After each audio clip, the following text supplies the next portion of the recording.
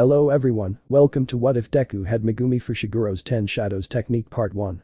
Before we start, please go support yaninarosana for writing that awesome fanfic. This is the translated version I made, there will be some mistaken character's gender, but of course Deku is a male. Izuku Midoriya. Age? 14 years. Family? Mother living, father living, unknown, no siblings. Quirk. Shikigami. Description. Izuku's power will consist of Megumi Fushiguro's 10 Shadows technique. I will include the 9 Shikigamis seen in the series manga, and obviously Izuku still does not master Magahara. The Shikigamis can share their qualities and/or abilities with Izuku, and they will also have different abilities that I will add. He can also manipulate the shadows to a certain point in different ways. The Shikigamis are Shiro White Jade Wolf, Kuro Black Jade Wolf, New Flying Bird, Irachi Snake Monster, Amma Toads, Bansho Maximum Elephant, Ada Rabbits, Madoka Deer, Anjuk Bull, Han Tiger, Bakura Maharaga, not purified. I will include the female version of certain male characters. Midoriya will be a little more serious, but just as kind to those he appreciates or respects.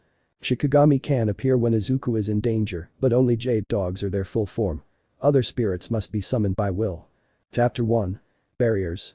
Stage. Musatafu. Everyone talks about helping others, but few distinguish between their actions and words. People are often driven solely by what gives them pleasure or unconsciously by the displeasure of certain areas in their lives. The world doesn't adapt to us because everyone has their own way of seeing life, you just have to know how to face reality. Heading a little closer to a certain residence among several apartments, you could see inside a very nice house a certain green-haired boy with a lock of hair covering his right eye was preparing to leave his home. Izuku Midoriya was a common teenager like any other in a world where the supernatural reigns. Originally he was a Quirkless or Quirkless when he was born, but when he discovered his superpower, he realized that he was different from the rest. Apparently he had awakened his quirk later than other people, and it was possibly thanks to the stimulus of wanting to help others that encouraged him to turn on his gift. The green-haired boy still remembered how he unconsciously activated his quirk when he was still a child, and it's funny, he did it to protect another boy who was being bullied. However, he ended up being punished because his Shikigami scared the children and they told their parents. How innocent. That led to Izuku having to apologize since they threatened to sue them if he didn't, although Izuku thought about refusing but decided to agree since he didn't want to give his mother problems. Now, Midoriya's current goal was to become a hero who would help others with a smile, but he also felt that his resources were very limited, all thanks to that video of the #1 hero helping people from a fire. This was because if he wanted to be a hero, he had to enter UA Academy, and to do that, he had to be admitted first. The problem arose when UA's acceptance rate was only 0.02%, which made Izuku start analyzing all the opportunities he could have. All this while he finished his breakfast and went to get ready to go to his high school. Maybe if I manage to excel in the entrance exam, I can get in, but how will I achieve that if I don't even get in the first place? I assume that after seeing my application form, they will see whether or not I am worthy of stepping foot in their school. Izuku sighed and then put his backpack on his shoulders. What a pain, he complained as he walked down the hallway of his house with his hand on his chin. Mom, she'll be home after her shift at the hospital, so she'll probably be late like always. He put on his shoes and then stood up to head for the door. I'll be waiting for you. He turned the lock with the key and then opened the door, closing it again afterwards. Midoriya walked calmly through the streets of the city. Everything was so quiet that the green-haired boy found it suspicious since he never trusted the weather and wondered what could happen on a day like that. His pace was unhurried, he always arrived earlier than the others since that way he wouldn't have to endure the screams of his friend Kaken, who had become much louder these last few days. That boy had acquired a self-confidence similar to a complex that he believed made him superior to others, apart from the fact that that confidence was backed up by his quirk, which turned his sweat into nitroglycerin that he could explode. He and Izuku were good friends, were since Bakugo, and he had a small fight as children, which consisted of how Izuku defended another child who was bothered by the blonde's friends, and they had a fight which was intervened by their parents. However, since then they did not get along as well as before. Midoriya did not care about this, he did not want to hang out with bad people with whom they did not even make an effort to relate to others. Although the same could be said about me, since I haven't spoken to him since then, she thought, looking down. Should she try to talk to him? No, I don't think it's a good time, and besides, he shouldn't care what I do. Izuku stopped at a traffic light when he saw that it was red. He tried to walk forward, but heard a loud skid around the corner and saw a car accelerate strongly. The green-haired man frowned slightly and stepped back to make way for the hurried driver. I guess he's in a hurry, huh? He saw some girls passing by him and saw that they were unprepared. Deku quickly leaned towards the girls, took each of their arms, and pulled them back. The car sped past, leaving a small trail of dust in the air. Izuku, who was still holding the two girls, let go after they were out of danger. "Excuse me, are you alright?" he asked half-heartedly, but was interrupted when he sensed imminent danger. Midoriya moved quickly, jumping to the side to avoid a large wall of ice that almost hit him until he collided with a nearby wall that froze it completely. He turned to look up and found two heterochromatic blue and black eyes, along with a large burn scar on the left side of his face. It was the half-redeeted and white-haired woman he had saved. At her side was also a girl with glasses, white hair and small red tones on her head. The two-colored girl had her left arm extended towards the fallen Midoriya, with a threatening look towards him and covering the other girl, who she assumed was her sister. "Can I help you, pervert? Don't try to touch a lady if you don't know how to behave," he spoke coldly and ruthlessly. "Leave before I freeze you to the bone." He raised his left hand to signal that he meant business. Izuku's eyes were blank even though he was on the ground. Didn't that girl realize she had just saved his life, or a possible injury? Sometimes, Izuku considered that patience, besides being a virtue, was a gift with which to react to different conflicts and not lose his temper. The teenager sighed, stood up, shook his clothes a little to look into the eyes of that two-colored girl, almost or more with the same coldness she showed him. This is a misunderstanding." He adjusted his uniform tie. "I only helped you to keep you from getting hurt while crossing the road. A car was speeding by and I had no other intentions than that." He spoke calmly. The girl looked at him for a moment. She didn't seem very convinced by what the boy was saying, but Izuku couldn't waste any more time or he'd be late. The green-haired boy sighed, then walked by the two girls and glanced at the two-colored girl for a second. While everyone seemed to fall silent, the girl felt a dark emptiness in the boy's eyes. She felt like he was swallowing her up, and that left her stunned for a few seconds. "I'll leave it to your imagination whether you believe me or not. But I have matters to attend to, so if you'll excuse me." He looked away and began walking a little quickly so as not to be too late. "What do you mean?" "She looks a little annoyed as she walks." "Shoto, I think we should go," her sister said as she took the girl by the shoulder. Izuku just turned a deaf ear to the girl's comment and continued towards his destination. "Don't you dare ignore me." She walked over and tried to take his arm. The world went blank for a moment, and from Midoriya's shadow, it spread like a puddle until it grew larger, causing the girl to step back in surprise. A kind of human form emerged from it, quickly showing its fangs in a threatening manner until its snout was in front of the bicolor. She fell back in surprise, who for the first time felt the danger face to face of that werewolf. Midoriya sighed once more, then approached and placed his hand on his Shikigami's head, ordering him to calm down. "By getting too close, you made Cabal and me react, and I accidentally summoned him." He looked at the two-colored girl for a moment before deactivating his quirk so that the hound disappeared in a puddle of black substance. "I'm sorry, but I'm in a hurry." The boy looked at her for a moment before offering his hand to help her up. Shoto recovered from his shock and then saw the calm look in the boy's eyes. Although he hesitated, he ultimately decided to accept her help and then left the place, resuming his path, hoping not to be late. The girl, Todoroki, briefly watched the boy as he left, then looked around, noticing several people staring at her and her sister, who was very scared by the situation. Analyzing the situation, she decided to end the topic and took Fayumi's hand before heading off on her own. Returning to our protagonist, he was already running towards the institute while hugging his backpack that luckily didn't fall when that girl attacked him. She was so strange, she seemed to have a lot of distrust of people she didn't know, although he couldn't blame her since in a situation like that it's common to misinterpret perspectives. After running a bit, Midoriya had managed to reach the gates of Jardin del Sol, his high school, with his hands on his knees. Another aspect that he had to improve was his physical resistance. "Well, I'll work on that once I get into UA," she sighed as she composed herself and then walked towards the school entrance. Entering the hallways, Izuku could see some classmates from other classes. They noticed the boy's presence and looked away with a drop of sweat running down his cheek. Izuku had gained popularity for defending himself from bullies who saw him as easy prey because of how small he was and a certain emo appearance because of the boy's hair. The school was still not aware of the boy's quirk when the bullies of his school trying to catch him off guard were bitten by Izuku's Jade Dogs. That incident caused the boy to not have many friends since his presence was intimidating to them, although he attracted some women who were only cordially rejected by Izuku.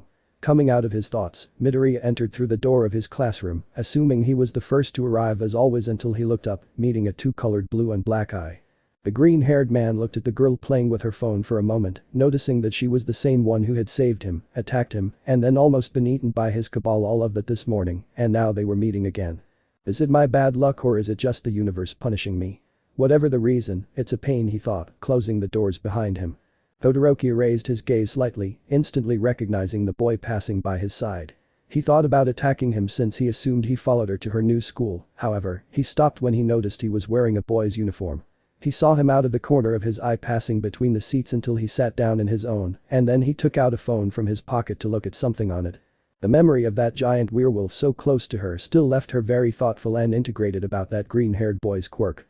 From the girl's point of view, she was chatting with her sister until she felt someone grab her arm, just like Fayumi, and then pull her back. She reacted quickly by using her ice attack against the boy, but surprisingly he dodged it. Maybe it was true that he had saved her, since she assumed that was why he pushed her away from the road, however, it was not enough to trust that guy after all, every man is a pervert, or so she thought. Izuku stared at his phone peacefully while Todoroki looked at him from the teacher's desk, having sat on it for some reason. After a few seconds, she looked away and started looking out the window to distract her mind. Instead of attending a more prestigious school, Shoto had chosen a common and simple one to study before entering UA, since he didn't want to depend on his father in that matter. When he thought of that last name, a small and painful memory came to his mind, however, he tried hard to put it aside. The green-haired man looked at the girl out of the corner of his eye. While she was reading a book, he could notice the tension and restlessness in her gaze, as if she was reliving a bad memory or episode from her childhood. Izuku would be lying if he said that sometimes he can't sleep at night because he constantly had nightmares about how his father abandoned him and his mother, but he didn't care much, that man couldn't pass himself off as a father after so many years. He never saw him take his first step, he didn't even send him a sad letter or even remember what he said to him before he left. Not all fathers are like that, the boy thought, although there were definitely men who can't even raise their children well, without having to pressure them to be better every day, small arguments, fights, laughter, all of that. Izuku thought it sounded better than it felt, since it was impossible for him to describe what a life like that was like. Although not everything was bad, he still had his mother since she was the only person who cared about him, even though she worked as a nurse in a hospital, and that was surely exhausting. Exactly because of that he also wanted to get into UA, to show her that he didn't have to take care of him, and also to be able to give him a better home when he was the next number one. "Hey, your gaze is scary. Are you okay?" she asked, turning to look at the boy. Izuku Midoriya. I was out of my thoughts when I heard the call from that girl, Shoto, who threatened me this morning. I looked up, noticing her staring at me from the window, and I could see a certain hostility in her eyes. I just shook my head apologetically, then looked back at my phone. I didn't feel like talking, as I was mostly focused on how I was going to get into that prestigious academy. But unexpectedly, this girl, who I think I heard her sister call her Shoto but I'm not sure, came up to me and sat down next to me and started staring at me, as if trying to figure out what I'm thinking. I don't know if it's a good idea to apologize for what happened this morning. Even if I control my demon dog, they could have still seriously attacked this girl. Maybe it's best to. "What's your name?" she asked, still looking at him. Izuku singled to see the girl, somewhat confused. "What's your name?" he asked again, a little more impatiently. "Izuku Midoriya, and you are?" I looked at her curiously. Shoto closed his eyes for a moment and turned his head forward. "Shoto Todoroki, nice to meet you," he said, then changed the subject slightly. "Could I ask you something?" Izuku tilted his head. "If your question is within my limits, I will try to answer," he replied while leaning on his hand and continuing to look at Todoroki. The girl opened her eyes and glanced at Izuku. She seemed very upset by what she'd seen this morning. She obviously wanted an explanation from him. "What was it that almost attacked me this morning?" she asked, a little curious and trying to sound normal, although she felt a certain unease at the memory of being so close to that werewolf. "You said his name was Cabal, right? Is he your pet or something?" Todoroki-san's question was just what I expected, although I could notice a certain nervousness in his gaze, perhaps because he remembered my Shikigamis combined in their totality form, but he hid it very well now. "I think it's better to be honest, and thus avoid a possible discussion or conflict." "They were my Shikigamis," he replied. "My quirk allows me to summon 10 different types of spirits at any time." "That's what you saw," he explained. Todoroki narrowed his eyes. He didn't expect an explanation that had to do with that boy's quirk, but it was curious at most, since he didn't know a summoning type quirk. "Oh, but what's a Shikigami?" I tilted my head slightly. Izuku looked at her for a moment. "That's the term used for spirit summoned by an onyoji, or Japanese sorcerer," he explained again. "Shikigami are used to protect and serve their master, much like the Western concept of a magician's familiar spirit." The girl in response opened her eyes a little. Her gaze was clear that she didn't know the term that my quirk covered, and that made me doubt whether to continue investigating the subject. I don't really like to reveal so many details about my quirk, since even I don't know its limits well. "So are those spirits your familiars or something?" she asked again, sounding somewhat confused. I shook my head from side to side. No, rather they are spirits created based on my own energy, and therefore they are something like artificial spirits, since a medium is required to create them, he clarified, while briefly looking at the time on his phone. A medium? I simply nodded, hoping he wouldn't ask any more questions, as I felt somewhat uncomfortable talking about this topic. A boy with a summoning quirk was very rare these days, so much so that it made me doubt whether what he possessed was truly a gift, or rather an evolution of them. My mother can levitate small objects, and my father can throw things through his mouth. I understand. I narrow my eyes slightly, keeping my expression serious. I looked at her calmly. As soon as she told me her last name, I could immediately realize that she was the prodigy daughter of Enji Todoroki, or better known as the fire hero, and now she was sitting next to me. So was the one next to you your sister? He asked without sounding rude. Todoroki-kun looked at me again. He didn't seem to like that I brought up the subject about his sister, but I'm curious to know more about her. Why do you want to know? She asked suspiciously. I looked at her for a moment before answering. I'm just curious, since if I had been your friend you wouldn't share certain features, for example. Hair was what she replied, while leaning on his hand. Todoroki looked at me, analyzing me and somewhat surprised before returning to her usual expression. She seemed suspicious about me wanting to know who the girl next to her was. I understand that her name was Fayumi, although, to my surprise, my seat neighbor decided to tell me about it. Yes, she is my sister, I'll just tell you that, and nothing else, he said as he turned to look at the front of the class, without saying anything else. I just looked at her for a moment and then calmly nodded. I kept thinking about what it would be like to have a sister, I suppose younger than her, and do things together, eat, talk, go shopping. I am an only child, so I envy this girl a little, because she must have much more money than me, more family and a father with her, or so I think. I came out of my thoughts when I saw how several students began to enter the classroom. Among them was my ex-friend Bakugo, who was talking with his friends about a subject that I don't know, but I don't care too much. I noticed Todoroki-san was still sitting next to me. It seemed like a strange coincidence that we both ran into each other and went to the same school, but I decided to focus on the class. After about 5 minutes, Professor Takeda arrived to start the class, and I took out my books. When the class started, the professor said that since we were in the third year, we should start thinking about our future. So, he would give us some brochures to help us think about what to do next. That was before everyone activated their quirks, which is prohibited on the premises, but the professor didn't say anything to them when he threw the leaflets into the air and said, "But everyone wants to get into the hero course, right?" He smiled as he watched his class laughing or playing with their gifts. As I tried to ignore the incessant noise of my classmates, I noticed how Bakugo had put his feet up on his desk and smiled widely. A student with characteristic spiky fluffy hair gave a light laugh. "Listen, Professor, I didn't compare myself to the other extras in this class, since I'll be the only one entering the heroic course," he expressed quite confidently. My classmates complained a little about Kaken's somewhat conceited attitude or comment. I just sighed and went back to concentrating on my notebook in which I was designing my hero costume. I had to prepare well if I wanted to get into UA. I heard a snort next to me that caught my attention, noticing my seat neighbor who had a seemingly disgusted expression. "PFF, this is totally immature," he muttered as he looked away. I turned to look at Todoroki-kun. I was a little surprised by the ease with which he expressed his thoughts, although Kaken didn't seem to be amused, because he turned to look angrily at the girl next to me. "What did you say, half and half? I haven't seen you around. Are you a new student?" he asked, staring at her. Todoroki-kun didn't feel intimidated and simply nodded. Some of my other classmates started whispering. Apparently they recognized Todoroki, who was Endeavor's daughter. As soon as the girl responded to the explosive boy in my class, he looked away, apparently annoyed. "I don't care what you think, just don't get in my way," Bakugo told her as he turned to look away. Todoroki-kun didn't respond and simply focused on the class. Kaken couldn't help but frown, turning to look at the girl again, but everyone got a little worried because some smoke was coming out of the blonde's hands. Before anything else could happen, the teacher took the floor, putting order to the situation. Kaken glared at him for a moment before growling and not saying anything else. I also decided to pay attention to the class, but I noticed how the teacher raised his hand and made me turn to look at him. "Oh, Bakugo, you want to get into UA Academy, right?" she asked while looking at some leaves. "UA Academy?" they all said in unison in the class, except for Midoriya and Todoroki. Bakugo smiled once more and slammed his fist into his right palm, causing an explosion that silenced the class. "That's why you're all just fillers. With my gift, I'll be able to pass the entrance exam." He smiled broadly. "That way, I'll rise to the top of the heroes," he clarified with a determined look. I looked at Kaken for a moment, noticing the fervor in his gaze in wanting to fulfill his desire to be number one, although I honestly believe that Kaken has a great chance of getting in if he presents his application form, and that is thanks to his quirk, as he said. Well, I guess I should also be optimistic that I will also be able to get into that prestigious academy. Midoriya, you're also planning on going to that school, right?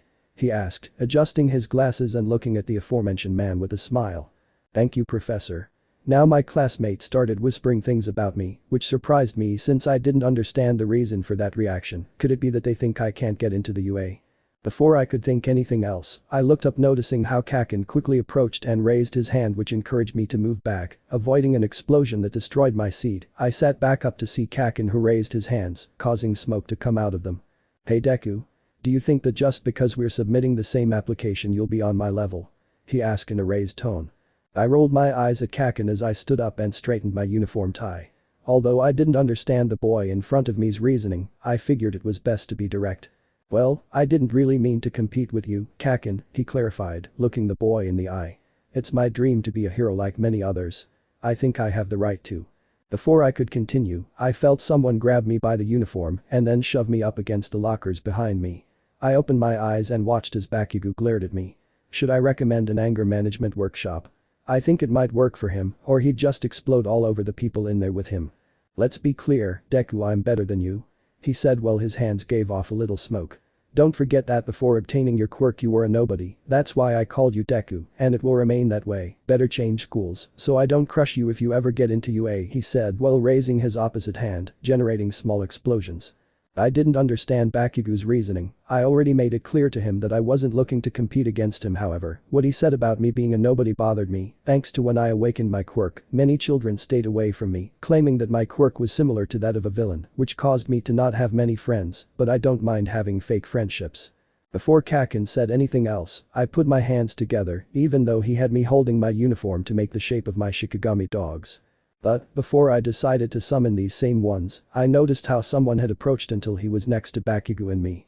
I looked out of the corner of my eye, noticing that it was Todoroki-kun, who had suddenly approached with a fixed gaze on Bakugo, somewhat hostile in my opinion. What does he intend to do? If you think about it, you both have very different reasons for wanting to enter UA, right? He asked the boys while having his usual serious tone.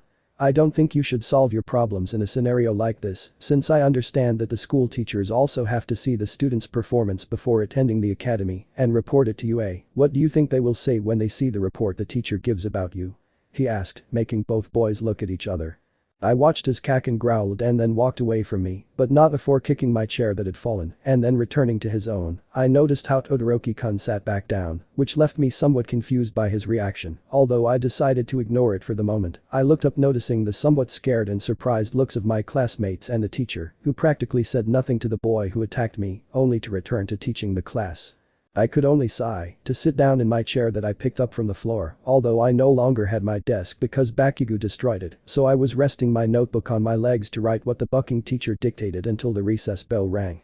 I left the class calmly, although I decided to look at Todoroki-kun for a moment, who was putting away his things to leave. I couldn't thank her before, because I will look for an opportunity to talk to her and thank her properly. I walked calmly through the hallways to the courtyard. Without anyone seeing me, I decided to go to a secret place that I like to visit. It's basically a backyard in the school where nobody goes because it's disabled. I jumped over a fence that kept people away and entered as usual. She stood there for a while, jotting something down in my notebook. The courtyard had been temporarily closed off to be turned into a baseball field for the second and third years. After about 10 minutes, I walked back the way I came in, making sure no one would notice. Then, I returned to my class. Upon entering, I quickly noticed that Todoroki-kun was the first to arrive. I looked at her for a moment before sitting down next to her. I took my notebook out of my backpack and then started drawing what my hero costume would look like. If I want to enter the UA Academy, I must be prepared, so I was thinking of going to train a little at the Gaba beach when classes ended. While I was wandering in my thoughts, I felt someone tugging at the sleeve of my checkbook. I turned to see, noticing that it was Todoroki-kun, who was looking at me somewhat curiously. Midoriya, if you don't mind, is it true you want to get into UA? She asked while looking at him. I looked at her for a moment. I didn't expect her to ask me something like that. Well, yes, like I said, it's been my dream since I was little, and everyone should pursue their dream, right? I joke a little, looking at the girl. The girl gave a small smile in response to his joke. As soon as her smile appeared, it also disappeared, and she looked for a moment at the boy in front of her. I see, that makes sense. He turned to look at the window while saying to Midoriya. I looked at Todoroki-kun for a moment. She seemed to have remembered when I said those words, although I didn't understand what it was. I could only notice a bit of nostalgia in her gaze and a strong determination. At the same time I looked ahead, seeing Todoroki out of the corner of my eye. Do you want to enter UA Academy too, Todoroki-kun? He asked, sounding curious about her answer. She looked at me out of the corner of her eye. She seemed a bit serious when I asked her. Wow, she's really distrustful of people. Yes, well, it's also been my dream since I was little, so I want to attend too, she told him, turning to look at his forehead when she finished speaking. I looked at her for a moment and smiled slightly. I see, that makes sense. I turned my head to look out the window. I felt Todoroki-kun stare at me for a moment. I noticed him through the reflection in the window, but then he quickly turned his attention back to starting class. Little by little, more students arrived, and my desk had already been repaired thanks to the quirk of a man from the school. I was somewhat bored by the explanation the teacher was giving. Sometimes I looked at my notebook where I wrote down what my hero costume would be like, as well as some tricks I had been practicing. I continued paying attention to the class, since my quirk in itself was already strange how strongly I had to also exercise my mind to finish high school. After several minutes the second class had ended. I decided to go out to the rooftop for a moment to get some fresh air to clear my mind a little, and going up the stairs I ran into Kakin, who only looked at me for a moment and then bumped his shoulder against mine and continued down. I only looked at him for a moment out of the corner of my eye and continued up until I opened the door that led to the rooftop. The moment I entered, the first thing I could feel was the fresh breeze hitting my face, although something else caught my attention, and that was the red and white hair that looked up at the sky, as if appreciating the tranquility. Is it a coincidence that we met so many times in the same day? Todoroki turned around when he heard footsteps behind him. He turned to see Midoriya with a confused face. This can't be a coincidence. Are you stalking me? She asked, staring at the boy. I'd say it was a coincidence and I'm not a pervert, you know. He said, stretching his arms up. The bicolored girl looked at Midoriya for a moment. She was quite curious about this boy, since he gave off a particular aura that scared away the other students, not to mention his rare gift related to summoning. She was sure that if her father found out that there was a quirk like that, he would say that she would have to surpass that boy, because it could be considered a test that she had to pass. That made the girl frown. She hated her father, and if she had to surpass Midoriya, she would do it using only her left half, her mother's side. When she looked back at the boy, she noticed that he was no longer in front of her, which surprised her, and then she looked behind her, noticing that he had sat down on a bench on the rooftop. She looked at him from a distance, observing his calm expression.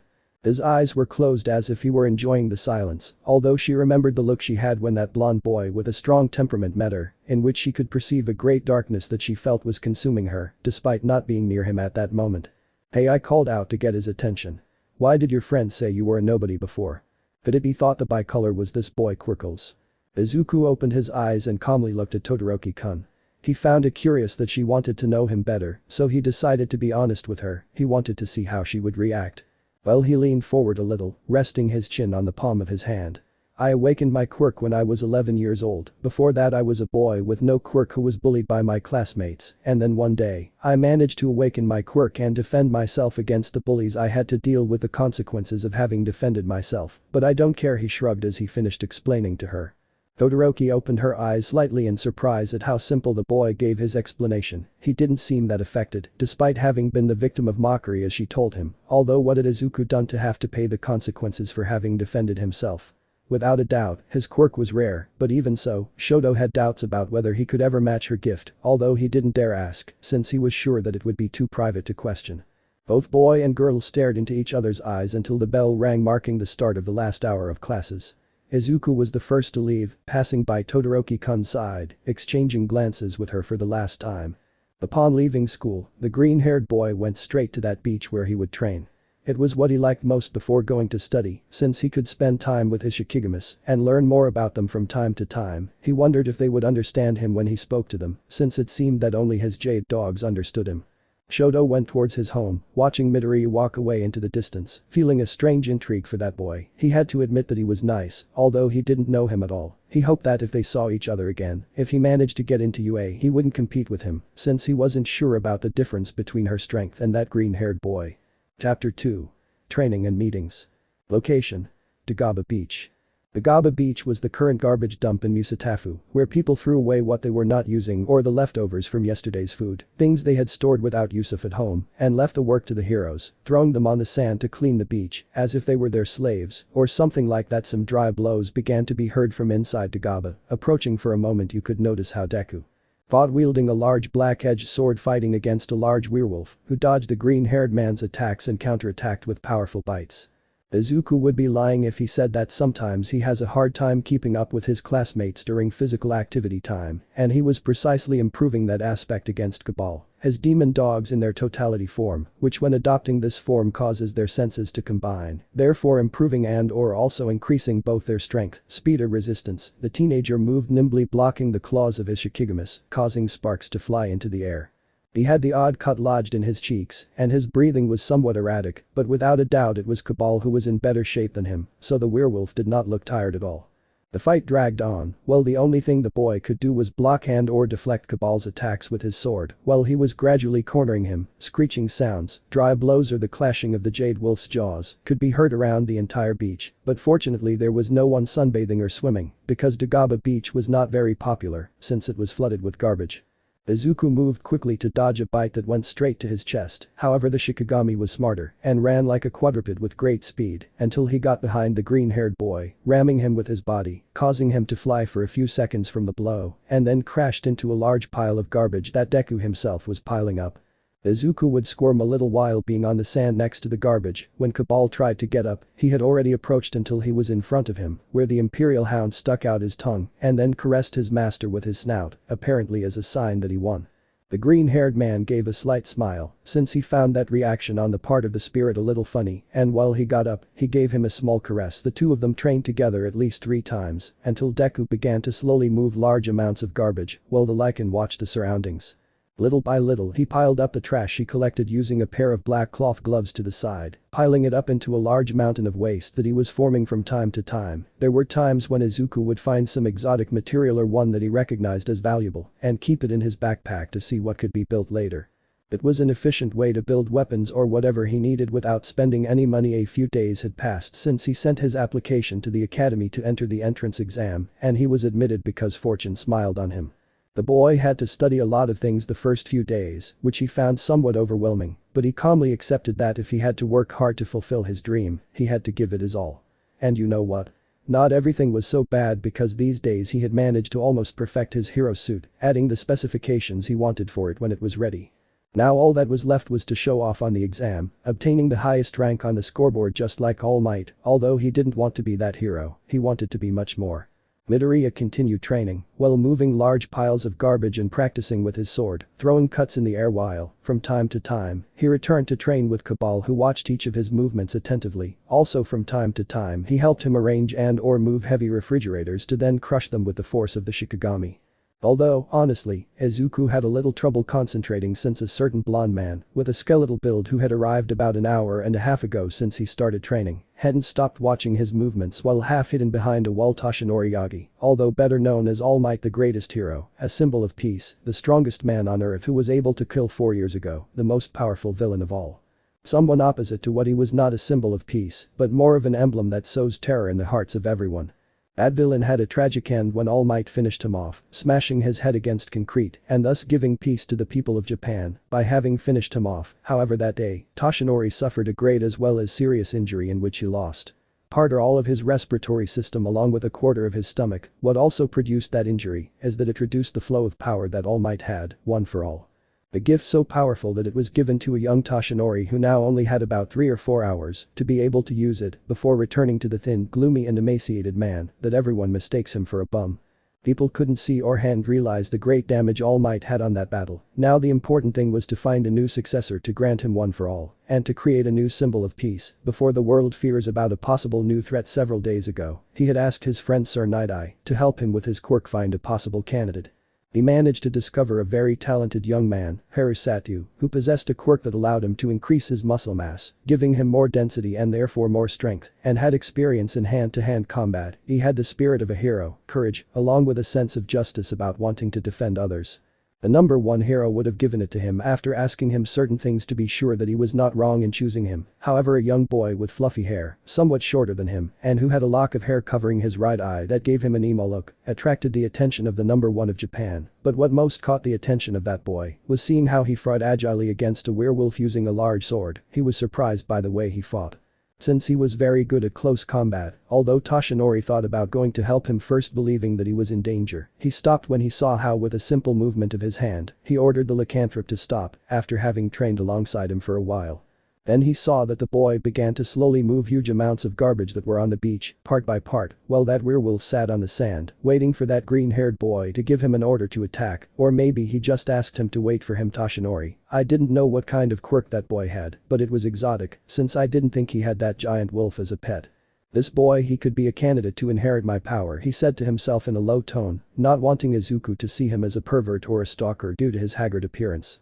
He seems tenacious, and the fact that he's cleaning the beach shows that he cares about the environment, although that aura he emanates isn't worthy of a symbol of peace. The hero murmured, unaware that Izuku could hear him perfectly, although at the same time, he was questioning two things. Who was that man? And what would his blessed power be? How could he want to inherit it to him? Not knowing how to respond, he simply decided to pretend to ignore or not notice the presence of that subject and continue training alongside Cabal. Days, weeks, months went by, and Toshinori always hid every week to watch young Midoriya train, moving and or cleaning the waste that was on the beach little by little. He only saw him use and summon Cabal in his totality form, along with his base form, because Izuku did not want to show his other Shikigamis to a stranger. For fear or rather distrust of giving him too much information about his abilities. After 10 months, Midoriya had already studied practically everything he needed for the written exam, and now it only remained to see what would happen in the practical part of the blessed exam. Since it was a surprise, so to speak, he still could not figure out who that strange man was, but he did not give it importance as long as he did not interfere in his affairs, although at first he wanted to interrogate him in case he was a spy or something like that. He retracted because there was something that told him. Do not come closer, assuming that this guy was not what he appeared to be currently. The green-haired boy was now walking through the halls of his high school calmly because they were in the last hour of his classes, so he decided to just walk a little for a change. Izuku Midoriya's POV. I walked around the hallway with my hands in my pockets walking calmly. I was somewhat bored, so much that I was about to fall asleep even standing up, since these last few months served me to perfect some of the skills, or better yet, sign techniques maybe of my quirk apart from finishing designing the suit that I will use if I manage to enter UA. I hadn't had contact with Bakugo these last few days, which confused me a little. He usually went to bother me during lunch or when I was alone. Since he found out that we both planned to attend the same academy, I assumed that he would bother me more than usual, but he didn't. I think it's because that time, where Todoroki-kun defended me, I think he speculated that it was better not to mess with me, although I'm also sure that she doesn't care since Todoroki and I are not friends. At least I assume that she considers me a partner. I rarely see her, since she always leaves quickly without waiting for anyone. I can't deny that something about her intrigues me in the sense of the mystery that surrounds her. Maybe because of her last name. Before I could think anything else, turning around the corner of the hallway, I ran into someone who bumped into me, causing her to fall. I looked down, noticing the two-tone white and red hair of someone who had fallen on his back due to the sudden collision we had, and I only looked at him for a moment before extending my hand to help him up. I'm sorry, Todoroki-kun, are you okay? He asked as he looked at her, with his same serious expression, although somewhat light this time. Todoroki-kun looked at me for a moment and then at my extended hand somewhat hesitantly, although he hesitated at first. In the end he decided to accept my help so he could get up, carefully holding her hand for a few seconds. I could notice that it was very soft, delicate although somewhat cold, but I didn't give much importance to the latter. When she got up she remained silent for a second before giving a small bow as a thank you to me. I watched for a few seconds as she walked away. Her night was a little long up to her waist, but it contrasted with how beautiful she was. I bet if he heard me say that, he would hit me or freeze. I shrugged, putting my hands in my jacket pockets once more, and went back to walking aimlessly through the halls. I was in no hurry, since there were still about 10 minutes left until recess was over. I decided to go to the back of the yard or field, where they were building that baseball field they started 2 months ago. After a few minutes I got there, going down some stairs and taking a few steps, and not to mention that I couldn't see anyone around me like that, which relaxed me since this way I could enjoy a moment of peace for myself. Then I decided to go over the metal fence without thinking twice that led to that restricted area for the moment until it's finished. I walked through the grass of the field under the sunlight. The breeze was calm and everything was silent, not to mention the small vibration in the air. I approached a nearby tree that was in a corner of the area next to the team benches, sitting under the canopy of this same oak. I prepared to appreciate my school as much as the sky miles away. Thoughts crossed my mind about some other student who would also manage to get into UA, whether from my school or not, which made me want to analyze what would happen if I managed to be admitted. It seemed simple in my opinion, since I only had to overcome the obstacle that presented itself to me when the time was right to act. Wow, I do think about this daily, although I guess I'm nervous for when the big day arrives. These last few months I've been discovering interesting things about my quirk. One of them is regarding the means of invocation I use. It consists of using endless shadows and then making a stop, shape or as I called it, seal with my hands to give rise to the formation of the Shikigami. However, I also discovered that I can interact with the base form of my spirits, or more specifically, change the density of that black Carvisca substance, giving it more hardness, although it is more difficult for me than when it is in a liquid state. What interested me the most is that I can store or rather hide objects in my shadow to be able to transport them. Also, the density along with the volume used to summon one of my Shikigamis can vary in size and shape, with some of them being able to adapt their height to the situation, which is very practical. I rested my hand on the side of the ground on the grass and then sank my fingers from the shadow that was reflected in my hand. I moved my hand a little between the shadow, only after a few seconds, from the middle of the pool of darkness. I took out only part of the golden hilt with a red handle fitted with a sharp black blade that made up my sword. I got this weapon in a store of articles or gadgets, and I had been saving up to be able to buy it. After that thought, I put my sword away again, sinking the hilt once more, making it disappear into the shadows. I felt satisfied because I managed to improve a lot compared to before with my current level. Suddenly, I heard footsteps and felt someone stand in front of me. I looked up instinctively, finding a certain two-colored girl staring at me. I didn't expect to see Todoroki-kun here, so I was a little surprised. Before I knew it, Todoroki-kun had come over and sat next to me. I couldn't tell if she wanted to talk to me or if she just came here to relax like me. I looked at her for a moment before asking her the reason for her visit, that, in fact, none of us should be here. "Do you need anything, Todoroki-kun?" he asked, looking at the girl, turning his head. My seat neighbor turned to look at me, then sighed and continued forward. "No, I was just looking for a quiet place to think. It's very hot to tell the truth," he told her while closing his eyes, perhaps to clear his mind a little of the weather. I looked at her for a moment. I guess what she says makes sense. "Yeah, we should use the summer report, actually," he suggested while stretching his arms up. We both stared at the horizon without saying a word. The atmosphere was warm since it was still summer, although I have to admit that this is the first time someone sits next to me in my secret place, or well, not so secret if she already knew about this construction site being to the left of Todoroki. I could feel a cool breeze hitting me. It's funny because she sits showing me the right side of her face when we're in the living room, and sometimes I feel hot. But now she was showing me her left side, which refreshed me. Could it be some effect of his quirk? Whatever it is, it's refreshing at most, as the heat he felt was beginning to dissipate. Todoroki looked at the boy out of the corner of his eye for a moment, noticing his serious and calm expression, but it showed some relaxation, and he raised an eyebrow, because he didn't expect such a slight change in Midoriya's expression. He raised his hand slightly, to bury his index finger in the side of the green-haired boy's neck, making him jump a little. What was that for?" he asked, placing his palm on her neck and rubbing it a little. Todoroki looked at him for a moment before looking back at the front. "Midoriya, has it really been your dream to be a hero since you were little?" he asked, looking towards the horizon. Broccoli was somewhat confused by Todoroki's sudden attitude and her question. He didn't quite understand what she was getting at. He would have asked her about it, but the girl continued talking. "When I was little, I saw a live video of Almight, the symbol of peace, saving several people from a building collapse caused by a villain." She closed her eyes for a moment and then turned to look at the boy. "I want to be a heroine because of a promise I made to someone very important to me. That's why if we ever face each other at UA, I won't have compassion just because we're in the same class. I'm going to become someone much bigger," she affirmed while looking determinedly at the green-haired boy. Midoriya was somewhat confused. He didn't quite understand if she was challenging him to compete in the entrance exam, but he could see something in the girl's gaze, a kind of flame made of determination, which only ignited when you wanted to protect someone very precious to you, as she said, and give everything of yourself in turn to become of help to that person. Although he also noticed a bit of nostalgia in her eyes, which made him wonder what governed that girl's past. The boy lowered his gaze a little, perhaps because he sympathized and understood in a certain way. He also wished to rise to the top of the heroes under his own means, wanting to help his mother in the process as well. "That's good." He turned to look at her again. "Because I don't plan on losing either. I hope that if we meet in the entrance exam, it will be under better circumstances." He smiled a little before looking at Todoroki with the same determination. The girl looked at him for a moment and then nodded in response. She got up to leave the place, since the last hour of classes was surely about to start. Todoroki-kun didn't lie when he said that she would be a heroine, but unfortunately she was sure that her father would give his recommendation to the director so that she could enter the UA without problems. Something that bothered and/or irritated her in turn because she knew that she would have to prove that she deserved to be in that academy under the recommendation of her stupid father, her stupid father who should have planned it before, but he wasn't going to use his right side for anything in the world, even if she was admitted or not.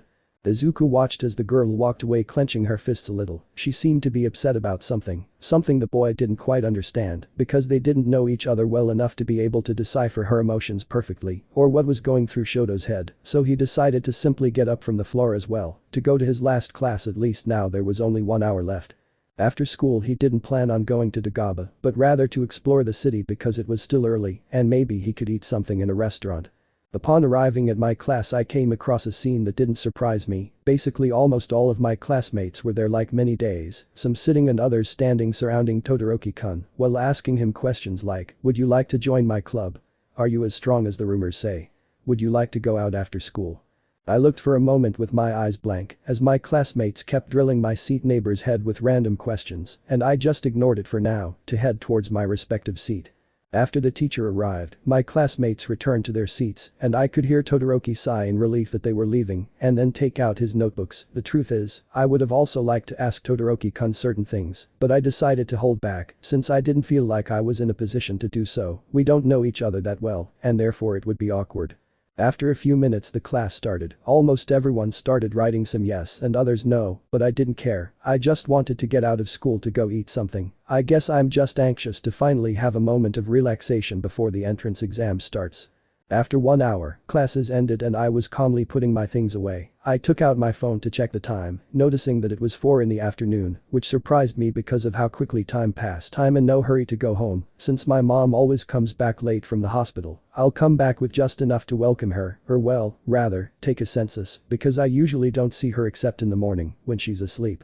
I started walking between the tables to leave the classroom. I heard some voices behind me, noticing that one of them was the serious and formal tone of Todoroki-kun, who I noticed was talking to another boy who approached her first. I didn't give it much importance and just left the classroom as I had planned. But before leaving, I heard something that surprised me while I was still at the door. "Todoroki-san," the boy called firmly. Would you like to go out with me after school? Please answer." I glanced at the scene for a second even though I was standing right next to the door. I wasn't expecting a proposal like that, although I shouldn't have cared. I was curious to see what the girl would say. I looked at her for a moment, noticing that her serious expression hadn't changed in the slightest. "I'm sorry, but I'm not interested in a romantic relationship right now, and I don't know you well enough to give you a sincere answer." She gave a small formal bow before walking past the boy. I was expecting it, although she had no filter when she said she wasn't interested. I was still hiding in the doorway. I had practically left the classroom so they didn't notice my presence, and I saw how Todoroki-kun went against the wind without noticing my presence, heading for the school exit.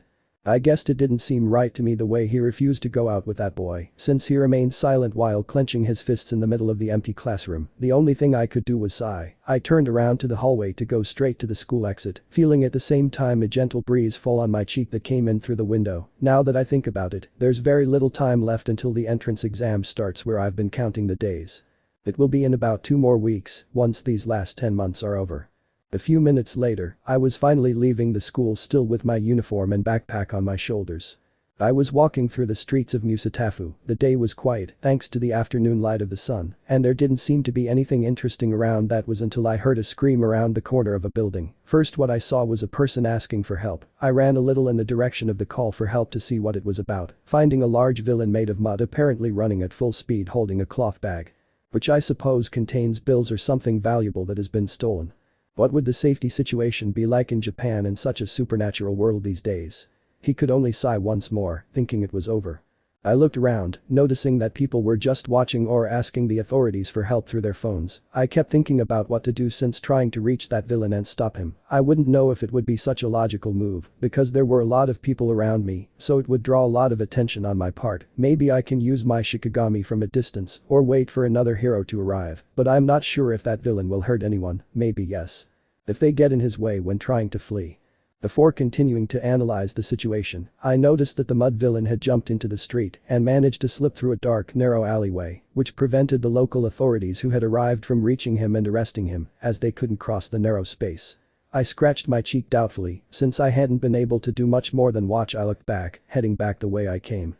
Maybe it's not very heroic of me not to respond to a call for help right away, but many people these days take advantage of the chaos of the morning, and not many people know what to do with their gifts at the same time. As Midoriya retreated, one could see on the other side of the buildings how, through the underground sewers in the underground water conduits, that mud villain was crawling and trying to remain hidden. Seeing if there were people around him through a grate with which he could hide. Suddenly, he heard footsteps above him, so he peeked his bulging and dirty eyes through the cover of the grate that connected to the outside. Being able to notice three teenagers talking about a topic that he didn't even pay attention to, because now he had found more than one small or medium-sized container with which to hide. That made the mud villain smile with his yellow teeth. Damn, I couldn't find Deku today either. That broccoli sure knows how to hide, he growled, annoyed while exploding a can he had in his hand. One of Kaken's friends approached him, giving him a small pat on the shoulder. Calm down, Kitsuki, why don't we go to the video games so you can relax instead? She suggested with a toothy smile. Yeah, anyway, he started to move forward to go towards the alley where they were. The three boys were preparing to leave that alley calmly, without immediately noticing a fetid and nauseating smell, which resembled something rotten, which came from and appeared through the conduit where the sewer water ran, coming out of the drain cover, and looked with a big smile on his mouth, as well as in his yellow eyes at those poor boys. Bakugo was the first to notice a presence next to the smell behind him, while he turned to see how a gigantic mass of mud formed above them. The villain, he muttered as he took in what he saw. The mud villain lunged at the three boys. Kaken reacted quickly by pushing his two friends who were off guard, moving them far enough away, and they looked confused over his back, but their surprise was greater when they saw the mud villain, who gave off a smell that left them astonished. Bakugo also tried to get away, but that guy extended a limb of his as if it were rubber to catch the blonde boy's leg and drag him with his strength along the ground until he got closer and swallowed him with all the mud inside him. Bakugo grunted, feeling how the mud of the body that made up that villain forced its way into his mouth, which made him feel disgusted, and he tried to free himself, but it was in vain, because both arms as well as his legs were immobile. Bakugo growled in annoyance and opened his eyes wide. He extended his palms forward to use his quirk, generating a large explosion that resonated throughout the area, along with creating a shock wave that shook the air and sent Bakugo's friends flying far away until they crashed into a distant wall. However, that villain remained intact and without letting go. Little by little, the ash blonde was writhing, trying to free himself, screaming and creating many more explosions that caught the attention of passers-by in the distance, but also the blonde's outbursts generated sparks that, when they collided with some gas tanks that were in a store next to him, a much bigger explosion was heard which blew up the entire floor, along with the walls around the buildings, not counting that the fire soon spread around the ground and through the buildings in the area. Panic soon set in among the citizens, who fled the place in terror, and others stayed to watch at a safe distance, but did not dare to help more than calling the police. The authorities were not long in arriving, along with other professionals who were nearby in the area and heard the frequent explosions 2 blocks away. They were heroes like Death Arms to try to confront the villain, Backdraft to help with the fire, along with Kamui to ensure safety if there were people in danger. Mount Lady was also trying to get to the site, but was significantly delayed as it needed a 10-meter gap to get between the buildings. Death Arms would approach and try to hit the villain, but his fist would sink into the villain's body, only to then be hit by the same villain, sending him flying far away until he crashed into a wall, creating a crater in it. The fire rescue specialist hero would try to put out the fire by throwing water from the hoses that made up his arms, while Kamui Woods helped the blonde's friends, along with civilians who were trapped in the fire, to take them to a safe place. It was not yet known if there were any injuries from the fire, but in the midst of all the chaos, no one seemed to have noticed yet. "Don't come near me," the mud villain shouted at them while holding his hostage.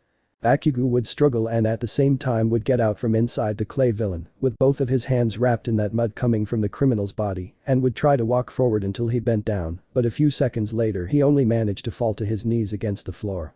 "I won't let this filth swallow me," I screamed desperately. "You son of a bitch."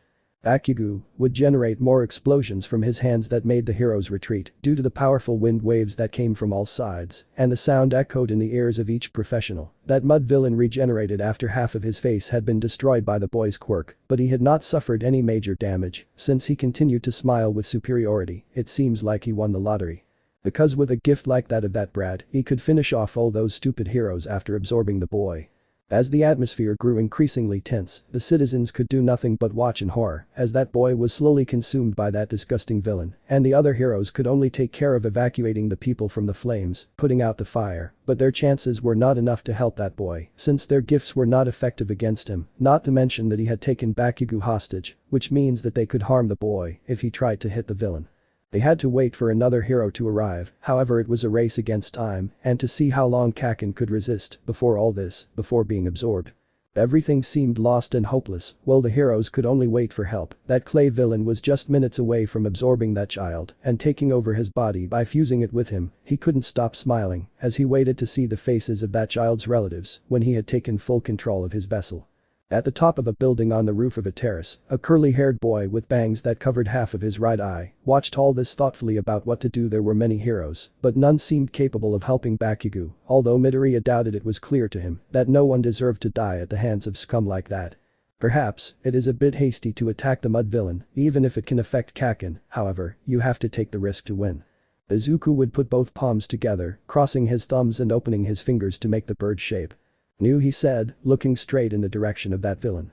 Midoriya would jump down from the roof, being caught by the bird of prey he summoned, who descended until dropping his master near the destroyed ground, while he rose again high in the sky, roaring in turn. After Nu had momentarily paralyzed him with his rays, Midoriya approached while sinking both hands into the mud of the criminal's body to try to feel that he was grabbing Bakugo and try to force him out of his prison. The living mountain of mud opened his eyes after recovering from the shock and looked down, realizing the brat that had appeared next to how that boy was trying to get his hostage out of his inside. "Don't interfere," he raised his fist, ready to finish off the kid who tried to challenge him. The green-haired boy only looked for a moment at the villain who was going to attack him before the boy was shot backwards, dodging the attack of that guy who destroyed part of the floor. Once again the mud villain looked up in surprise after a few seconds, finding that a gigantic toad had apparently appeared out of nowhere, using its large tongue attracting the boy and taking him away from danger. Midoriya would look for a moment at the mud villain who looked at him with hatred, although the boy did not take it important, only to then utter a few words before continuing with the fight which was being seen by the heroes, somewhat astonished by the sudden appearance of that boy. "Let him go," he ordered while he had a deadly stare fixed on that villain.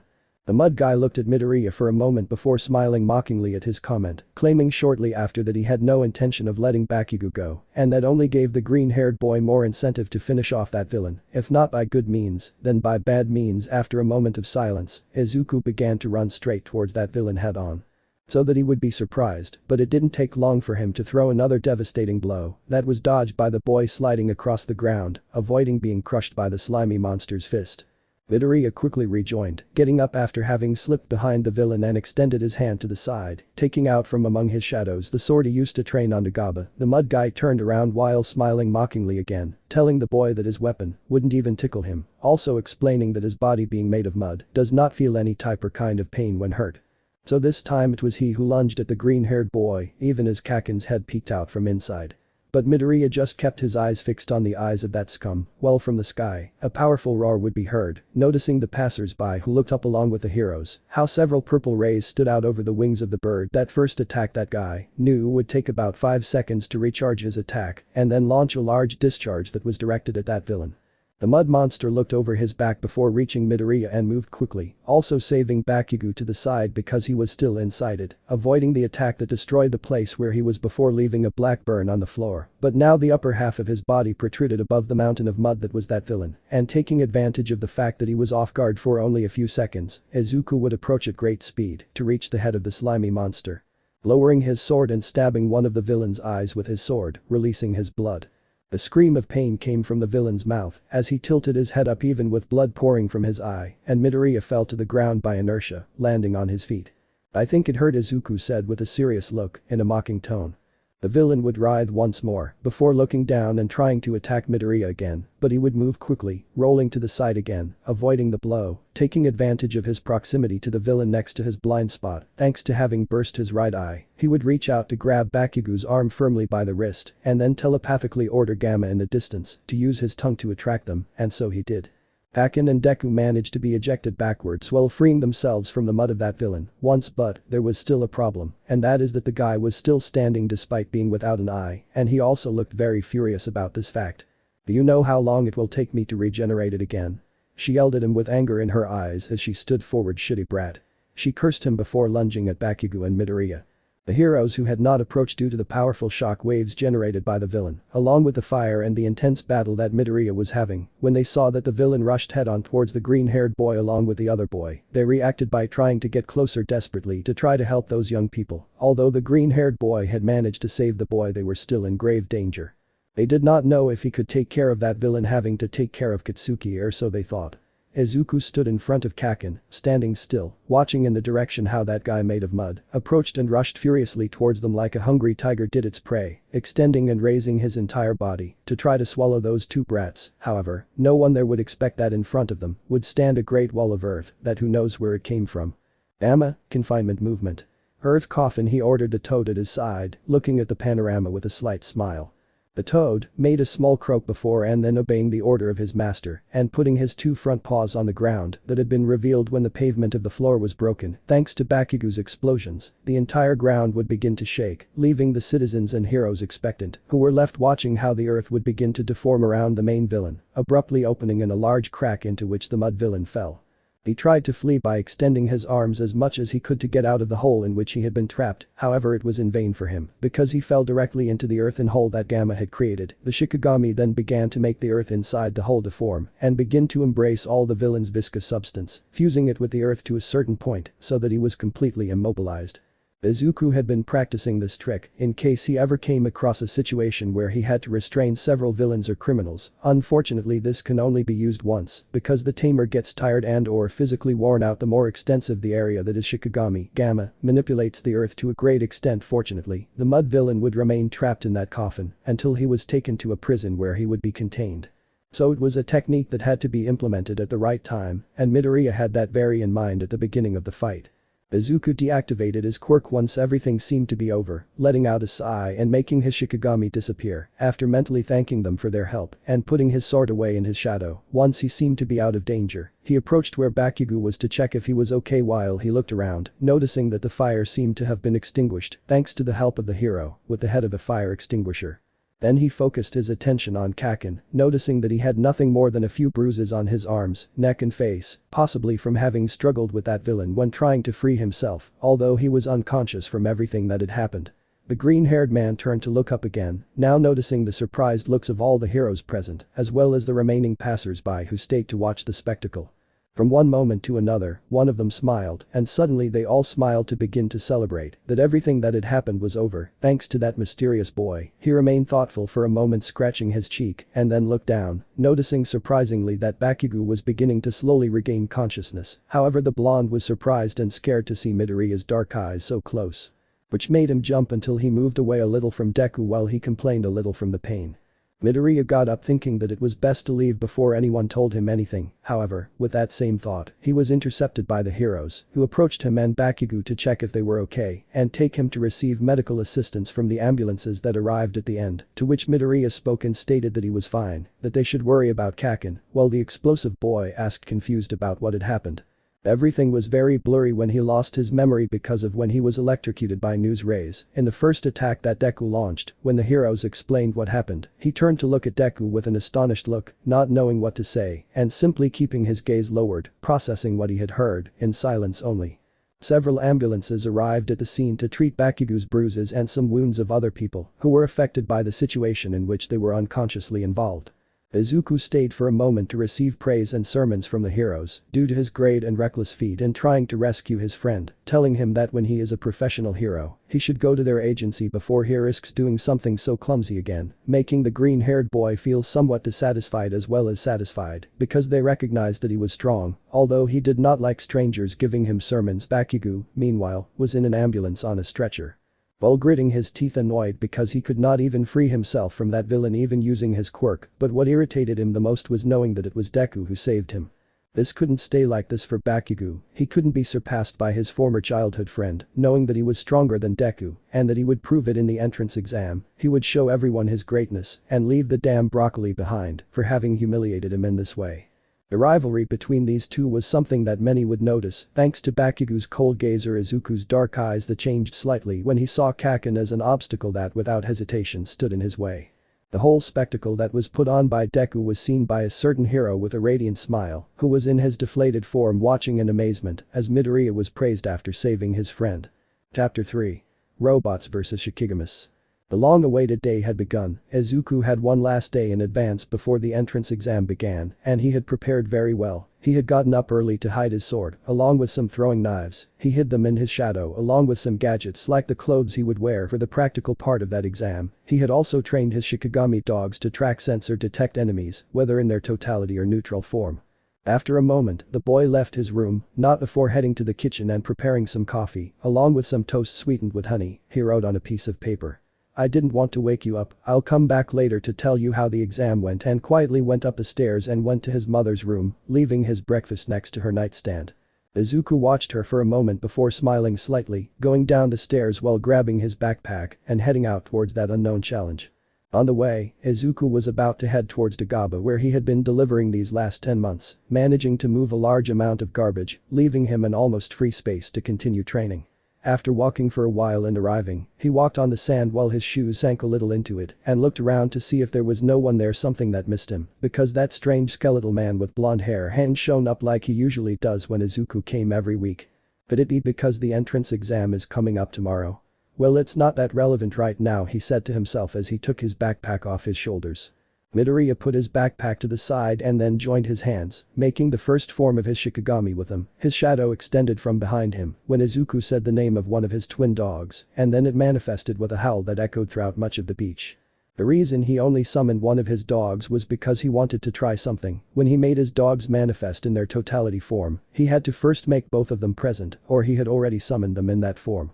Izuku decided to try to make his white demon dog reach the totality form without the need for his other twin to be present, and when he ordered it, the hound tilted its head seemingly in confusion.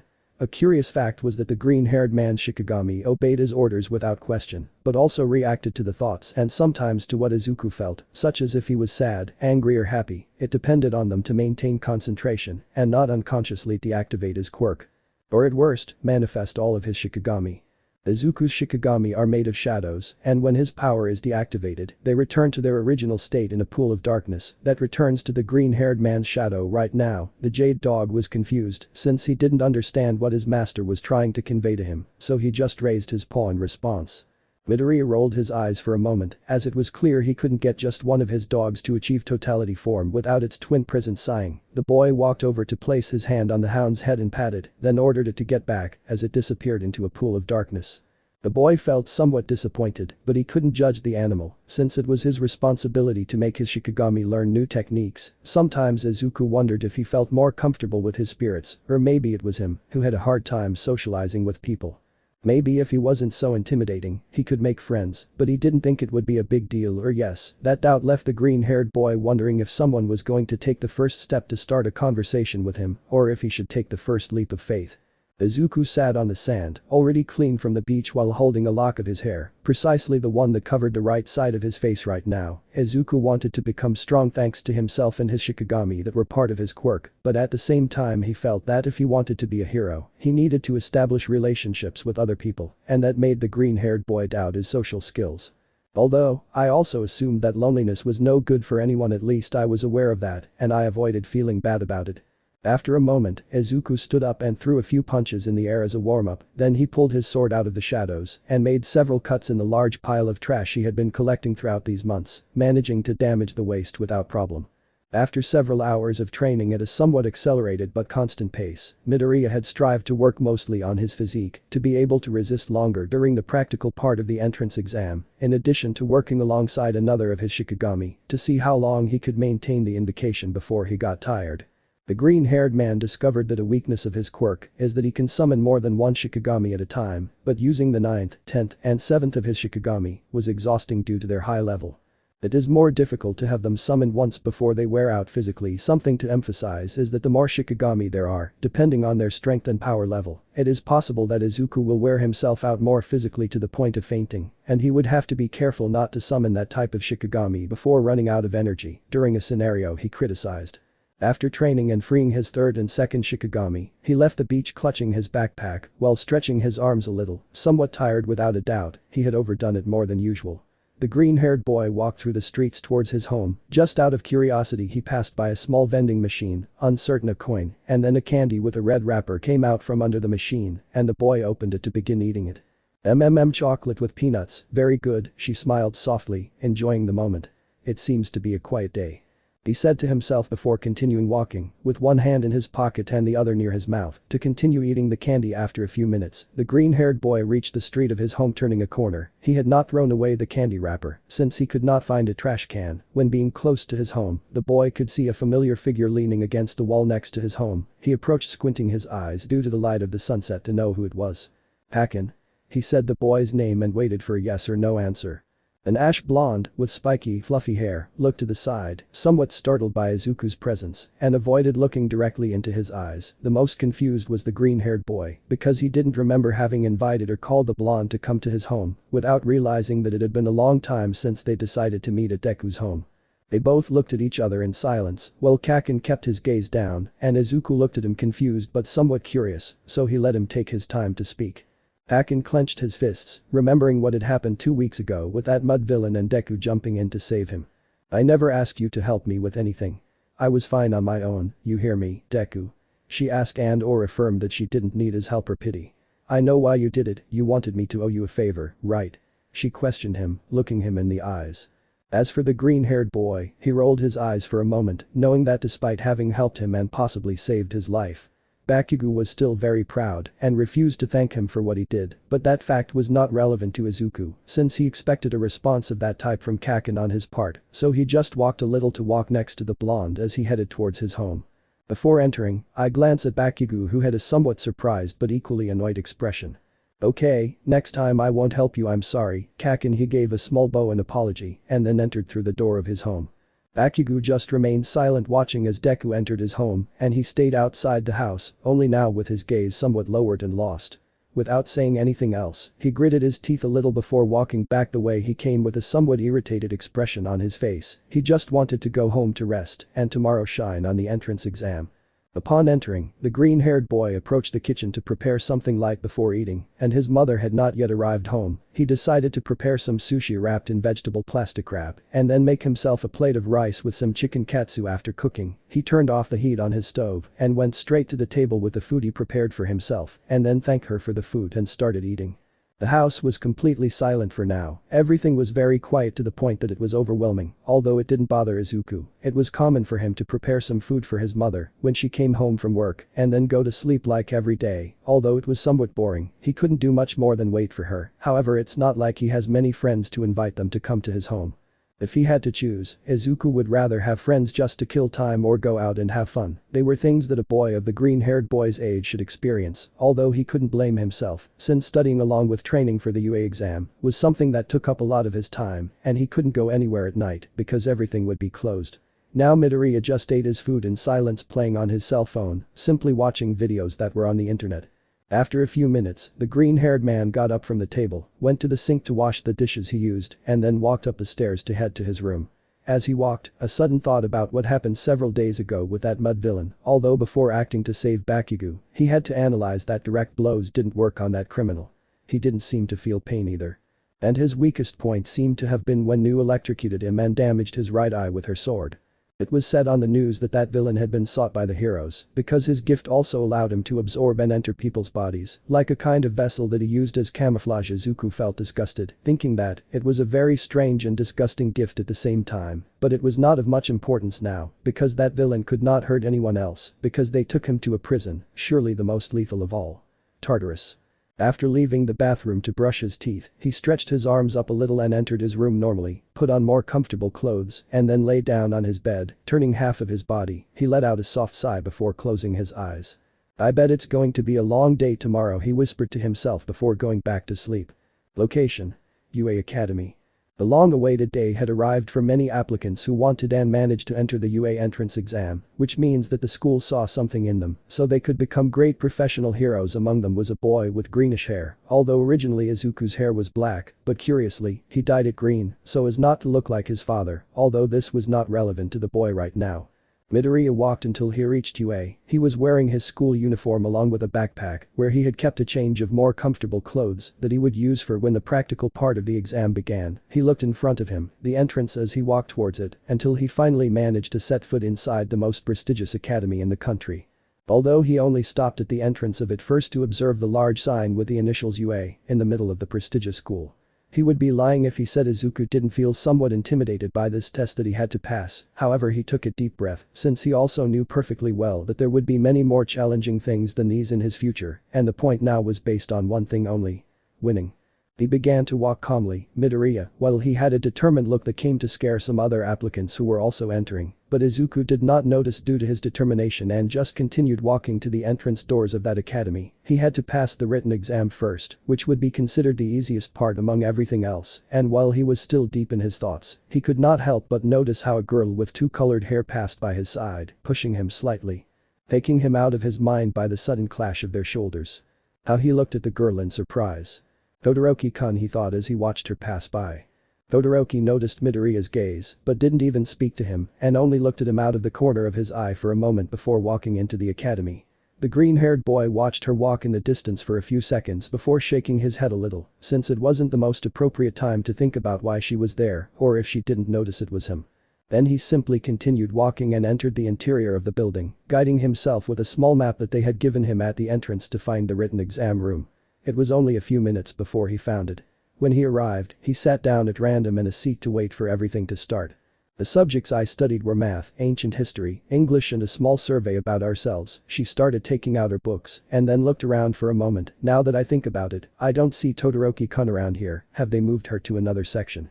Midoriya put that thought aside when he saw how the other boys and girls who were also showing up for the exam began to enter the classroom where it would take place. Minutes later the teacher arrived, who had a strange clown mask, along with being dressed like one, just to formally introduce himself to them, making a little joke with his nose. He gave his hero name, and without further ado, he began the written part of the entrance exam. Around 1 hour all the students, along with Izuku, finished completing the sheet that had been given to them that contained the questions of the exam to enter the UA. After the teacher reviewed the results, he announced that of the 30 students from room 1B, where the rest were in the other room next to his, only 15 managed to pass.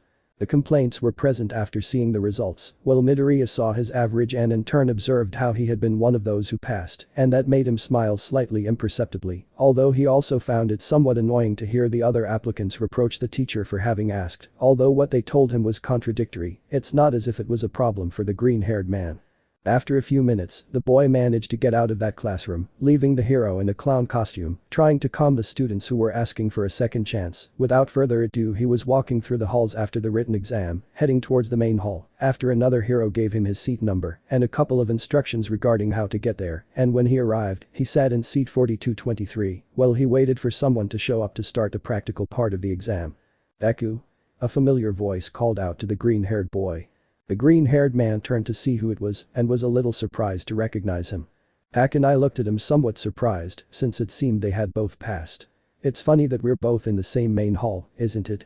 he asked in a joking tone, although he still maintained his serious expression. The explosive blonde looked at him for a moment and growled a little, but he couldn't answer Izuku because a light lit up in the middle of the room while the others went out, giving way to a renowned hero. Present Mick, the voice hero, who had been assigned to explain the rules that made up the practical part of the entrance exam, because his enthusiasm and great voice given by his personality along with his quirk were suitable for everyone to hear him. "Present Mick, at your service on today's show."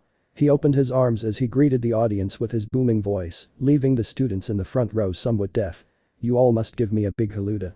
He raised his ear slightly to hear his listeners better. Silence, an awkward silence was heard as the students looked at Present Mick with some surprise at his great emotion. Despite being the one who only explained the rules, Izuku could hear some crickets in the background, although he imagined it, or well maybe not, because there was a student who brought his crickets as his pets to keep him company, and apparently they were part of his quirk. Or else why would he bring them?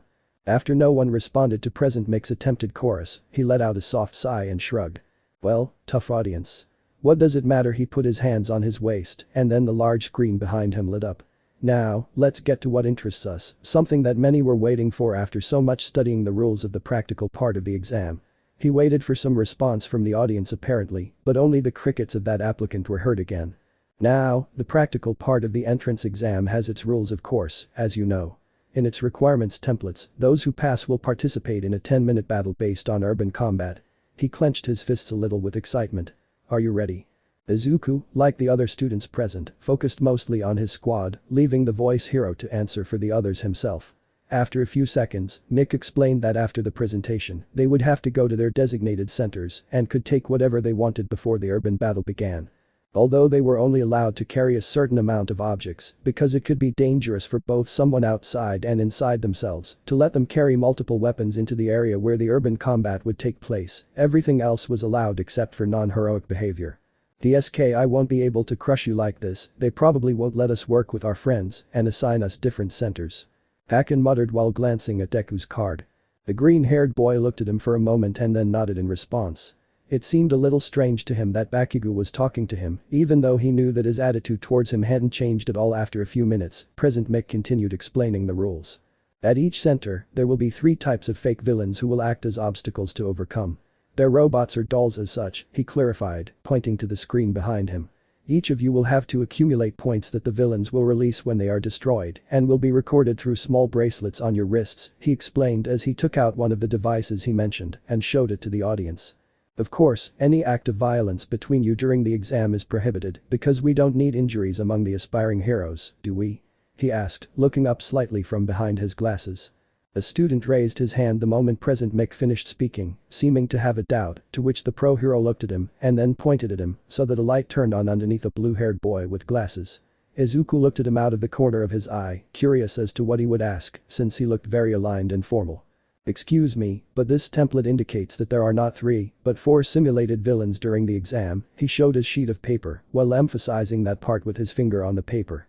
"If this is a mistake, the UA Academy should be ashamed of such a careless mistake regarding the entrance exam and the consequences it could have for all applicants," he spoke in a formal yet direct tone. President Mick let out a soft laugh, as did Izuku, though the latter's was barely audible. Since they both knew the boy's comment was completely out of place, it was probably a little surprised the entrance exam had in store for them. "Well, I'm sorry to disappoint you, student 4014, but it's not a mistake." He pointed at the screens above him, now showing all the simulated villains. The 3 types of villains are worth 1, 2, or 3 points, depending on which one they defeat, and for this occasion, we wanted to add a new obstacle. It's simply a villain that doesn't award any points, an optional obstacle to overcome, although I recommend avoiding it. He adjusted his yellow glasses a little as he finished saying the last thing. Izuku knew well how to read people, every action or emotion always has another side, and he could notice the moment when the voice hero said, "Simply a villain that does not grant any points, I recommend avoiding it," something that made Midoriya think that this villain must have at least a much more colossal size or a power perhaps more destructive than the other simulated villains mentioned above, but of course he was only assuming situations that would happen when the exam began. "How interesting," the green-haired man whispered softly while giving a slight but imperceptible smile. Only Bakugo could hear the soft laughter of his former childhood friend.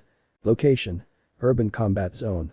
The professional heroes settled into their seats, waiting and watching patiently for the entrance of those boys or girls who had managed to pass the first phase of the exam to begin. Now all the applicants were preparing both mentally and physically before the practical part that made up that blessed exam began. Almost all had brought their equipment that were specific gadgets for their gifts.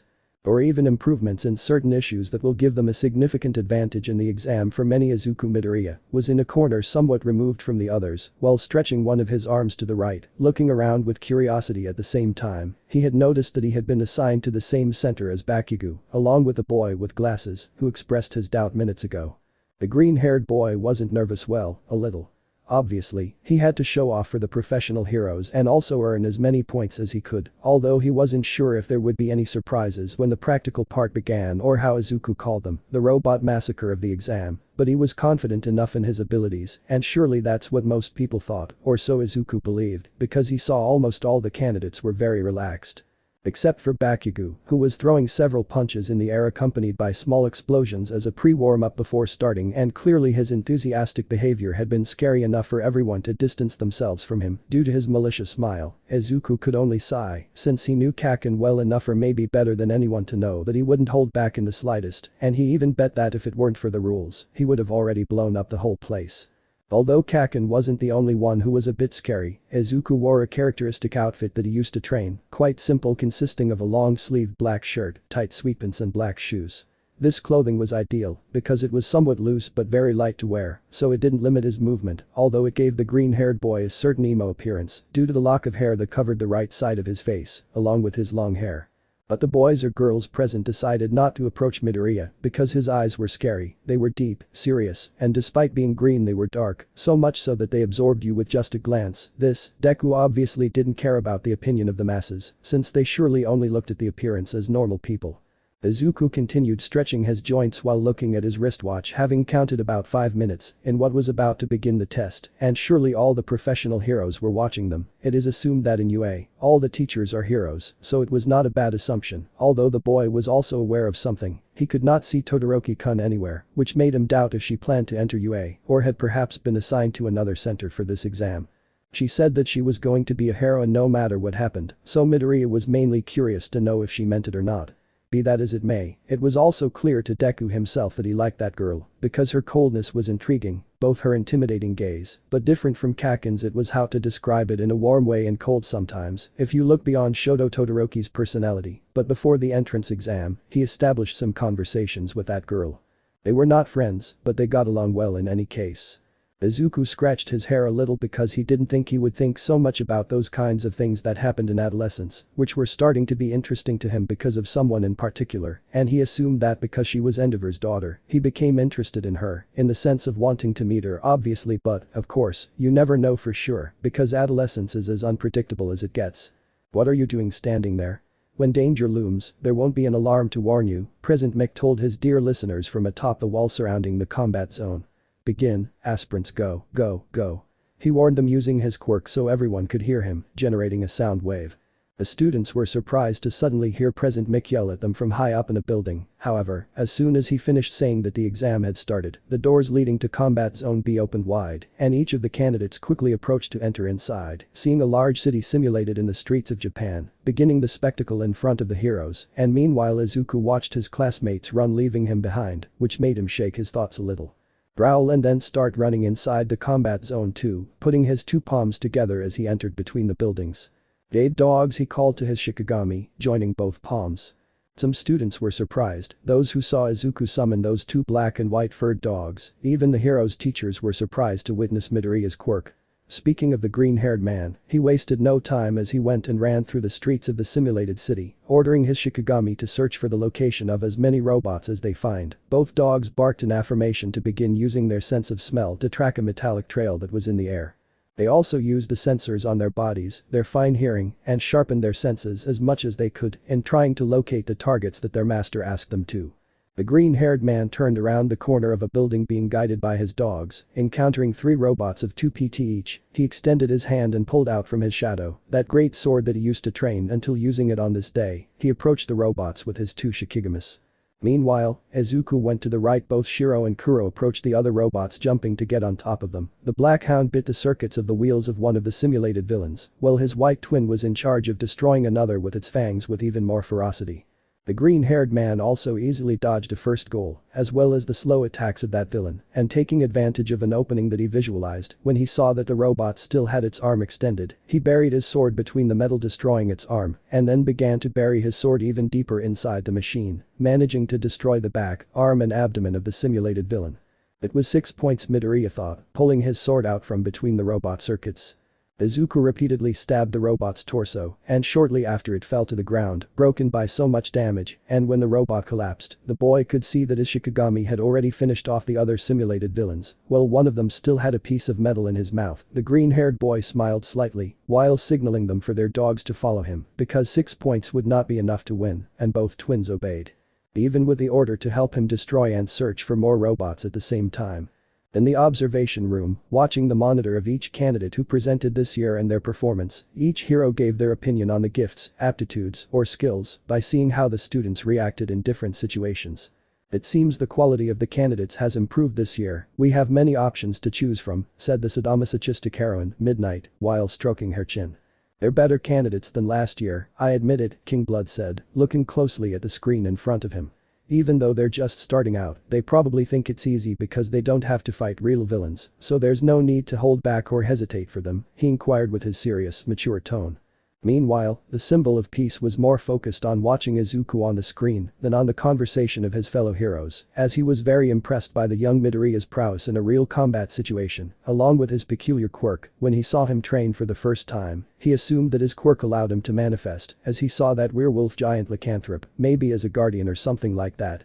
But he quickly discarded this theory, since now he had seen that boy being able to summon 2 dogs through what appeared to be a black portal apparently. Toshinori was so deep in his thoughts that he couldn't notice when a small animal in a suit similar to a small bear, mouse or maybe an armadillo, but it was not known for a long time to which species Nezu belonged, who thanks to his great intellect, is that he was and could be the director of the UA. He was possibly the most intelligent animal creature that exists, because his quirk or peculiarity allowed him to become a much more intelligent being than 99% of the population. Acquiring the ability to speak, walk bipedally and even be able to wear normal clothes, eat human food, or play golf. Although it may not seem like it, Nezu hated his quirk because it was simple. It took him away from his nature, and that irritated the animal sometimes, because he was not an absolutely perfect being, but rather a living being like any other, but mistreated to the point that he had to adapt to survive the environment in which he was born, which was unfavorable otherwise. Why does he have a scar running from his right eye to his cheek? Even so, he did not hold a grudge against his former masters or against a specific human being, but Nezu had set a goal that was related to Almight, the current symbol of peace, to help him find his next successor.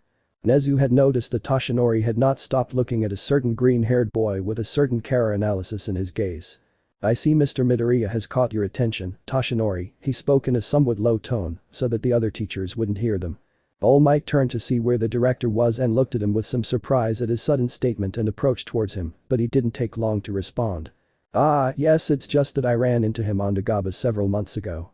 I was observing him for a few weeks and I thought his gift consisted of summoning a single beast," perhaps he replied in the same low tone as the director, returning to the screen.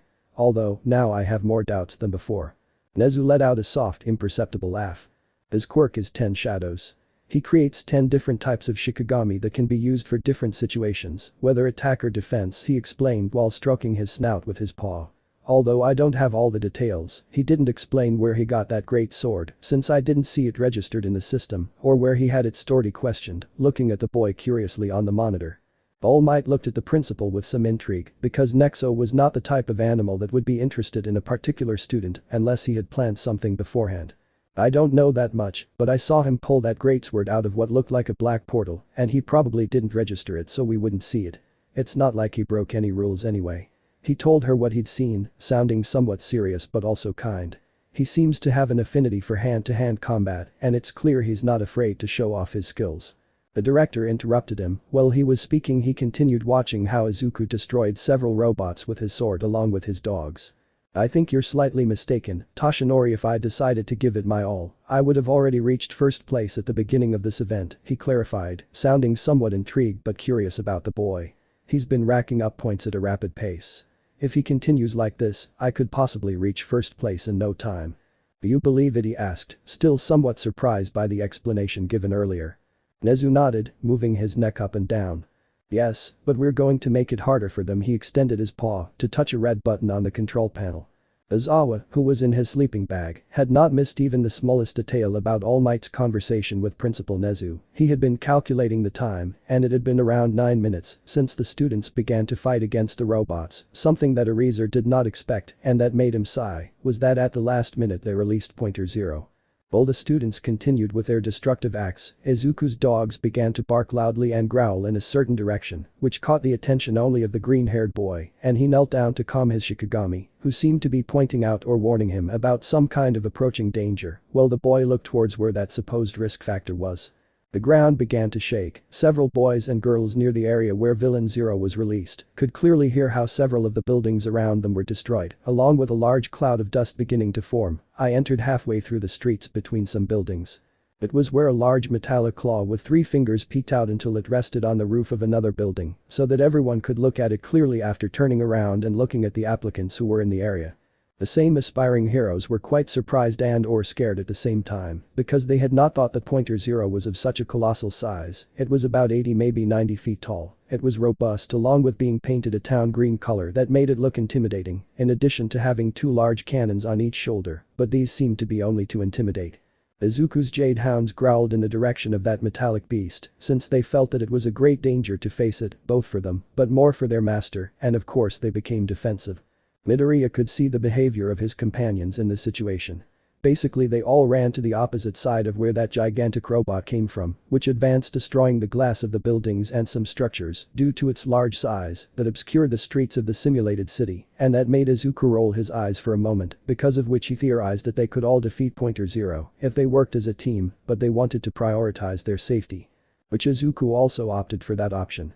I've already collected so many points, I'm sure I'll get to third or second place when the exam is over, I'd better go, he thought as he told his dogs to leave.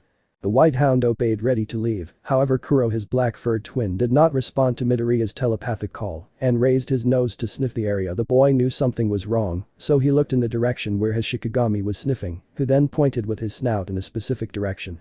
There was a girl trapped in the rubble maybe 20 meters from where the green-haired boy was. The landslides that had fallen due to the destruction of the zero-pointer were beginning to spread as he advanced, something that could seriously cost that girl with her legs stuck in a piece of wall that had collapsed, and behind her was that giant robot that did not seem to stop for a moment. If the weight of the Pointer Zero didn't kill her, any other rubble that fell on top of her head would. Izuku quickly approached, running towards where that short-haired brown-haired girl was. He joined both hands, interlacing his thumbs and opening his fingers as he ran, and quickly from his shadow manifested to fly over the boy's head when he made his call to his winged Shikigami. The green-haired boy ordered his other two Shikigami to adopt the totality form, and they obeyed, approaching each other until they merged into a large pool of darkness from which Cabal soon after emerged at great speed. Here reached up, telepathically ordering the owl to come closer. Take her away from here, quickly, he ordered Cabal as Nu pulled him into the air. The werewolf obeyed the order to approach where the girl was while Izuku rose into the air, thanks to Nu having held him with her claws, but without causing him any pain, and lifted him up to the top, beginning to climb to the robot's head. Cabal once was close, and with little difficulty, lifted the wall that had collapsed against the girl's leg, then grabbed her by her clothes with his teeth, lifting her up and taking her as quickly as he could to where the rest of the students were. In the air, Nu flew up to the head of the Robot Zero, standing in front of it for a few seconds, then closed its wings, forming a cross to open them shortly after, deploying a powerful electric wave burst that impacted and damaged the metal around the main head of the zero-pointer. Izuku got on top of his winged Shikigami while it continued flying around the stupid robot, and the boy had his sword between his mouth so he could use both hands until he managed to settle on Nu's back. He held his sword again, removing it from between his teeth to speak to the bird. The ball is still arriving, let's make a good impression on the pro heroes watching us. He smiled determinedly, holding his sword out, and Nu roared in response. Nu, attack. The Chimera would begin to fly around the zero-pointer while generating small lightning bolts that came off around its feathers on its wings, and while this spectacle was seen by both the aspirants who watched from a distance, amazed by the tenacity and agility with which that green-haired man moved through that bird that manifested itself out of nowhere, although they could not distinguish well from what the multiple aspirants could become. Like many of the professional heroes who saw some in third person what was happening to the Robot Zero, while others saw directly through the pointer's sight, Izuku, who was getting closer and closer, riding that giant owl, throwing cuts that damaged the thick and metallic skin of the simulated villain. Being able to see what was happening in first person through the camera located in Pointer Zero's eyes was good because Izuku was making an important impression on those teachers and professional heroes, damaging the robot circuits, while these same damages were reflected on the screen in front, only that by being so aware of the main battle that was happening in the air, no one else noticed that Cabal had already left that girl near the feet of other applicants.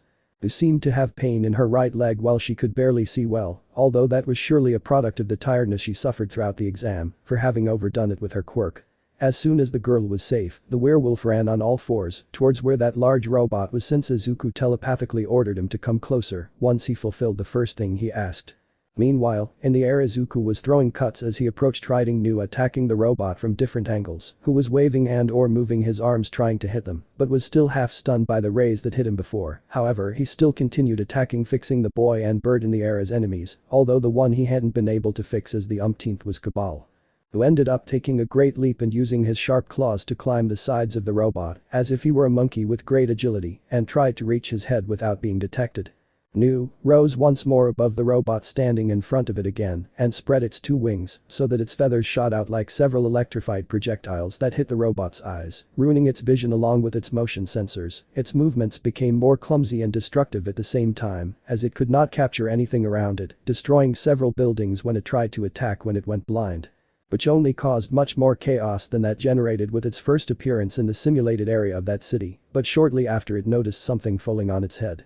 It was Izuku who got off new, raised his sword while at his side was Cabal, who had arrived to destroy using his teeth against a small compartment on top of the Pointer Zero's head, breaking the cover that protected what were its circuits. It seemed then, the green-haired man raised his back and embedded it in the middle of what he supposed were the Zero Pointer's controls.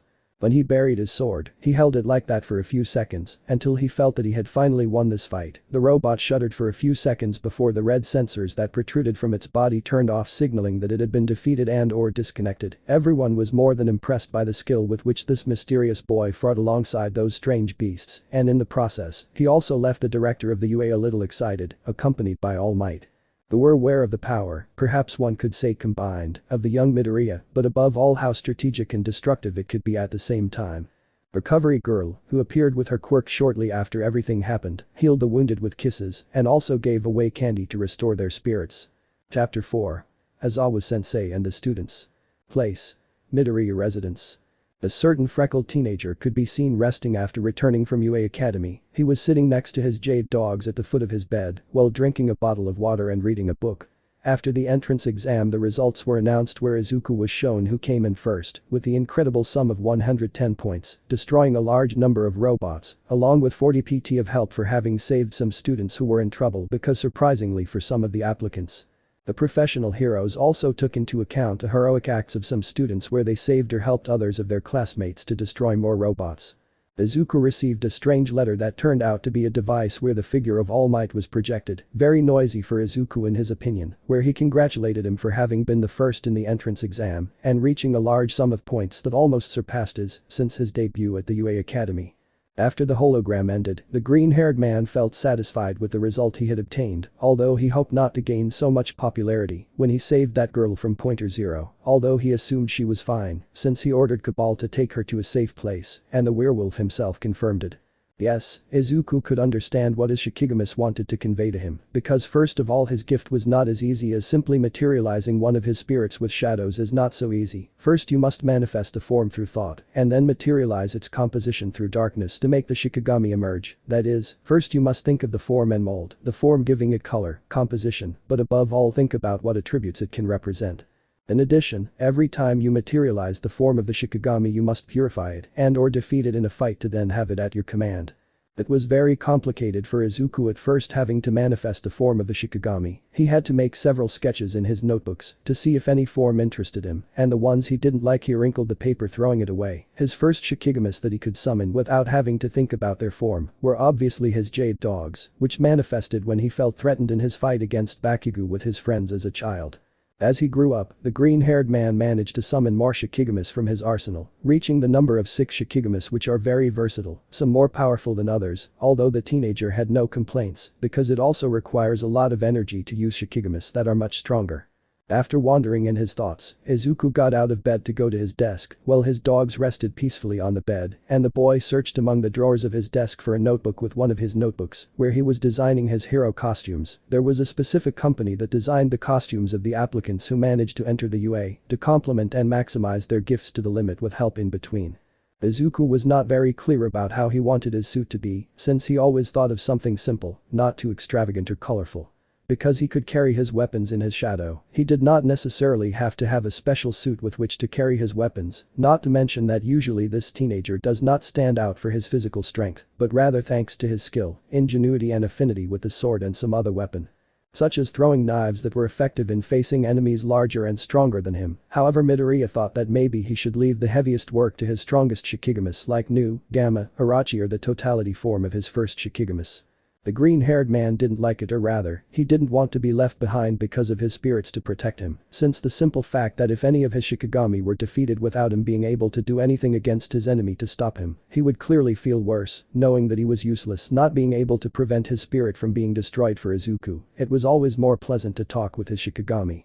Since it wasn't until he managed to awaken his quirk that he suffered from various teasing, beatings, or they simply left him aside because not having a gift was abnormal within this world or his class at that time. Except that the only ones who could understand him were his Shikigami along with his mother, whom he always thanked for being by his side, and that is why he was softer with those whom he appreciates, respects or values, therefore he would not forgive one of his Shikigami to die because of him, such as a loved one. Perhaps, it is also due to the nature of Midoriya's quirk that he is so protective or careful with his spirits, but even Deku himself believed that it was okay to care about whoever he believes is right. Wow, I really got sentimental about that, he thought and sighed, putting his notebook back on the desk. Mom, he won't be back until after 12 o'clock at night for sure, tomorrow I'll start my first day at UA. Midoriya walked to his window as he opened the curtain a little to observe the outside of his home. The night reigned with the stars illuminating the night sky in the moonlight. The green-haired boy felt a moment of tranquility that made him close his eyes for a second. After a few seconds, Izuku felt something in his hand, noticing that his white jade dog had approached him to lick his master's fingers a little, and in turn snuggled up against the boy's hand as he petted him. Thank you both for your help with the exam. I'll give you a treat later for making sure that girl is safe. He gently patted the bloodhound's hand and then headed to his bed. We'd better go to sleep, tomorrow will surely be a long day. He lay down under the covers while signaling his dogs to lie down as well. Shiro and Kuro, both dogs obeyed, lying down on Izuku's sides as they settled into the bed next to him to rest. The teenager's entire home was silent, just asking to hear the breathing of both hounds, along with Midoriya's heartbeat. The green-haired man liked to have moments like this, just a moment like a quiet chatter taking a nap, before the madness of this supernatural world where he lived began. Finally, the boy closed his eyes as he fell asleep next to his Shikigami who were on Izuku's sides with their senses alert, so that there would be no danger that could interrupt the beautiful silence. Location: UA Academy entrance. The green-haired boy that many call Deku had already gotten out of bed a few hours ago, heading towards the most prestigious academy in the country that has an admission rate of less than 1 in every 300, not to mention the 4 admitted by recommendations that only 36 enter through the tests, and those are divided into 2 groups of 18 students. Izuku felt relieved to have read the UA manual beforehand, and that in turn made him feel a little more prepared. The boy, after having taken a bus and walked through a few alleys, now found himself walking slowly through the hallways of that prestigious academy, looking for Class 1A, which he noticed a few hallways ahead, and as he approached, he noticed or rather could see the gigantic door that gave access to the interior. He stood for a moment analyzing the entrance. The green-haired boy took a deep breath for a few seconds, then put on a firm look and grabbed the door handle and turned it calmly. Midoriya really hoped he wouldn't have to share a class with 2 students in particular. Kaken and Tenryuta. But when I opened the door. Aren't you embarrassed to put your feet up on the desk? Asked a blue-haired man with glasses while he was beating up a blonde man. What's your problem, Four Eyes? Go away and leave me alone or I'll destroy you, she warned him, looking at him with a sinister smile. Izuku stood for a moment in the half-open doorway, both eyes rolling back in his head, sighing inwardly at the misfortune of sharing the same class as those 2. Is it a coincidence, or is it what many call fate? Whatever it is, for the green-haired boy, it was more a matter of bad luck. What kind of attitude is that toward a classmate? She rebuked him again, waving one of her arms up and down like a robot. My name is Tenryuta, and I'm from Seiya Academy, she informed him as the 2 teenagers exchanged glances. Bakugo let out a small snort before rolling his eyes for a moment and looking back at Seiya's student with disinterest. Seiya, huh? He tilted his head slightly and propped his feet up on the desk. So that means if I crush you in training, I'll gain more popularity, right? You better not provoke me if you know what's good for you. He warned her again, raising his hand slightly, causing a small explosion. Then you stepped back a bit while other students along with Midoriya watched a conflict between those 2. Speaking of the green-haired boy, he had gotten tired of waiting at the door, so letting out a sigh into the air this time, he entered the classroom while taking out and checking his phone to see which seat he was assigned, and while he did so he looked around out of curiosity. Noticing the somewhat intrigued glances of his classmates, but it seemed that they still didn't recognize him for being the one who defeated Pointer Zero, in addition to being the one who came first in the entrance exam. Midoriya didn't pay much attention to the glances and sat in a seat by the window, calmly looking at his phone again, oblivious to the conversations of others, but attentive to his surroundings in case something caught his attention. In the seat at the end in the right corner of the room, there was a girl with a round face and short brown hair down to her shoulders, who saw that boy who entered recently with curly hair, who seemed to be the same applicant who saved her during the urban combat in the entrance exam, before she ended up being crushed by that big robot, but she didn't know for sure, since she still didn't fully recognize him. And if she did, she wanted to thank him. However, at the same time she was somewhat intimidated. Like her other classmates, they seemed to distance themselves a little from that green-haired boy, perhaps because of his gloomy appearance, or more specifically a strange feeling of alert that was felt when being near him. It was not overwhelming but suffocating, like a dense dark fog that engulfed them completely.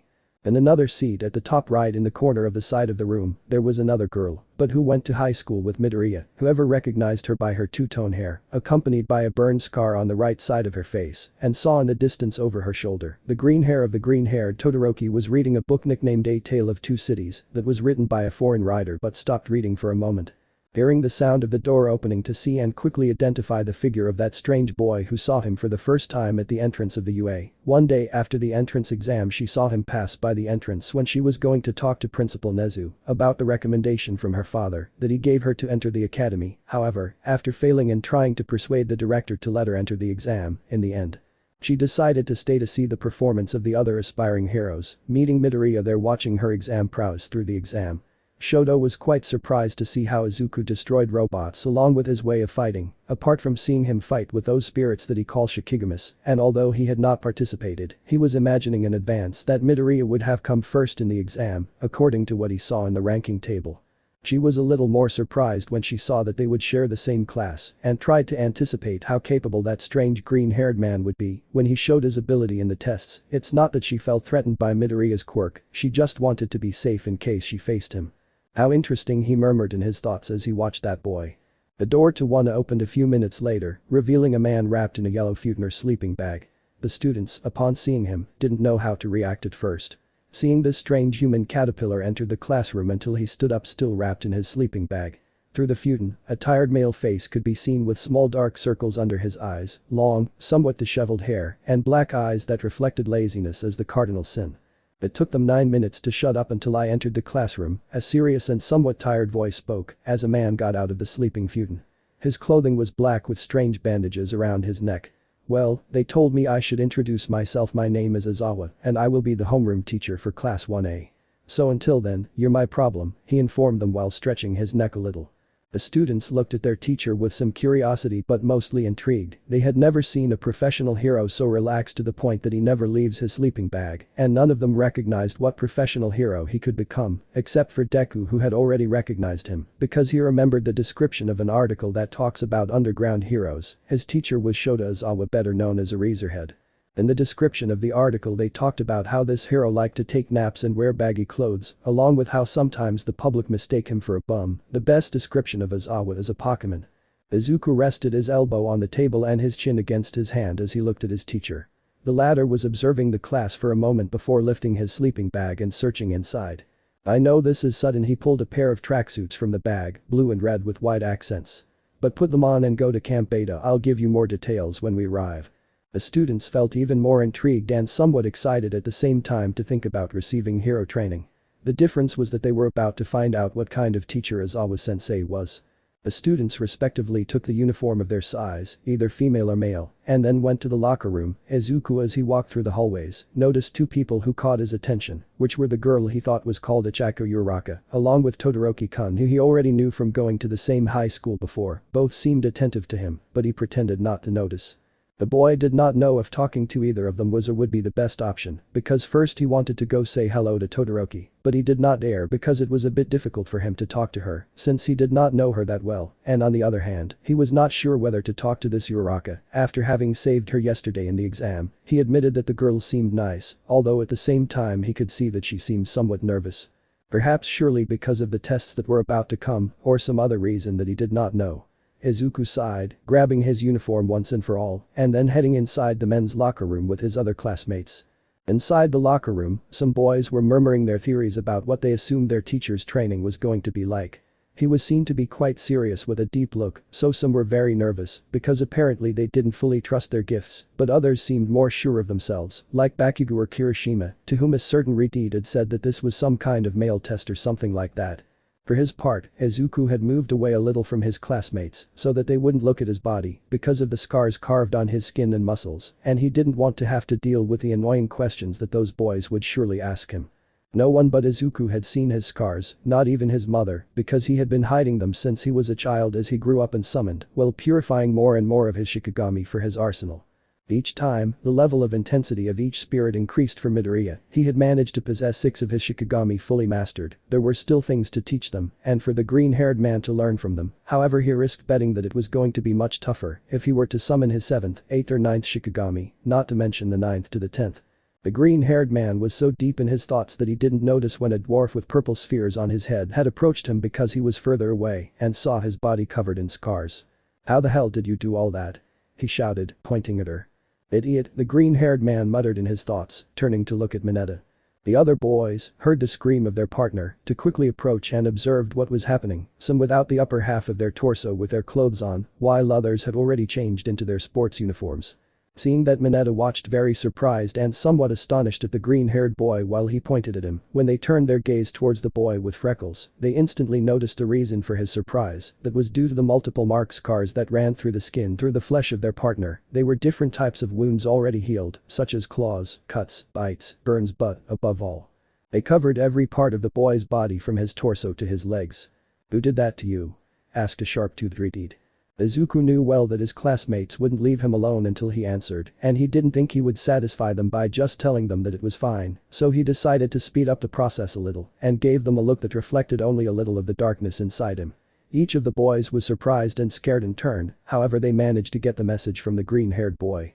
But he did not want them to ask about the subject, and each one went back to where they were before, leaving the boy with freckles changing alone. After a few minutes, both girls and boys had left the locker room to go to the beta field, where Aizawa-sensei was waiting for them in a large testing yard. It reminded Izuku of the baseball field at his previous school, where he used to go to relax. Eraser had let out a soft sigh and stopped looking at the clock on his phone. "It was almost more than 10 minutes, but since you arrived on time, I'll turn a blind eye," he warned them while rubbing the back of his neck again. "Excuse me, sensei, but shouldn't we be having the initiation and orientation ceremony?" Uraraka asked, raising her hand to ask. BFF, he let out a small snort and turned around to face his students. "Here at UA, teachers can educate their students however they see fit, and there's no time for things that take up valuable time in my curriculum." He expressed his thoughts very clearly in his characteristic serious tone. "What happens next, think of it as a quirk test. It's similar to taking physical tests from elementary school, the only difference being that they complement them with their gifts." He showed them the screen of his phone, where the tests they would take were listed. Eraser reached into his pocket and pulled out a smooth metal ball which he showed to the students. "The first student of the practical exam is going to do a little demonstration on what this quirk exam will be like." He looked at the students for a moment. Bakugo let out a light laugh, puffing out his chest with pride, and prepared to take a step forward. "Izuku Midoriya, what was your ball throwing record in high school?" he asked, turning to look at the aforementioned. 70 meters, he replied calmly as he walked forward and grabbed the ball with his left hand.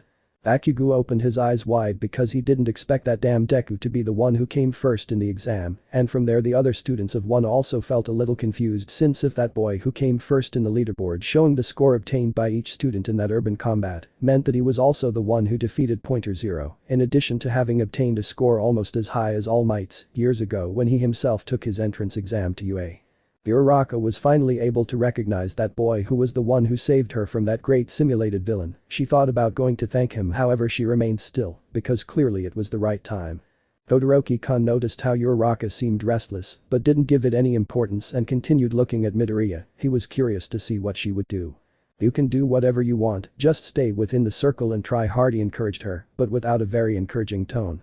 Midoriya nodded in response, ignoring the murmurs of his teammates as he positioned himself in the circle. The boy knew that if he threw the ball with all his might, it would only reach 80 meters at most. If he used Nu, he could possibly reach 200, maybe 500 meters if the owl came out from the UA boundaries, even further away. However, he ruled out that option because he didn't want it to cross the school barrier for its safety. After a brief moment, Izuku came up with a better idea. The green-haired boy knelt on the ground in the middle of the circle, spreading a small pool of his shadow beneath him, utilizing the reflection of the sun behind him. Both the teacher and his other classmates were once again surprised to see him slip the bowl behind that pool of darkness until it disappeared inside. Todoroki was also surprised by this and now felt a hint of interest because he was unfamiliar with the function of Midoriya's quirk. Aizawa felt very intrigued to know what his student did and looked at his phone screen to see the distance the ball traveled or wherever it had gone in that deep darkness. The numbers on Izawa's phone went crazy, starting to increase and or decrease at high speed, while the cell phone emitted an emergency beep. Eraser did not understand what was happening, but when he tried to fix it, he was forced to drop the phone when it began to overheat and then explode. "What face?" the UA professor muttered, very confused. Izuku gave a small imperceptible smile as he managed to show off again. The truth is he didn't know what his quirk was or where he sent the ball from, but without a doubt it was something far beyond this existential plane.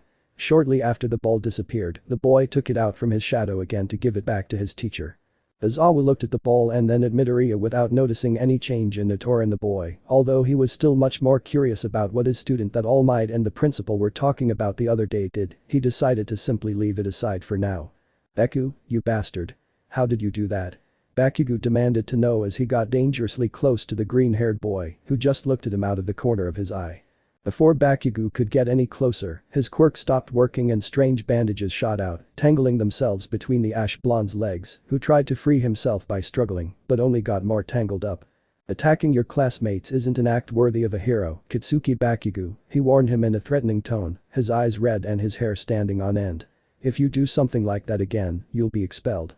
Don't think I'll be sorry if he decided to do it," he released the boy, watching him growl a little and then return to his place, annoyed. Izuku also returned to his place, passing by Izawa's side without giving much importance to what had happened. Sighing, Izawa decided to continue with the tests normally, hoping that his students would put aside their surprise and focus. Afterwards, each student stepped forward to throw the ball with all their might into the air. Among the most notable were Izuku, Bakugo, Todoroki, Momo, Uraraka and Tokoyami, as well as the girl with the headphones, Jiru. Some obviously stood out more than others, but the ball toss would only be the basis of the first exercise. Everyone stood out except for one boy, who was the Oompa Loompa who had first seen Midoriya's scars in the locker room. After finishing throwing the ball, Izawa said that they should now prepare for a 50-meter race using their quirks. Everyone prepared for when their turn came for the race to begin. The idea of being able to use their quirks within an educational site seemed pleasant, and a certain green-haired boy had analyzed how short the track or field was where they would do the 8 tests. If he used one of his Shikigami, he could easily win depending on the challenge. However, this exercise consisted of practicing with his quirks and seeing their limits. Something that the green-haired boy wanted to explore and investigate, so he proposed to himself and or decide in addition to concentrating on winning, to see how much he could discover about his quirk. "It's great that we can use our gifts, isn't it? It even seems fun," argued a pink-haired girl with yellow antennae, Miss Ishido. Izawa stopped in his tracks and turned to look at the students more sternly. They had already destroyed his phone, but he wasn't planning on taking it out on the boys, just broadening his vision a bit. "Did they say it's fun?" He smiled slightly, looking defiantly at the students. "Then let's make it more interesting. Since you only have 3 years to become pro heroes, you need to act more seriously." He ran his hand down the back of his neck, still smiling. "Whoever finishes last in the 8 physical tests will be considered untalented and therefore expelled from UA." At the moment of saying all the students were surprised and were blank for a few seconds, thinking that it was a bad joke, some more than others or the majority in general. Clearly they did not think what their teacher was saying regarding the expulsion for not being able to continue attending the hero course if they did not manage to pass first, and there were complaints, many complaints about it. But Izawa remained firm in his word, saying that if they wanted to stay here, they would have to prove it first. The only condition that Eraser had asked to be a teacher at UA was that they be given permission to expel those who do not see as having potential. That was the best, because at least that way they would not die at the hands of a villain near their not too distant future. The first race began when Izawa ordered silence among the students and distributed them so that the first pair would be the ones to start the second exercise, before taking the boys and girls to another area so that the 2 boys he had chosen in advance were located in the first 2 lanes of 50 meters each. It was clearly Bakugo and Midoriya who were facing each other. But he could swear that the green-haired boy smelled a rich caramel scent due to the smell of nitroglycerin being so close to his ex-friend. Izuku, at the time of hearing that he would be expelled, still had not given up on his idea of testing the different capacities of his quirk in multiple ways to expand his creativity. However, he still did not want to reveal all his tricks to his classmates and even to his teacher, therefore unless necessary, he would not use his Shikigami. The race began when a robot that served as a starting light gave the green light. Bakugo propelled himself forward with both hands behind his back, using his explosions to simulate a pseudo-flight, although in reality he was only propelled thanks to his quirk. Izuku also reacted quickly to start running as well, giving a small jump forward. He barely took 3 steps, and using his shadow, he extended it below him like a viscous liquid puddle to begin to slide across the ground with great speed until he reached the end of the lane before Bakugo by a difference of 2 seconds in a time of 8.01 sec. Bakugo was a little stunned as he angrily gritted his teeth once he descended to the ground and vaulted Deku at the end of the race with great annoyance in his eyes. The green-haired man made his shadow dissolve below him once the race was finished. The second exercise seemed to have left him a little hesitant because he realized that when he used his shadow in its liquid form or base rather, like a kind of skateboard in which to move faster on the terrain. He had to maintain a constant density within the dark puddle so that it would not dissolve and in turn alter its flow, granting it enough capacity to transport him on top of it. Meanwhile, Izuku analyzed his thoughts. Bakugo became even more annoyed since he was not paying attention to him. Eraserhead had to separate those 2 children from the 8 exercises because there was a sharp tension between them, along with the smell of nitroglycerin from Kakin, and they didn't need wounded here at the moment. There were some very notable students, some more than others, but all had the potential to grow, discover, and expand their gifts as they evolved over time. No doubt many of them would become great professional heroes in due time. It seemed that Eraser's little motivational joke was a good incentive to push them to give their all. For example, we had Tenulita who was the ingenium brother that had inspired him to become a hero. He was someone upright and precise, who analyzes the situation carefully to find the best solution. His gift grants him great speed across the terrain, depending on where he is, and he uses his vast intellect acquired in Same to move forward. His main defect or weakness was that he is very upright with respect to the rules. Which was possibly what made it impossible for him to adapt to situations that he had not foreseen in advance. Ichako Uraraka was a kind person who cared about others and made sure to stay focused in order to excel and overcome tests using her gift and ingenuity. Although she had plenty of spirit, she still needed to improve her physical ability, as well as the resistance of her quirk to both the weight she can carry float and how long she can hold out without getting nauseous or fainting when using her power for different purposes. She was a good girl who sought to fulfill her dream, but she was also someone with the potential to grow. Momoyaoi Rozu, one of the students who obtained free pass to the UA thanks to the recommendation of her wealthy family, where apparently she had training dedicated to handling her quirk, along with being backed by being someone of great intelligence and adapts well to the situation, along with the exercises that were presented to her due to the versatility of her quirk, in addition to being good at combat with weapons. Her main defect was that she did not know well how to interact with other classmates without so much formality or not approaching them directly, which could cost her in the future, but not knowing what role to play when working as a team. Itsuki Bakugo was a boy with a strong temperament and great pride apparently, but his sense of superiority was backed up by his quirk that can be considered very destructive. The explosive blonde managed to adapt quite quickly, even with his peculiarity to the different exercises, being able to adapt his power well to the situation, not to mention that he was good at strategic weapons. His main disadvantage was similar to Yaoi Ruzo's because he was not good at talking to other people without making fun of them, threatening them, or also mainly leaving them aside, with the slight difference that he is better at working alone, but not very well in a team. Todoroki Shoto was the daughter of the number 2 hero in the hero ranking, who is known to have trained at an early age that makes her better than the rest of her classmates for the most part. She has great physical resistance based on her quirk that was very versatile in the first 2 exercises, being able to overcome them with some ease and even managed to match the score of the explosive boy, which was like thinking that their abilities would be at some point equal. But this is only because only her eyesight was used in all the tests. Izuku Midoriya is simply extraordinary. This young man demonstrated a physical ability superior to an average high school student, but his handling of knives, like his quirk, made him very remarkable in the practical exam for possessing a gift called the 10 Shadows that manifests and/or creates spirits that serve as allies in battle, with which this boy demonstrated an excellent combination when working with them to defeat Pointer Zero. He also managed to swallow a titanium ball on what appeared to be his shadow, causing the phone that recorded its movement to self-destruct. How else could it follow the movement of the ball within this plane? He did not use any of his such Shikigamis in the 8 tests, managing to use his shadow, apparently to overcome the obstacle. This boy, strange how curiously he also seemed to have an aura like that of a predator circling around its prey that surrounded him, causing other of his companions not to approach him, perhaps because he seemed intimidating to them or they were afraid of him, but the boy did not seem to be aware of that fact, or maybe he did not care too much, one of two. While Izawa was writing down the student's performance in his notebook, someone half-hidden, characteristic for his smile, who had great muscles, had been watching how Reezer had led the students after having heard from him the characteristic method where Izawa expelled the student with the lowest score, which was justified by saying that he had no potential, and although he thought it was a trick or a joke with which the clandestine hero motivated his students. He was also known for having expelled the entire class 2 from last year, since none of them had the makings of a hero.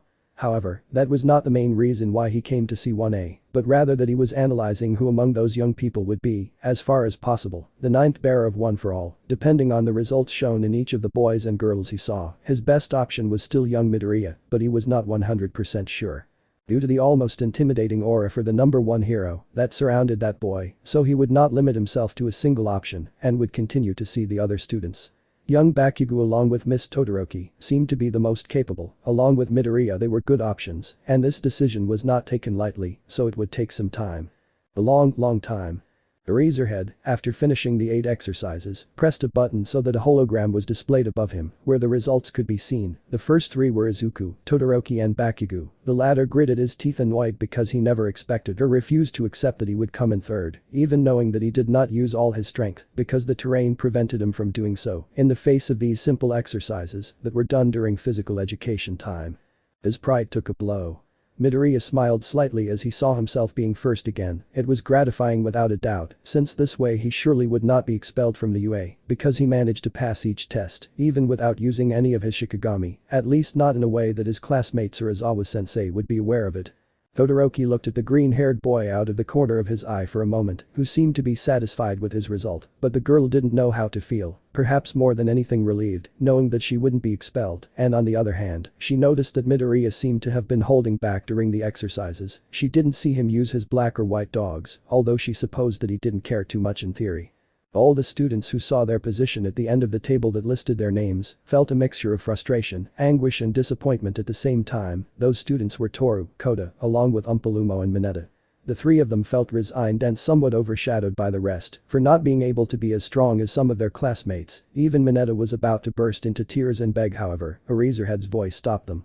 The expulsion thing was a lie. He ran his hand over his forehead, uncovering a bit of his hair and brushing it back. It was just a trick to get you to do your best. He gave a slight smile as he watched the 3 students go blank for a moment. A sigh was heard among the students, typical of the girl with the gift of creation. Of course it was a trick. If they thought about it carefully, they wouldn't have expelled us on the first day. He argued in his serious and formal tone while stretching his arms a little to the sides. Several students murmured among themselves, others didn't seem to care, and others like Tenulita went to reproach their teacher for having encouraged them with lies, something that was somewhat funny for boys or girls of 1A, while others fell to the ground exhausted due to the intensity, as well as the tension they felt on this day. First day at UA, Izawa was beginning to leave, not without first telling his students that there were copies of the syllabus in the classroom. So when they had free time they should go to the classroom and make sure to take one.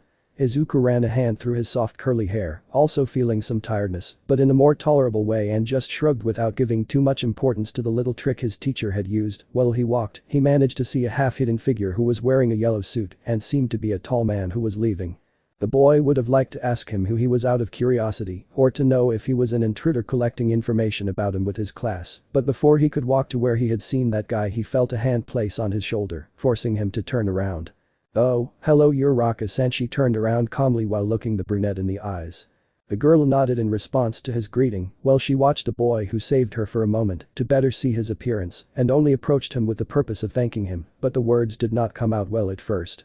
Being close to the one called Deku, he was almost how tall she was, maybe with 10 centimeters difference, since she was 1.56 and he maybe 1.66. The girl remained silent for several seconds, somewhat nervous without knowing why. Being close to that green-haired boy was not exactly suffocating, but his eyes were dark green, so much so that she felt that he absorbed her without avoiding sweating a little at the pressure of his gaze. He scratched the back of his neck a little, looking away. Midoriya tilted his head slightly. "Are you okay?" he asked, observing her closely, not knowing why she was behaving like that. Uraraka avoided looking into his eyes and nodded. "Why yeah, I just wanted to She looks at him again slightly and something occurs to her, a disguised truth. "I wanted to congratulate you for coming in first in the exercises we did. It's a good thing Izawa-sensei didn't expel any of us in the end." She gave him a small smile before looking him in the eyes for a moment. Midoriya stared at Uraraka for a second before nodding in response, and as soon as the girl saw that he reciprocated her silly lie, she gave a small bow and walked quickly to her classroom. Izuku remained silent for a moment, simply analyzing the behavior of the girl who failed the exam, not knowing very well what to think, and he assumed that she was still nervous about meeting them or something like that. He didn't give it much importance in the end and went to her classroom as well. It was a long day, but they still had to see what was waiting for them in tomorrow's class. Chapter 5. Training and Encounters. Location: UA Academy exit. Izuku walked through the exit of the UA Academy after Professor Aizawa's class ended. It had been a very entertaining day for many with unexpected surprises, although also somewhat exhausting. The green-haired boy walked calmly with his hands in his pockets, oblivious to his surroundings, but alert in case someone approached him like that girl, Achako Uraraka, who seemed to act nervous around him, something he didn't know why or well. He had more of an idea, although he wouldn't know if it was feasible, but he also bet that his presence or aura intimidated Uraraka, like other of his classmates, so they didn't approach him. Izuku doesn't mean to be scary in general all the time, not even in the slightest, but it's as if his quirk gave off an aura of danger directly from him. For those who don't know him, and their basic instinct makes them stay away from him to survive. It was strange how his quirk seemed to have made his gaze much darker, since when he was a child, he always gave off a certain shine from his eyes that only his mother or Bakugo would have seen. However, it has been a long time since he felt that way. Perhaps it was due to the years of teasing he suffered that formed the personality that Midoriya has now, although the boy would also say that he felt somewhat lonely because he didn't trust much in the people who get close to him and his life, but he didn't care too much, or so he pretended, because he didn't want to show himself weak in front of anyone other than someone who has earned his trust. Izuku, since his father left and never came back, had trust issues with other children that his mother helped him overcome, but deep down the boy still found it difficult to fully trust what they tell him or how the people he surrounds himself with interact. Every action or emotion always has another side, not to mention that because of this, Izuku fears that if he gets attached to certain people after they leave his life, betraying his trust once again. The green-haired boy shook his mind a little as he continued walking, somewhat irritated by those thoughts, and simply set out to wander around the city for a moment. He was in no hurry at all, because his mother hadn't sent him any messages saying she would arrive early or anything like that, so he went to walk around Musatafu as the sunlight went down. The only person he knew wouldn't betray him was his mother, so he trusted that she would be okay. Izuku walked aimlessly through the streets, wandering in his mind with his gaze fixed on the horizon. After a while doing practically nothing, he decided to sit on a bench in a nearby park facing the sunset light, appreciating the red painted sky, along with the view of how the sun was going down. There were a few families in the park, some were with their sons or daughters, others with their friends or relatives, who caused the boy to let out a slight sigh of nostalgia, remembering how as a child he went with his mother, Kaken and Mitsuri-san, Bakugo's mother, to the park almost every day to play with each other, which was very fun by the way. Midoriya remembered that as a child he always liked animals, and when he manifested his Jade Dogs, he could finally feel what it was like to have a pet as a child, or rather a spirit in general, but he never had many friends with which to show off his precious pet, although, or maybe that sounds a little immature, it is not that Izuku was not a child at that time to want to show off his white hound. All that was no longer very important to Izuku today, because he did not think it was relevant to remember those past moments now after so many years, because it was just a good memory. It is a pity that now he and Bakugo are not friends, since they got along well enough since they were children. He would not know how to describe surely either of the two why they stopped talking, although Deku supposed that time changes people. You reap what you sow, I guess, he thought, watching the sunset. I came here to clear my mind, and I ended up feeling more frustrated than before. Wonderful. Izuku closed his eyes for a moment, lowering his head. The green-haired boy had already wasted a lot of time in his thoughts, noticing how the sunlight was beginning to descend while the night was beginning to rain, and he was not in the mood to get more nostalgic, so he calmly got up from the bench to leave the park when suddenly in the distance he heard a small scream. The green-haired boy turned around for a moment to see in a few meters how a little girl with white hair with dark locks, maybe about 6 or 7 years old, seemed to be struggling with a man much older than her. Midoriya thought that someone would intervene, however there were almost no people where he was, which surprised him, and he thought that he himself should intervene. Before he could get closer, the green-haired man saw another short-haired girl, who had red streaks and was wearing a pair of glasses, step in to grab the man's arm, trying to stop him. Izuku remained hidden in the distance, watching how that girl, whom he recognized as Todoroki's sister, perhaps older or younger than her, tried to make that guy let go of the little girl. He noticed a certain kinship between Fayumi and the girl, but he could not say precisely if they were also family. The man with whom they struggled wore a black jacket coat with a large hat that covered his face. He was also much taller than Fayumi. He tried to tell the girl that she was his granddaughter and that he was trying to take her home, but she did not want to leave. Fayumi looked at the man with disgust and shook her head. I don't believe anything, this girl's name is Hana and she's my cousin. She tried to subtly pull the little girl away from the man, but the guy grabbed her arm. What are you doing? It hurts. She struggled with him a little more. The man, it was clear that he was a dirty perverted villain who was trying to kidnap the little girl named Hana. Izuku heard part of their conversation while hiding behind a tree, so he got a little annoyed with that guy who kept grabbing Fayumi's arm and she asked him or rather demanded him to let go of her arm. The green-haired man, tired of waiting, intervened, leaving his hiding place, walking towards that scene that had formed in the afternoon light in the park. The man just noticed the green-haired man's presence, just like Fayumi. They both turned to look at him. Who are you? He asked, grabbing the girl's arm. Izuku glared at him. Better listen to him, let go of his arm and get lost, he ordered her in an intimidating tone. The man looked at the boy for a moment, noticing that he was much shorter than him and possibly also physically weaker. It didn't seem like a big deal, so he snorted at his words. What if I told you no? He asked mockingly, while Fayumi struggled with him a little. Izuku looked at him for a moment before joining both palms and forming the shape of a hound with them. Calling his Jade Dogs, the boy's shadow extended from below his feet to the sides of the green-haired boy, who from between those two dark puddles manifested and in turn emerged two canine figures, being two twin hounds, Shiro next to Kuro being the white Jade Dog who let out a howl when he finished being summoned. Both Shikigami understood with a single thought from Izuku the situation for which they were summoned and turned their sharp gaze on the man in front of them while growling at him.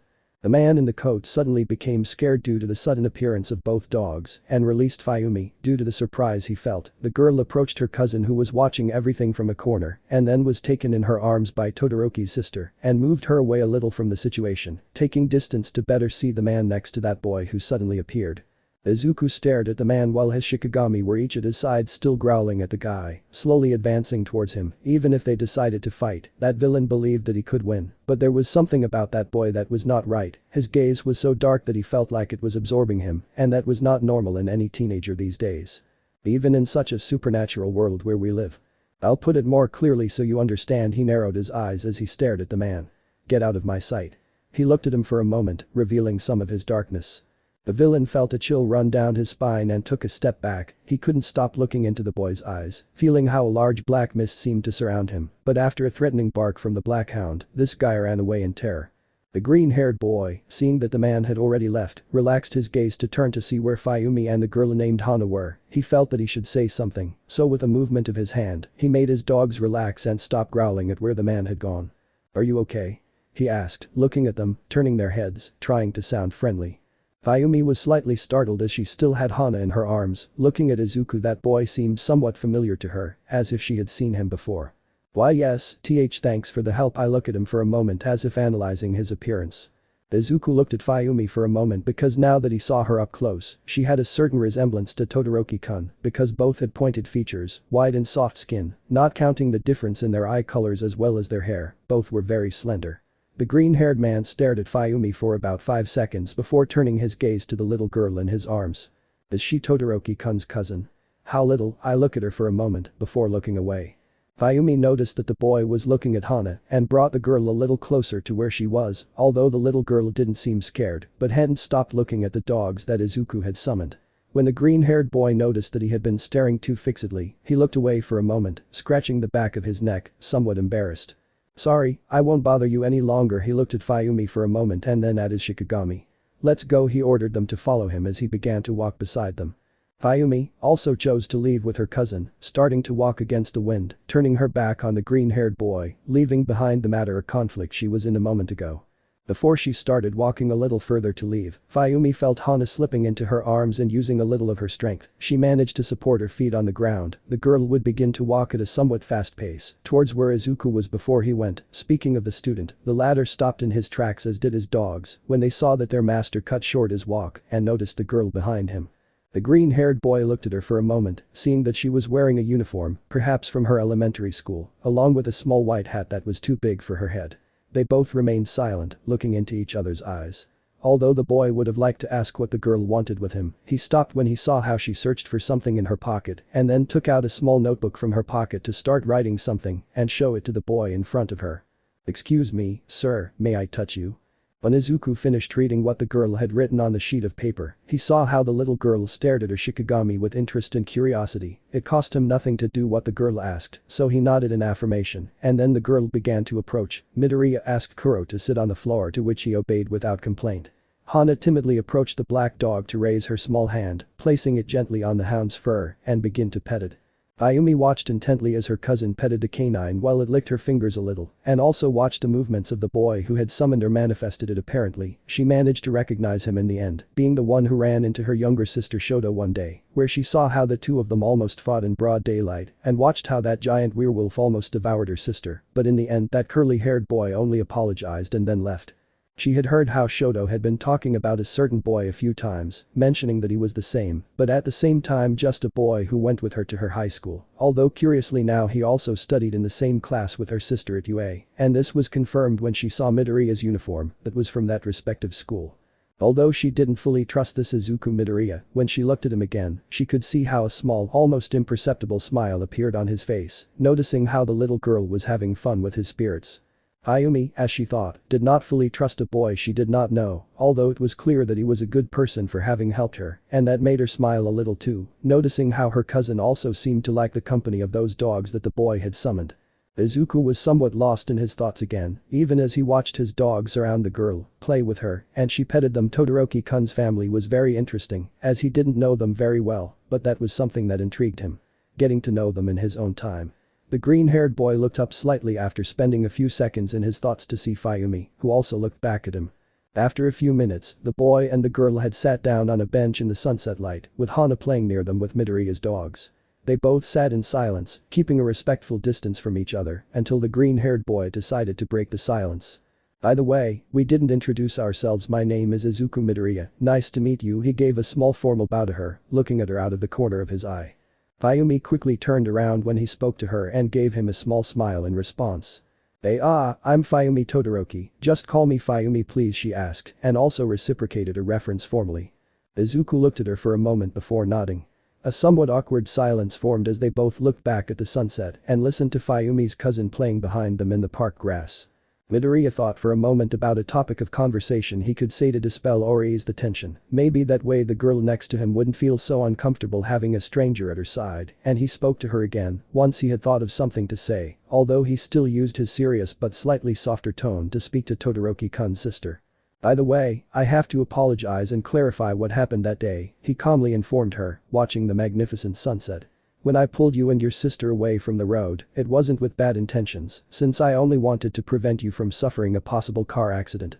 I also apologize if I scared you, but also because my Shikigami almost devoured your sister, Todoroki-kun." He apologized once again, scratching his cheek a little. "Shikigamis?" I look at him a little confused by the term he uses. "That's what my dogs are called, that I summoned that day. They're also the ones playing with Hana-chan," he explained briefly while turning around and looking at her out of the corner of his eye. Fayumi listened attentively to Izuku-kun and looked at him out of the corner of her eye for a moment, noticing that he apparently was a good boy, or so it seemed from what he said. She didn't expect him to bring up a topic of conversation regarding what happened that day, but he raised one of his hands to signal that it was no problem. "Don't worry, Midoriya-kun, he didn't hold any grudges against you about that day, although he appreciated your manners." She smiled softly at him and turned back to look at Hana. "Likewise, I also apologize because it seems my sister Shoto rushed in and attacked you, even though you only wanted to help us," she apologized, scratching the back of her neck a little, looking at the boy out of the corner of her eye. Midoriya, in truth, didn't find it a problem that Todoroki-kun had attacked him at that moment, because anyone could have done it after being caught off guard in the middle of the street. The green-haired man nodded his head in affirmation towards his disciple, although he felt it wasn't necessary anyway. "Don't worry, it's no problem." He took a moment of silence, looking at the girl at his side for a moment and then at the younger one playing with her dogs. "Honestly, I was a little surprised to see you again, although I didn't expect you to agree to talk to me," he commented while watching Hana play for a moment. Fayumi looked at Midoriya for a moment and noticed his gaze with a slight difference that now looked at his cousin. The truth is, she had left her home and simply went for a walk to clear her mind a little about certain problems that to this day continue in her home where she lived. She took the daughter of her mother's brother Rei Todoroki so that she could also get some fresh air and not listen to the arguments her father had with the hero of fire. Her father Enji Todoroki, or better known as Endeavor, had about her mother. Both Fayumi and her other brothers or sister did not know their mother's family well, and that day Rei's brother appeared, who brought with him a little girl who was his daughter, so that she could meet her other cousins. They spent a few relatively calm minutes due to so much tension that there was at home, only for Kenji his uncle to speak to his father, demanding to be able to go see his sister who was admitted to a psychiatric ward. But he would not let him go see her because she was not part of the family, which annoyed the brother even more. While Fayumi wandered through her thoughts, she completely forgot everything around her for a few seconds, something that was noticed by Izuku, as there was an imbalance in her gaze. He could feel a kind of tension or disturbance in her eyes. Maybe it was desperation for not knowing what to do, or simply trying to think what her possibilities would be. Deku was good at reading looks, so maybe that's why he managed to understand her in a certain way, or rather get an idea of how she felt. The green-haired man pitied the girl in the sense that he managed to understand her emotions, since he himself, better than anyone, understood what loneliness was like along with the desperation of not knowing what to do. Although he didn't know the situation of the Todoroki family, he bet it wasn't a very pleasant environment. The freckled teen looked at his white jade dog who quickly noticed his gaze, while the black hound played with Hana. Midoriya ordered him to approach with a thought to where Fayumi was, and being close enough, the canine gave a small jump to sit in the middle of the bench, managing to get the attention of the older sister. Fayumi looked confused how the white hound was next to her, and then looked at Izuku who just nodded. Hesitantly, the girl raised her hand to the Shikigami to pet it, and the dog snuggled up against her hand. The girl ran her hand over its white fur, feeling the softness brush between her fingers, while she saw Shiro get a little closer to her. Fayumi let out a soft laugh that she hadn't let out in a long time, although she was also somewhat surprised by the simple fact of touching an animal already made her feel that way again. Maybe it's because she could never have a pet, since she was a child like her other brothers or sister, which was nice anyway.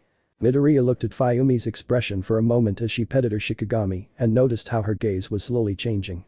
She was no longer as serious as he had seen before, but now she finally seemed to have a moment to herself. The green-haired boy remembered before he entered UA how overwhelming it was to return from the beach to his house, to have to study along with training constantly, in addition to having to prepare breakfast and dinner for his mother. So when the green-haired boy felt a lot of stress his jade dogs appeared, or rather, the boy summoned them to keep them company and cheer him up to make him feel better. Midoriya now understood why animals are so final with their owners, as long as they show the same intention of appreciating their affection. It's not like I knew what Fayumi was going through, but I just wanted to ease her mind a little from her thoughts. You look happy. He looked at her for a moment, giving Fayumi a slight smile. It's not bad to have a moment alone, right?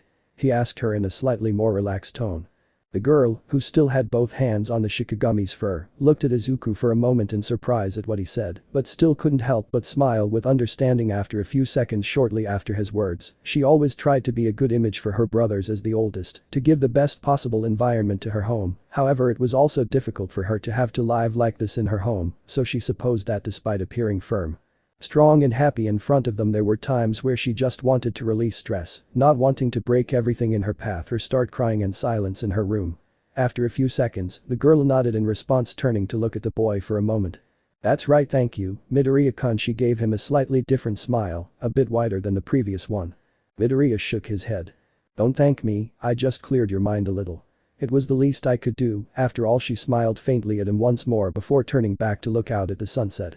The boy and the girl remained appreciating the silence that once made after that exchange of words, while Izuku watched as Fayumi as well as Hana entertained themselves with their Shikigamis. It was nice to know that he could cheer people up or clear their minds of problems, without them being afraid of the mysterious darkness that surrounded him. The difference was that the green-haired man did not seek to gain Fayumi's trust, he only tried to cheer her up as much as possible when he saw a certain sadness in her eyes, because that was what a hero does, right? That questioned Izuku. He did not know how far he could go to the extent of all his possibilities that respect wanting to help someone other than him, who needs it, or if he could free them from the abyss that made up the world. After several minutes, Fayumi got up from the bench approaching Hana because it was already getting dark and the little girl seemed to be a little sleepy. Izuku also got up while feeling a little tired but didn't show it because keeping his quirk active for a long time in the respective form of his Shikigamis was something he had to keep working on, and in turn it was somewhat exhausting, but he remained standing with his common expression so that both girls would notice it. Besides, this walk seemed to be a quiet training in a way. After a few steps and turns around the park, Izuku walked next to Fayumi while she carried a sleeping young lady, having his Shikigami watching each one around, walking next to the girl next to her master. The night was peaceful as the dark sky filled with stars visible millions of miles away. The green-haired boy walked silently alongside Fayumi, but this time more pleasantly because the tension seemed to have dissipated thanks to the boy's small intervention a few moments ago. Although if asked, he would say he wouldn't take away Shiro's credit for Kuro's work because he only served as a mediator. Fayumi looked at Midoriya, turning her head slightly, and spoke to him calmly. By the way, I didn't thank you properly for what happened before. She looked at him as she walked and stopped for a moment to look at him. Thanks for helping me and Hana, if she were awake I bet she would thank you too. She smiled softly at him as she looked at him for a moment, then continued walking beside the boy. Midoriya followed her with his eyes while listening to her answer, and nodded calmly. Don't worry, I just did what anyone would have done, he replied normally, and glanced at Fayumi. The green-haired man spoke modestly, something that Fayumi noticed and let out a soft, audible laugh. Well, not everyone gets so upset when they see an injustice before their eyes. She looked at him out of the corner of her eye for a moment. There's something in your eyes, you know. I'm very good at reading glances. She paused for a moment and adjusted herself better to see Izuku with his body aligned in front of him.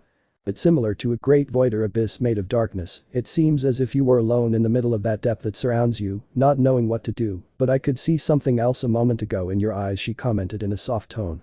Izuku looked at her for a moment, slightly surprised, since he didn't know how to respond to Todoroki's sister's words, although he also didn't know if what she was saying was true or if she was just playing with him. I'm not joking right now, she clarified, looking him straight in the eyes. Usually people hide their emotions, but their eyes are windows that always show what they feel. It's hard for me to read your gaze since I think you distrust people, which maybe doesn't allow you to open up to new experiences or trust others, maybe. She looked at Hana in her arms for a moment and continued talking to Izuku. But for a moment I could see a sparkle in your eyes, as if it made it easy for you to see others laugh or have fun. I think maybe what you really like is knowing that even someone like you can make others smile. She looked at him again with a soft smile. Izuku remained silent with his eyes slightly open. He didn't expect such a response from Fayumi. Someone like me, Izuku thought for a moment, looking at Fayumi. The green-haired boy, after about 15 seconds of processing what the girl told him, thought about what to respond, but he saw that Fayumi approached him for a moment, which made him stop what he was about to say. Better give me your answer when you already know what your emotions are. I look at him for a moment before lowering my head slightly in a sign of a farewell bow. I hope to see you again, Izuku Midoriya-kun. I give him one last smile before proceeding to leave. Izuku remained very thoughtful about what Fayumi told him a moment ago and watched as she walked away while his Shikigami stopped behind him.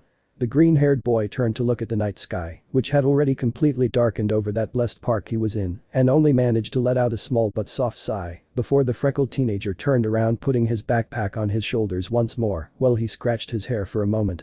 Now ready to go home, just hoping to be able to get there to rest, and also that Fayumi doesn't say anything to Todoroki-kun about how they talked that day. Let's say that the green-haired man was a little afraid to know, or rather think about how Endeavor's daughter would react, having spoken to her sister. Location: UA Academy. Izuku was sitting in his place, oblivious to his classmates after having memorized the curriculum of the hero course. There were classes that were as necessary as English in the mornings, but they weren't exactly unnecessary, but they were somewhat boring for the taste of some who had high expectations about what the training would be like on combat tactics or special movements to perform with their quirks. However, it seemed that not everything was so fantastical, although some tried harder than others to do the tasks given to them by the teacher. Come on, guys. Wake up or I'll wake you up by pulling your ears. President Mick encouraged them in a loud voice that deafened the kids in the front row. Which of these English sentences is incorrect? The relative pronoun of the last one, Izuku thought as he wrote the answer in his notebook and listened to another girl answer. The hours passed for the first class first period, where the students, after hearing the recess bell, got up calmly while putting away their things and school supplies. Izuku did the same, and when he finished he headed slowly towards the cafeteria. He understood that the UA had a gourmet menu at low prices, something that did catch his attention. Before leaving, the green-haired boy, he felt a look on his back, and when he looked surreptitiously out of the corner of his eye he ran into Uraraka, who hadn't stopped looking at him but apparently didn't notice when he looked at her, which caused the boy to notice in turn how that girl was very thoughtful when she looked at him, as if she was trying to tell him something, but somehow didn't seem to be able to do it or approach him directly, so he just decided that he would ignore it for now and then continue on his way to the blessed cafeteria. The look that did leave Izuku a little more thoughtful was that of his other classmate Todoroki-kun, who hadn't stopped looking at him during most of class time, something that worried him a little. However, he hid it as best he could. After walking a little more through the school hallways, Izuku arrived at the cafeteria looking for an empty table and also grabbed a tray of food while asking a chef hero, who curiously was a robot, a plate of katsudon accompanied by another plate of curry. The hero wrote down the order and then opened his abdomen, revealing both dishes that the boy had ordered, although Izuku did not know if that was the peculiarity or just a mechanism on the part of that hero robot. He had no complaints about it, while thanking him for giving him his order. Midoriya put his two hands together to thank for the food and then began to enjoy each bite and ignored the fact that he was alone at his table. It was a moment that the boy enjoyed since it reminded him a bit of his childhood, bringing a small smile to his face because he loved when his mother prepared a plate of katsudon to eat with him. While the green-haired boy ate his food, enjoying it internally, he still remembered the words of Todoroki's sister, who apparently was good at reading glances, although he was curious about what she told him about the darkness she could notice in his gaze, which was reflected in him, and seemed to agree with what she noticed in it.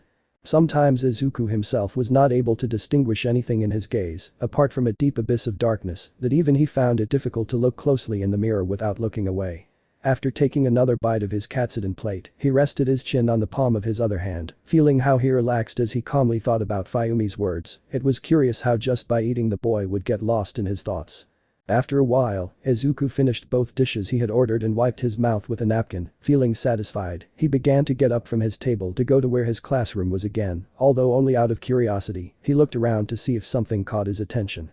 When he looked around, the green-haired boy found nothing but his classmates in the distance whom he recognized at a distant table chatting and eating for a moment before they also got up to return to their class. Apparently, the boy's gaze did not change at all when he saw them laugh and eat because he could not say what he felt about the boys or girls, that he does not know what they are like at the moment.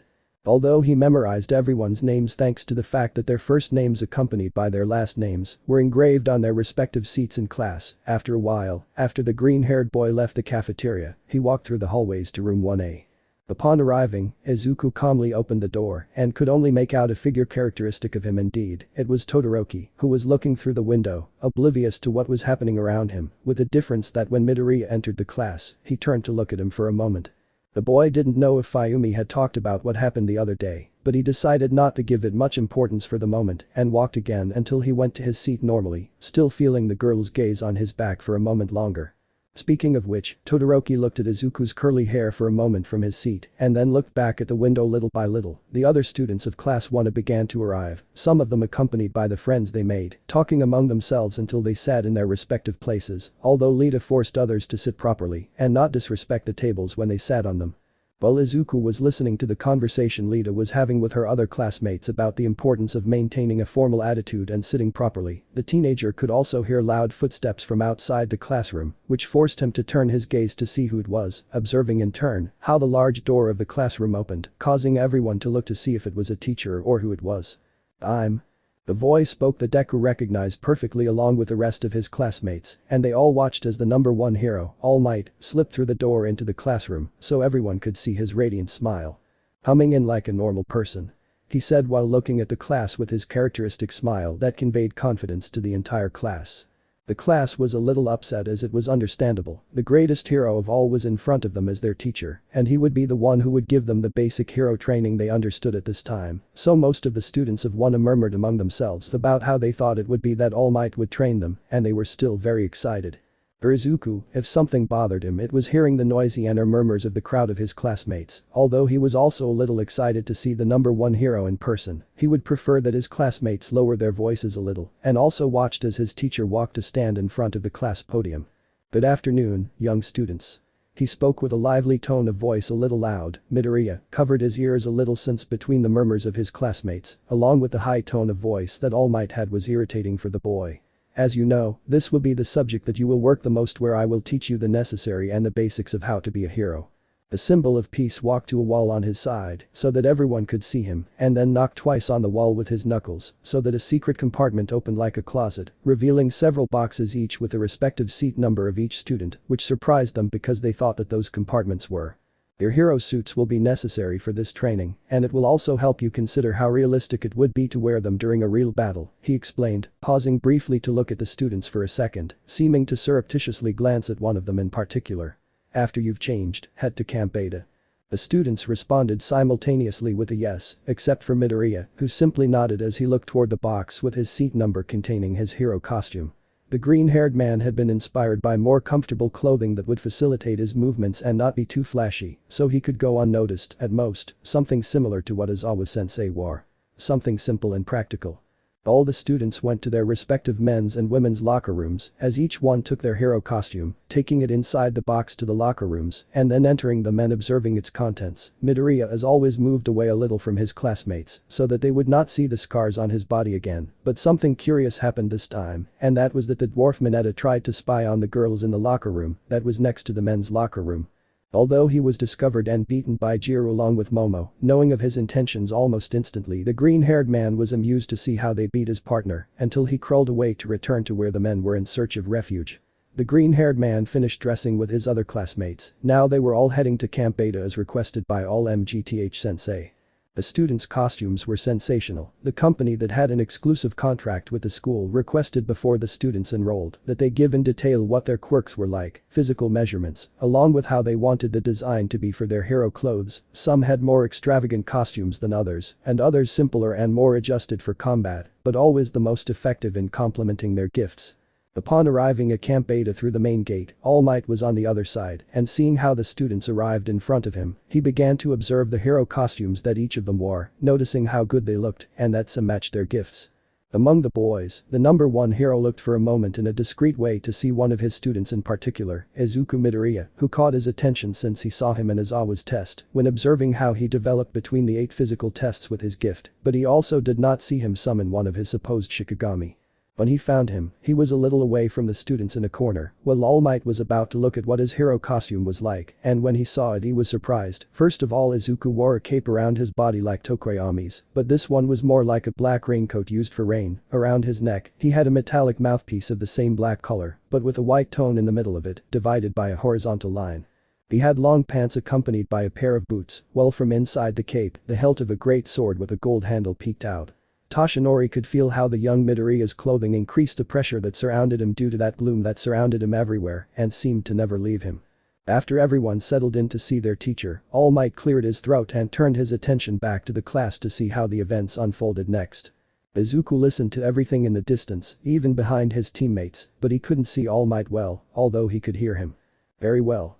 Now, we'll begin combat training, so you'll learn how to react to the stress, panic, and tension of battle, and how to confront your opponents, he explained briefly until he saw a student raise his hand. Lita, who was dressed as a futuristic knight. Medieval Iron Man.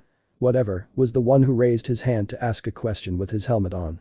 Professor, this is the same place where we had the entrance exam. Will we be having urban combat again? Lids asked, making the other students curious as well.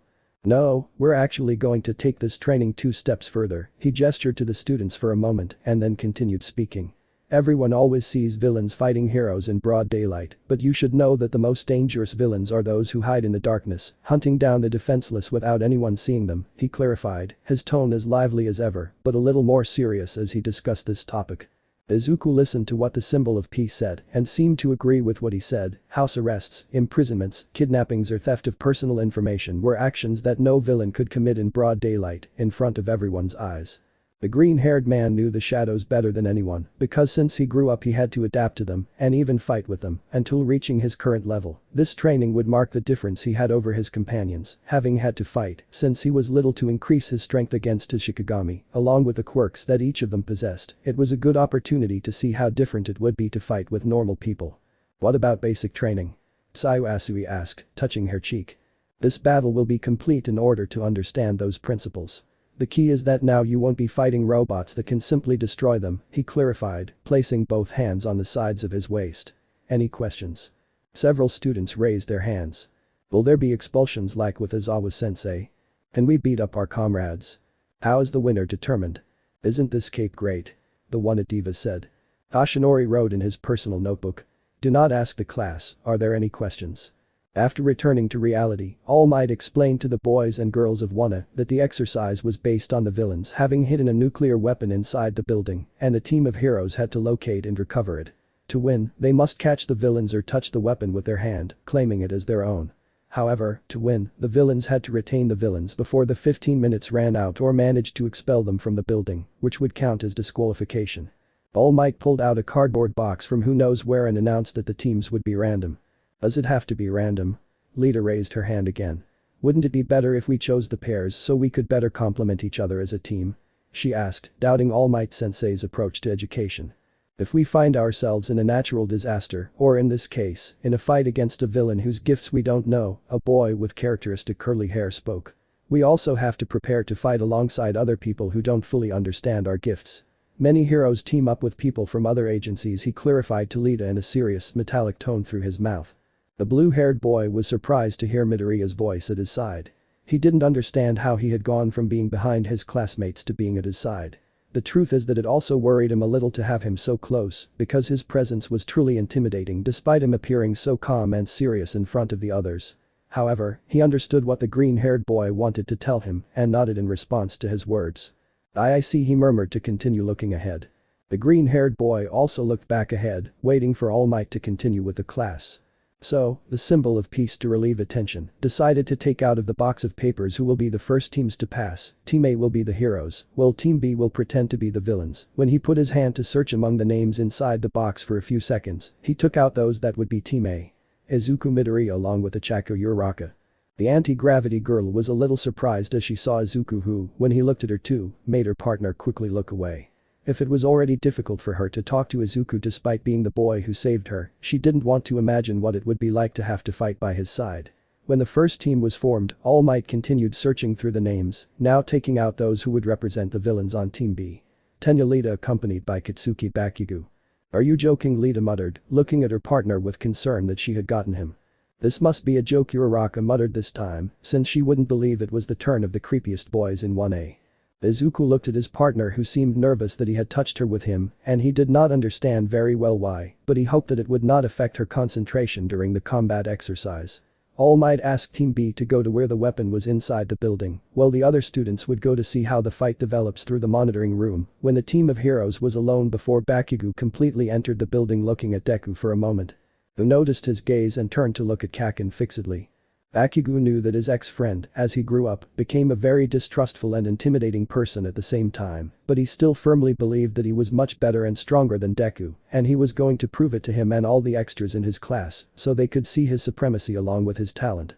While they crossed glances, staring at each other without fear or nervousness, all you could see was the glimmer of determination to want to fight face to face. Along with a small electric current that crossed through their gazes. Lita, who saw that Bakugo was taking too long, called him to come up the stairs, and he growled a little, parting his teeth while still looking at Deku, only to then stop looking at him and go to where the damn nuclear weapon was. The green-haired boy looked where his old friend had gone for a second longer before turning around and heading towards where Uraraka was, who was still somewhat nervous and thoughtful at the same time. Little by little, the spectators in the monitoring room would see what the fight is like when two old friends face each other. All Might saw a lot of tension between Izuku and the young Bakugo, so he paired them together on purpose to see if they could solve their problems, instead of talking and expressing it with their fists. Chapter 6. Old Friends Fight. Location. UA Academy Beta Field. It could be seen outside the building where Team B was, who were pretending to be the villains during hero training, led by All Might.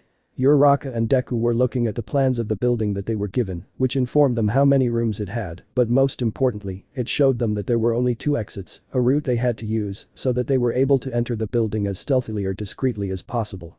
The green-haired man was analyzing and in turn imagining the situation that they would face with his partner, although he would prefer to enter the building alone, believing that with him it would be more than enough to win. He also knew that he had to learn to synchronize his abilities and his spirits with the rest of his companions or heroes from other agencies, because that was what the exercise consisted of. Which I wouldn't know how effective or difficult that would be. While Izuku was thinking what to do, the girl at his side, who kept a distance from that boy that she thought of as safe, did not remember him so well, because she believed that his name was what Bakugo-kun called him, Deku, but that did not matter now. Uraraka felt that she was unlucky for having been paired with Deku, along with the explosive blonde, because there seemed to be a lot of tension between the two of them. She could feel it when she saw them interact with each other, and she thought that precisely that could put her in danger, this being in a combat exercise. Being so close to Izuku, she could better feel the dark air that surrounded him, accompanied also by his deep green eyes that reflected a great darkness typical of him when seen with the naked eye. It was not normal. It was not normal at all in a boy more or less her age, which made her chills. It would take us so long to go around the building and take the back exit to get in. I think it's best if we train from the front, but entering through a window on the 3rd floor, thanks to your quirk, that won't be a problem. He stroked his chin for a moment. I also speculate that they won't know if we'll enter from the front or from which floor specifically, so we'll have to risk it to see if we face Lita or, maybe, Kaken. He explained a possible plan, turning to look at his partner. Do you agree, Uraraka? Uraraka-san. When he called her, the girl didn't respond right away, so Deku gently took her shoulder, which caused the girl to jump, distancing herself a little, and then turning to see Deku, still somewhat nervous, reacting to her voice. Why yes, I agree, Deku-kun, she replied while nodding her head in affirmation of what he said. Midoriya stared at the girl for a moment since no one other than Kaken had called him with that hurtful nickname for many years, which the blonde invented to make fun of him. Although the green-haired man didn't care too much for now, he wanted to tell his partner what he thought about how she called him. Maybe he was a little upset, however he didn't have time and couldn't say anything, because a voice echoing through a speaker was the one that caught the attention of both Team A and Team B. Testing, can you hear me? Okay, Teams A and B will fight indoors. One of the two teams has to win, but before the 10 minutes are up. Izuku decided to prepare himself by putting the metal mouthpiece around his mouth that gave him a slightly more intimidating appearance and prepared himself alongside Uraraka to finally enter the simulated building. Inside the same building, Lita was looking at the weapon after analyzing it, realizing that it was surely made of cardboard or paper mache. As expected, it wasn't real at all, but it did simulate an atomic bomb at most. Behind the former student of Seiya Academy, Bakugo, who hadn't said a word since he entered while keeping a smile on his face that was very disturbing for his partner, he noticed that there was a certain rivalry between both Midoriya and Bakugo, but he hoped that wouldn't affect his concentration for this training. Bakugo, you better stay and guard the weapon while I and Uraraka go find Midoriya. He warned him as he put on his helmet. Make sure you protect the weapon. Well, he wanted to continue speaking but was interrupted. Bakugo looked at him, turning his head with an annoyed look that was intimidating to any normal person. Shut up. She ordered him while looking at him for a moment before looking towards the exit. You'll protect the weapon, I'll take care of Deku along with round face. This is between him and me, she answered while clenching her teeth a little. Lita, a drop of sweat appeared under her helmet as she didn't expect the rivalry between just two boys to be that personal. Bakugo, maybe you and Midoriya have your problems, but we are now in the most prestigious academy in Japan, he clarified with some reason in his words. You can't just go against those two because you feel like it, you have to have a plan, stick to it and protect the weapon. At the same time, he moved his arms up and down a little as a sign that he was serious. Bakugo turned a deaf ear to what the blue-haired boy was telling him as he continued looking towards the door that led to the exit in that room where they were, where he would surely come face to face with the damn broccoli. Yesterday he did not use all his strength in the exercises given by Professor Aizawa, feeling and seeing how that boy he once considered his friend was once again first on top of him. It was unforgivable for Kaken to be surpassed by a boy who was much weaker than him at the beginning. He even felt that he was still stronger than Izuku. Everything was the same. Deku, since he was little, has always been lonelier than the other children. Well, Bakugo was seen with good eyes, but since that fight they had as children in which they could never determine the winner, he felt that he had accounts to settle with that damn loser for getting in front of him. Now, I finally had the chance and I was sure it would be easy. Oh my, PFFF. Okay, if all teams are ready, let's begin. Almight along with the rest of the ONESHOT students heard a loud beep sound throughout the building from the inside to the outside, signaling for the show to begin. It is always exciting to see first-year students compete against each other.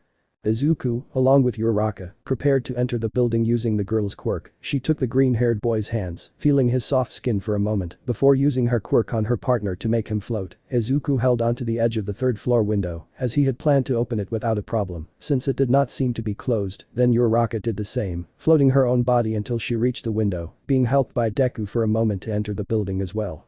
Upon entering, both teenagers walked stealthily through the hallways, one calmer than the other. It was mainly Izuku, who walked down the corridor in a calm manner, looking ahead, stopping briefly to observe attentively and alertly the edges of the corners at the turn of each corridor he encountered, to check if there was no one there before continuing walking normally. Uraraka was behind the boy, still very nervous. Even so, she remained firm, trying to ease her breathing, although she could not help but feel a little surprised also by the tranquility with which her companion moved and practically made no noise, even when he wore boots with black soles. As they walked, Izuku knew it would have been a good idea to at least summon Shiro or Kuro to help them and warn them if there was danger nearby, but Izuku knew enough about the boy he had been paired with to know two things. It would be Bakugo who would come looking for him first, and two, that Lita would be too scared by how intimidating the blonde could be to refuse what he told her or ordered her to do. A few minutes after entering the building, Midoriya stopped walking, having stopped near some stairs, causing his partner to also stop to look at the green-haired boy's back in confusion. What's wrong, Deku-kun? Uraraka asked, looking somewhat uneasy about his sudden behavior. Izuku could smell a strong nitroglycerin smell very close to the wall through the wall at his side. The boy allowed himself a soft smile that no one else could see.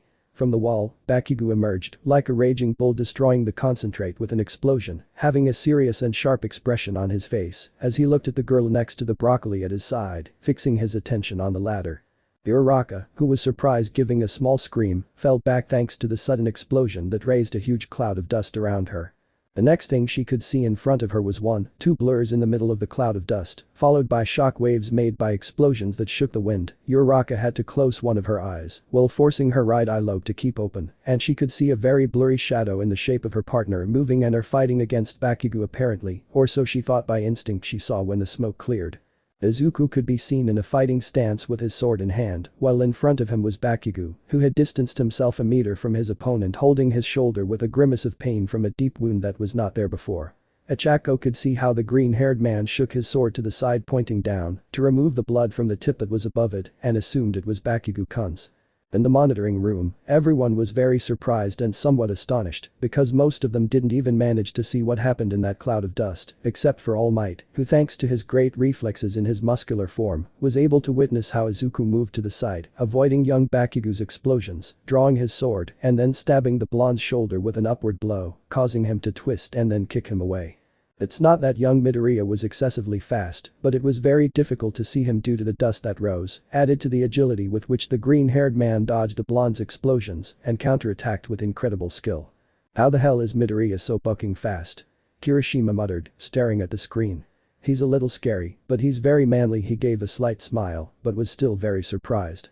Among the students, a girl named Shoto, or better known as Todoroki-kun, saw how at the beginning of the exercise, she could already witness how capable Midoriya could be in hand-to-hand combat, although she had not seen it well at first, but his fighting style was not at all normal. In fact, she distrusted that her own training that she had since she was little could face Midoriya.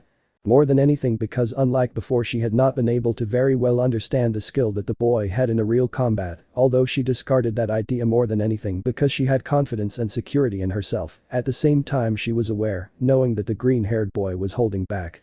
Returning to the hallways where Midoriya and Bakugo's battlefield was taking place, who stared at each other attentive to any movement on the other's part, Uraraka followed behind the boy who was practically in shock because she was still recovering from the sudden dizziness from that great explosion that broke the wall a moment ago.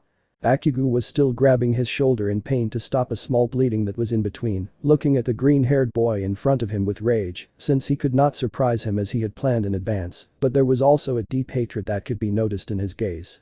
Deku, luckily, had practically no scratches other than some dust on his clothes, kept the sword in his hand, pointing towards the ash blonde in case he got closer, also in case he decided to attack again, although if there was one thing Izuku also knew about his ex-friend, it was that he always hits first with his right, or from one side of his body, maybe that gives him more security or confidence, a serious mistake on his part.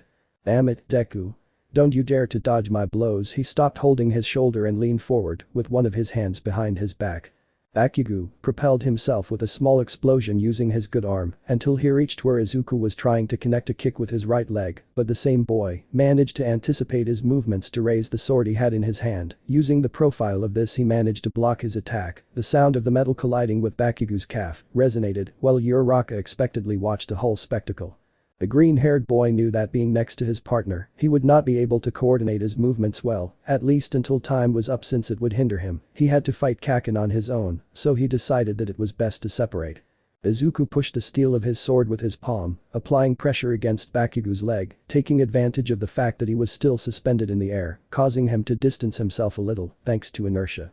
When he barely descended a little from the ground, the boy tried to attack him again with his sword, stabbing him, but Bakugo distanced himself with another explosion, just enough to avoid the edge of the weapon, moving away several meters and looking again with much more anger than before at his old friend.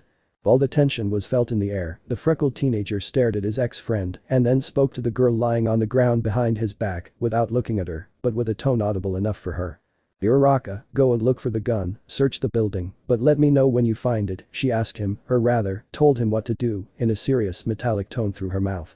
I'll come with you as soon as I've taken care of this clown. Without waiting for the girl's response, Izuku began to run to the side, going deeper into the building, and Bakugo watched him run for a moment before reacting, starting to follow the broccoli, completely ignoring Uraraka. Once they were both far enough away while Kaken was heard calling Deku not to run away, Achako stood for several seconds, assimilating what had happened, and then remembered what her partner told her, and carefully got back up so as not to trip over the debris on the floor. She sighed in relief that those two had already moved away from her so that she could feel safer. She focused her attention again on the path to go to where the blessed weapon was and/or search for where it was. She continued going up the floors to try to find it until she reported it to Deku as he asked her. Meanwhile, Izuku hadn't stopped running around the corridors with his sword in hand, and behind him at a considerable distance was Bakugo, who was desperately searching for the damn broccoli, destroying door by door to find him, while Deku had distanced himself enough to lose sight of him and Kakin, still in pain from the wound on his shoulder. However, he continued running despite the burning he felt until he managed to find his opponent, going from corridor to corridor. He was so impatient that he could have exploded every wall of every room he came across or have blown up the entire floor they were on to try to see if Deku was there, finishing him off in the process, although very fortunately that didn't happen. Speaking of the green-haired boy, after a while he stopped in a small area that he found clear enough to give him a good fighting ground in his favor, thanks to the fact that the walls opened enough to give a much more spacious corridor in between, a perfect setting for two people. Taking a quick look around, Izuku could see about 8 columns in each corner, a window in the middle of the right wall to his side, some 3 cans of paint that were next to a dirty broom in a corner of the large room. Many times when he fought against his Shikigami, Izuku found himself at a disadvantage compared to his summoned spirits, that several of them could use the terrain to their advantage, since the green-haired man saw himself just like a normal boy when it came time to face one of his beasts, so he had to rely more than anything on his intelligence, cunning and ingenuity to win his fights based on strategies against the spirits he summoned and or that he himself created and then called them. Along with the help of his Shikigami dogs, and therefore fighting on terrain where Bakugo would be forced to contain himself thanks to the columns around him was more than enough for Deku. Bakugo finally managed to reach and or find Izuku after about 3 more minutes of searching for him non-stop and stopped in front of the green-haired man at a distance of 5 meters, giving a small sigh from exhaustion. He who had been waiting patiently observing his ex-friend with a neutral position, the two stared at each other for a few seconds before the ash blonde gave his characteristic malicious smile towards Izuku. "You better be ready, Deku. When I'm done with you, it'll be like remembering the old days where I used to squash you like a dirty slug," he mocked while preparing for combat. Izuku looked at him for a moment longer without changing his serious expression. He had kept his weapon in his shadow, so he could quickly join his hands and make the seal in the air that indicated the summoning of his first Shikigami, his faithful demon dogs, both twin hounds. Shiro and his brother Kuro. Bakugo was a little surprised because it was the first time he'd seen Izuku's Shikigami up close. He hadn't even noticed them during the entrance exam. Still, he prepared himself to face the boy. The green-haired boy's gaze became colder and more ruthless as he looked up at Kakin. "Devour it," he ordered them. Both Shikigami showed their fangs to the blonde who had to admit that he couldn't help but feel a little intimidated by the growls of those wolves, but he recovered instantly and in turn prepared for combat, ready for any action from Izuku or his dogs. Although he believed he could win, he couldn't say what the difference was between his strength and Midoriya's. However, he undoubtedly had the advantage in hand-to-hand combat, according to Kitsuki. As the tension was increasing, Izuku signaled, snapped his fingers ordering his dogs to attack as he ordered them a moment ago. The first of them to attack was Kuro, who without hesitation approached running towards Bakugo in a straight line to jump over him, slightly surprising him once again, but quickly tried to counterattack with an explosion. However, he stopped when he saw how the other white hound lunged at him, biting his left arm with which he was going to attack, sinking its fangs in the middle of the grenade-shaped gauntlet. Bakugo struggled with the canines, admiring the strength each one had, and tried to protect himself from the fangs of those spirits, or whatever those dogs were, by blocking their jaws using his gauntlets so they wouldn't pierce his skin with their teeth, although because of protecting himself he had both arms restrained. After that thought, the ash blonde felt like he could barely move because of the struggle of force he was doing with those animals. So he looked up instinctively to where the owner of those annoying Shikigamis was. He couldn't see Deku, since he was nowhere to be seen in front of him. That put Kakin's nerves on edge. However, a few seconds later he felt someone approaching from behind his back, seeing the reflection of a long shadow approaching above and or behind him, accompanied by a couple of green flashes that shone in the middle. He managed to see in his peripheral vision the edge of a great sword peeking out from behind him above his head. Kakin quickly turns around, raising his free arm to block a blow from the sword using his forearm, managing to defend himself in time from that attack, causing the sound of sparks jumping to be heard throughout the hallway, then a crunching noise caused by the metal cracking against each other, while the grenade-shaped gauntlet opened in half. Kakin lowered his right arm as best he could to launch an explosion downwards to the ground, which shook the dust of the place, but it was a minor explosion, because if he didn't launch one too strong from the beginning, it was due to the columns around him. He feared the possibility that they could collapse if he decided to increase the power of his explosions. Due to the shockwave, the white dog quickly moved away along with his twin sliding across the floor to the right side, although they maintained their balance after a few seconds, before looking back at the blonde, maintaining his constant growls towards Bakugo. Apparently they didn't like him as much as Izuku. The green-haired man swung his sword through the air to get rid of the dust that remained around the place, while staring at his old friend. "Is that all?" he asked, his tone sharp and metallic from his mouth. "You always say you're the best at everything, Kakin. But all I see is a dog that barks a lot, maybe too much, although you know what they say. A barking dog doesn't bite." Bakugo, after finishing listening to Izuku, felt how he unconsciously clenched his teeth hard in rage, and the hatred in his gaze only increased towards that damn loser. He wanted to get closer, but the barking of those two dogs, which each stood next to the green-haired boy, restrained his actions from wanting to move forward, since nobody liked the idea of having to be bitten by a dog's fangs, or did they? Both boys looked at each other once more, where the darkness coming from Deku's eyes was seen against the deep hatred in Bakugo's red orbs. "After I shatter your bones, you won't have the desire to be a hero again, bucking Deku." He leaned forward, raising both hands, causing small explosions from them. "It's always the same, you underestimate me even though we've never met, that's why I hate you, Deku. I can't stand those idiots who think they can surpass me." He exclaimed in a shout, with the attitude of a furious bull that would go all out for the attack. Izuku tilted his head for a moment and leaned forward, firmly gripping his sword, while his Shikigami were also ready for true combat. "Then come for me, Kakin." She taunted him, looking into his eyes. Bakugo, having recovered from the struggle he had earlier with Izuku's dogs and himself so he could walk fine, he began to run towards Deku, quickly attacking him again with his right hand, closing the distance between them to fight up close.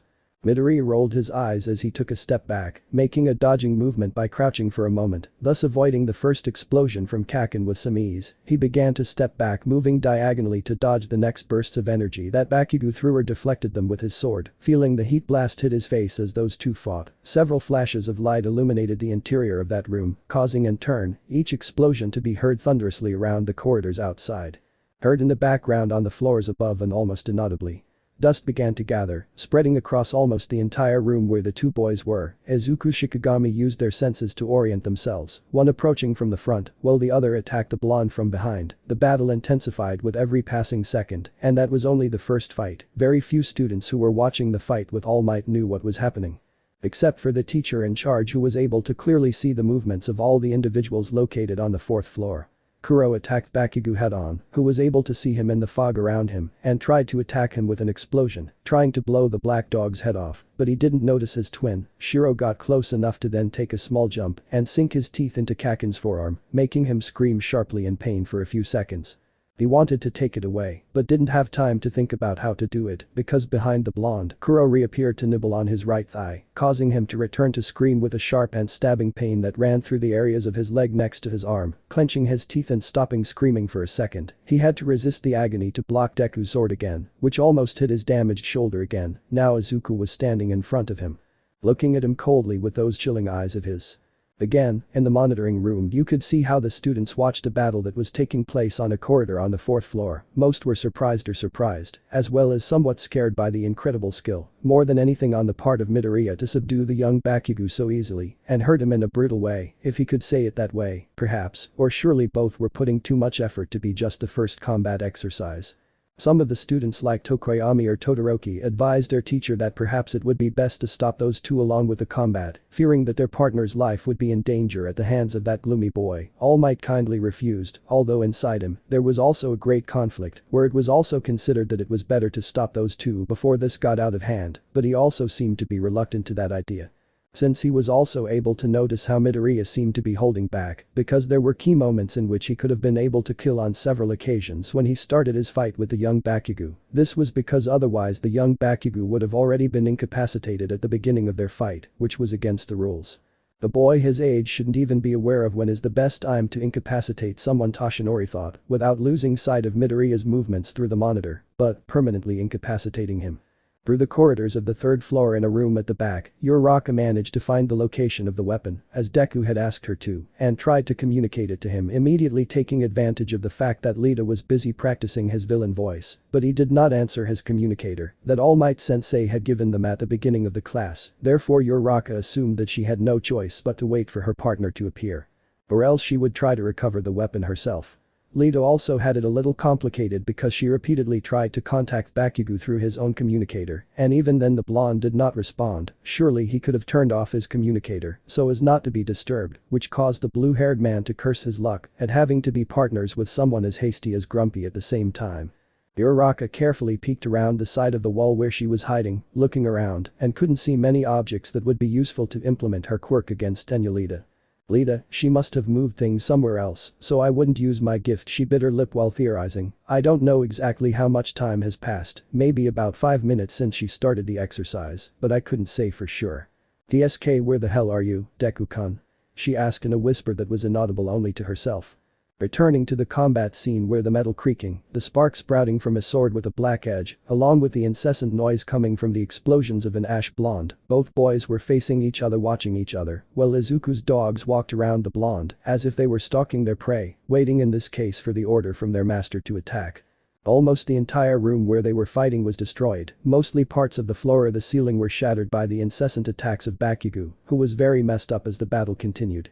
Bakugo had a small stream of blood running down his forehead above his broken mask as he breathed heavily. First he had a puncture wound on his right shoulder that prevented him from almost lifting his arm no more than halfway. Also his left leg had bite marks that tore his skin and muscles, causing a little blood to flow out. He had an equal wound in the middle of his right forearm from Izuku's Shikigami who were so annoying. The worst thing was the disadvantage that was beginning to take its toll on his quirk, since his blood mixed with his sweat which prevented him from generating large and more powerful explosions, while he desperately fought against the bucking green shit. Izuku was with only a few cuts around his arms and clothes, but they were mostly superficial. His cape had burned a little leaving only half of it. He didn't seem tired at all, not to mention that he kept swinging his stupid sword through his 5 fingers, making cuts in Bakugo's skin whenever he could, while forcing the boy to back away. Kuro along with Shiro through telepathy had the order to attack Kaken by ramming him with their bodies or trying to bite him with their fangs, managing to make small grazes on the blonde skin. Izuku also had to order them to restrain themselves because they could really tear off a piece of his ex-friend's skin if he hadn't told them beforehand through his thoughts. If there was one thing Izuku knew when it came to a fight, just like he did against his Shikigamis, it was not to let them take the initiative in their attack against him as far as possible, because otherwise it could be that the opponent would adapt to his attacks, and if it weren't for the fact that this situation he was in with Kaken was different, because very few times Deku had been able to fight in an environment where his opponent was at a disadvantage, and he wasn't.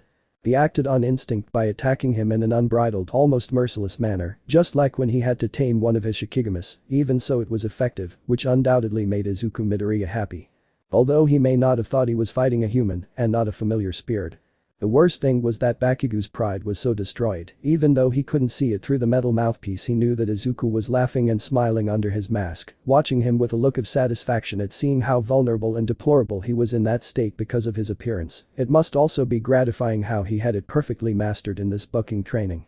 It was so frustrating that Bakugo couldn't do much to defend himself, apart from throwing some small explosions trying to push Deku away. He felt that the boy in front of him wasn't even human because he attacked him, as if he was going to really kill him. He had an ingenuity that he used to fight inside him to attack him and coordinate well his way of hurting him along with his dogs. It exceeded the limits of what they call superhuman. His strange quirk of being able to summon beasts into battle made him even more fearsome. Midoriya made his white jade dog quickly approach Bakugo biting his injured leg again and made the blonde scream in agony once more, but Deku didn't stop approaching quickly and raising and/or extending his knee to connect a kick to his opponent's abdomen, which knocked Bakugo to the ground. He barely had the strength to move, yet he tried to get back on his feet, although before he tried to get up even with discomfort. Both dogs stood in front of him growling at him fiercely in their eyes while showing their fangs very close to his face. Izuku walked towards Bakugo slowly like a hunter to his prey ready to finish the job. "You're finished," he stated while pointing his sword at the fallen Bakugo. Bakugo growled loudly but didn't dare to get up, swallowing saliva with a deep hatred still present in his gaze. This wasn't right. This wasn't supposed to end like this in the blonde's mind. "Shut up, Deku," he spoke in a faint voice due to his tiredness. I'm better than you." Izuku raised an eyebrow in confusion. It seems that despite having destroyed his pride, that superior aura he always saw in Bakunin no longer surrounded his ego anywhere, preventing him from seeing the reality in front of him. Perhaps if he had hit him harder from the beginning, he could make him understand, although he knew what would have happened if he decided not to hold back. Since he couldn't say if he would have preferred to be carried away by the resentment of all these years that passed with that silly rivalry on the part of the blonde towards him. The truth is, the green-haired boy couldn't figure out if he was taking it too personally. He thought his way of thinking sounded immature. This was supposed to be just one more training on his way to being the next #1 hero. Although his luck led him to be paired with that person who was under mercy, he couldn't say if he felt satisfied after hurting Kaken so seriously. Although he could still say with certainty that he did hold a great resentment towards his ex-friend just like Bakugo did against him, the two of them didn't know each other, except because their mothers are still friends today, because they managed to put their differences and their children's problems aside. I wish Izuku could try to do the same for Bakugo, but wouldn't that matter now? What does that matter now? I'm already at UA, Midoriya thought, staring at Bakugo. It's over, I'm fed up. But this blow it's over, Kaken, he warned him, raising his sword. Izuku drew an arc with his sword, forcefully striking the back of the handle of his sword on Bakugo's temple, giving him a forceful blow, enough to leave him unconscious. He wasn't dead, that's for sure, since he'll be fine with medical attention from Recovery Girl, so he simply left him there while he went with his Shikigami in search of the blessed weapon he'd been looking for since the beginning. Back in the monitoring room, Izuku's classmates looked somewhat uncomfortable as well as a little terrified by Izuku's fearsome ability, along with the coldness reflected in his gaze. Almight felt that he should have listened to his students about stopping that brutal fight, even if it was just training, but he couldn't react in time due to his surprise at witnessing the dangerous combat skills of young Midoriya. Without hesitating a second longer, he would call Recovery Girl as soon as possible to check Bakugo's vital signs, pressing a button on the desk for robots to go assist the injured boy. It wasn't normal for a student to be able to do something like that, at least for the blonde hero. No boy like Izuku should have so much experience in battles and possess a tactical intelligence that blessed student showed. It just wasn't right for Almight. Although he excels in many things that are needed to become my successor, I will have to continue observing young Midoriya and the rest of the students to clarify my doubts, he thought, watching the green-haired boy walk through the hallways next to his Shikigami. Todoroki-kun, who had analyzed Midoriya's fight in detail on his own, was the only one who had seen and felt since before entering UA, for the first time, the colder side of that boy, even though he always saw him as someone calm in his old school, or not so dangerous compared to seeing him fight since he observed his debut in the entrance exam. Along with the fight he just witnessed, he felt that there was something more about his peculiar quirk. He thought it was strange in itself. Even though he had contained himself, he knew how to use his quirk, very versatile. Now he gave off a different aura being in this academy, which caused that boy to continue to look so intimidating compared to the tranquility he showed her before. For some strange reason, the girl gave a slight smile that no one could notice, while everyone now watched Midoriya walk through the halls with his two dogs that the girl remembered her sister Fayumi had described the other day. Maybe she smiled because she found the boy intriguing when her older sister mentioned him, telling her that she had talked to Midoriya in the park yesterday afternoon, and that made her doubt why the green-haired boy was with her older sister at that moment. It was a calm conversation as Fayumi described, who was accompanied by Hana. She wasn't upset. But maybe she would ask him about it later after the exercise. Returning to Izuku, he was walking calmly with Shiro. He asked him to follow and find the trail of Uraraka's scent, going up some stairs to the next level. While he let his Shikigami guide him walking with his sword in hand, he noticed that it still had some of Bakugo's blood. He ran his hand behind his back, grabbing an end of what was left of his burned cape, using it as a rag, removing and cleaning the red liquid from the edge of his sword. Thinking that the simple action he was doing to clean his weapon was much more sinister, seeing that he was cleaning blood instead of common dirt. Shortly after knocking Kaken unconscious, he brought back his black Jade dog, leaving him alone with his other twin, because he didn't need the help of both of them to deal with Lita. After his fight against his ex-friend, he wasn't able to contact Ochako because the explosive blonde's explosions had destroyed both his communicator and the capture tape, so he had to rely on his Shikigami's trusty senses to find her. Speaking of the girl, Ochako, who was still hiding for about 2 more minutes trying to contact her partner without any success, was beginning to think that she would have to face Tenyo alone, until suddenly she began to hear light footsteps coming from the hallway to her left of where she was sitting hidden on the floor, and that made her blood run cold, just thinking that it was Bakugo-kun, who was more imposing as well as destructive compared to her. She got up from the ground quickly, imitating her partner's position. She didn't know how to fight for now, so she had to rely on her instinct to win. Although she didn't know who it was that was approaching mainly, she really hoped to get lucky just this once. The shadow of a boy and a dog appeared around the corner of the hallway, then Izuku's figure appeared, turning completely around the hallway, looking around for a moment accompanied by Kuro, noticing that Uraraka was in front of him in a guard pose, strangely with her eyes blank, and her face was somewhat pale, as if she had seen a ghost, which surprised the green-haired boy a lot. Izuku thanked his black Jade dog, stroking its head for a moment and then deactivating his quirk, seeing his dog turn into its original form, a shadow that slid until it melted under its master's own shadow. Izuku decided to end this exercise and passed by Uraraka, leaving her absorbed in her thoughts before she fell to the floor, going blank for a moment still. The boy assumed that if she was there, it was because on the other side of the corridor was the coveted nuclear weapon, which was his objective to recover, before facing Bakugo had just begun. Turning around, he could see Lita, who had lost all communication with Kaken when he had been knocked unconscious by the battle, and her beating he received at the hands of Midoriya, although of course he assumed he was fine. Since the training began, Lita believed she had the advantage if she came to run into both Midoriya and Ichako, thanks to her gift that offered her great versatility to travel throughout the building in a short time. The anti-gravity girl would not be a problem if there were no objects around her that she could float with her quirk to attack her, and Midoriya did not seem like a big deal. Big mistake, again. Lita felt the presence of someone entering the room and turned to see who it was. Meeting Midoriya's intense gaze, she quickly became defensive to look at the green-haired man while doing her best villain voice. "Clumsy hero, I won't let you go any further," he said, firing up his leg motors and leaning forward. "Now, you'll suffer before me." Lita ran at full speed towards where the green-haired boy was while he stood still in a neutral position. He was 1 meter away from the other girl in a few seconds. The blue-haired boy jumped in the air, giving what the freckled teenager believed was one of his best kicks due to the angle he was at, his leg lowered decently to hit the air. Tenya blinked for a moment, assimilating what had just happened, because Midoriya was no longer in front of him, he had practically disappeared from his sight. "You'll have to be a little faster if you want to catch me, of course," a metallic voice whispered in her ear behind Lita. Tenya felt a chill, but when he tried to turn around, the last thing he saw before falling to the ground was a green blur, hitting the left half of his head profile with enough force which caused his helmet to fly off to the opposite side of where Lita was, and he was still in midair. He descended downwards, falling on his back. He wanted to get up again, but when he opened his eyes, he quickly stopped in his tracks because the tip of Midoriya's sword was just inches from his neck. Lita looked up to see Izuku's impassive expression staring at him. That made him feel more nervous than his state at first. "Looks like I won," he said in a calm, metallic tone. Lita bit her lip. "I'm not going to give up, you'll have to defeat me," he challenged, although he already knew he had little chance of beating Midoriya. Izuku tilted his head. "Fine, so be it," he said again in a calm tone. The last thing Lita saw before falling unconscious was Izuku's black boot that hit him clean in the chin, hard enough to leave Lita with his eyes rolled back and fall to the ground knocked out. Again, surprised looks in the monitoring room, who were very surprised by how the first fight ended due to the fearsome ingenuity along with the skill that Midoriya showed when fighting.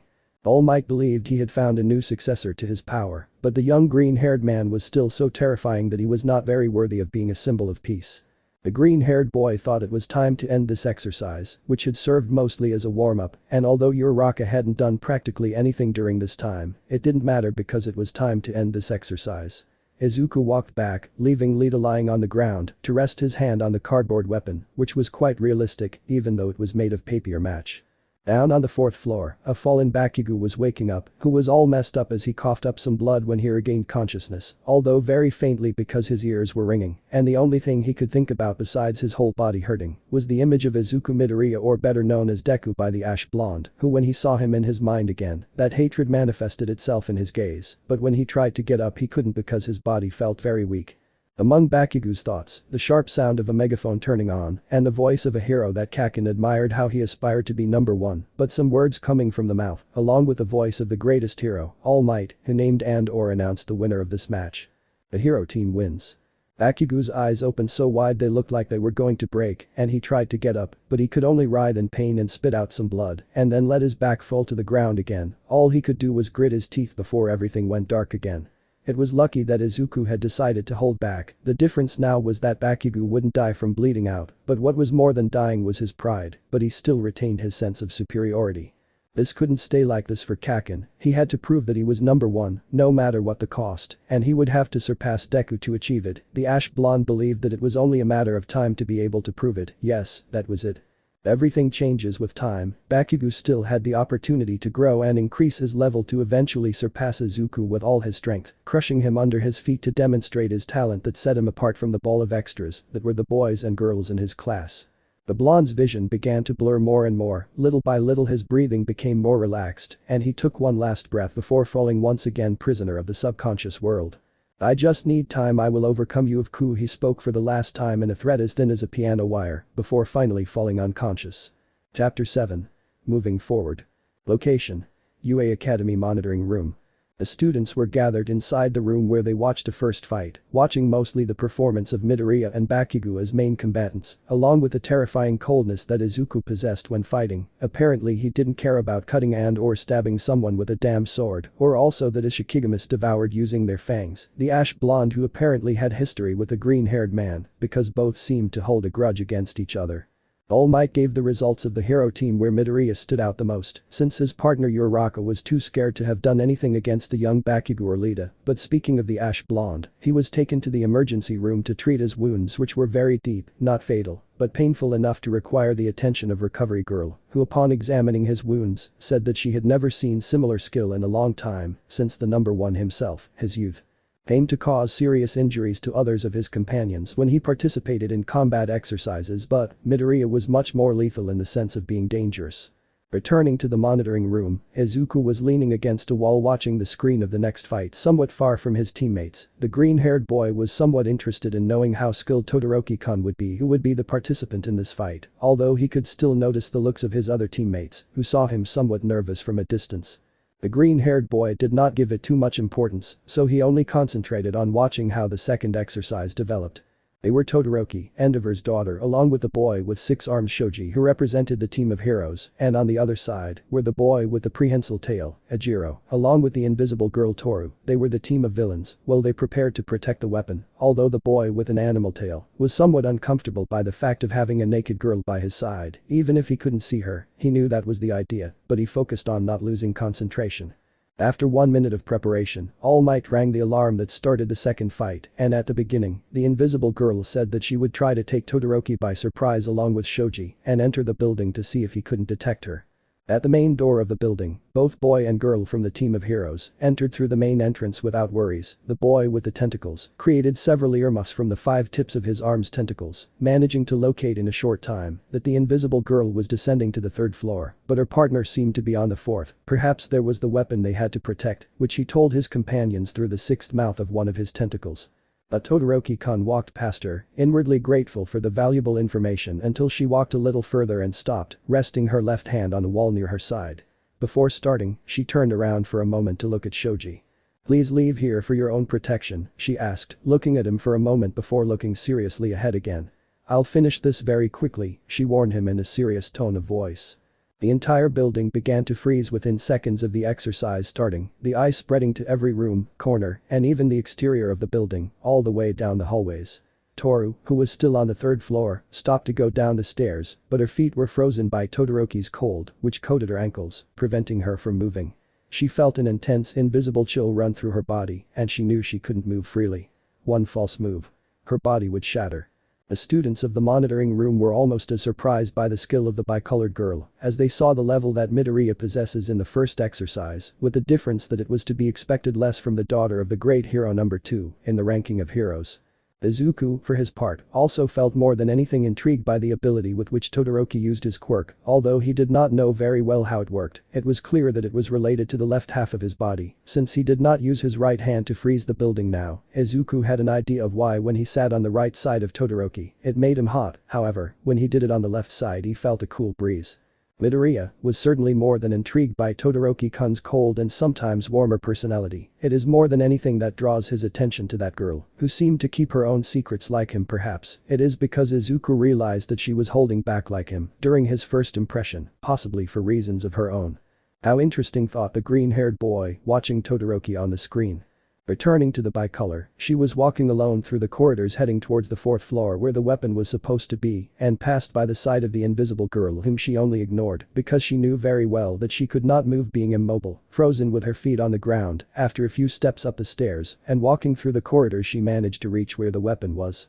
Ejiro, who also had both feet frozen to the floor, could not move because he knew that he should not use too much force and then noticed how the door in front of him opened. Todoroki-kun appeared, walking around and entering the room where the weapon was next to the boy with the prehensile tail, who assumed his fighting stance as best he could. The girl looked at him and began to advance towards him, maintaining a serious expression. Ejiro could only grunt watching as Todoroki passed by him, extending his right hand towards the weapon and then touched the surface of it. An alarm sounded again, but it was different since it announced that the team of heroes had managed to win. Everyone was still surprised in the monitoring room except Izuku, who apparently could notice things in the girl that no one else seemed to have noticed. After a few seconds, the ice began to melt throughout the building, since Shoto had used his fire half, but did not use it as such, but instead increased the temperature around him, so that it spread throughout the building, beginning to evaporates ice, turning it into small drops of water scattered from the walls, floor to ceiling. The girl turned around to see Ajiro, who hadn't stopped looking at her. "I'm sorry, you don't feel bad. But, you know, our gifts are incomparable." He spoke to her in his serious tone, but he seemed to be trying to encourage her to continue.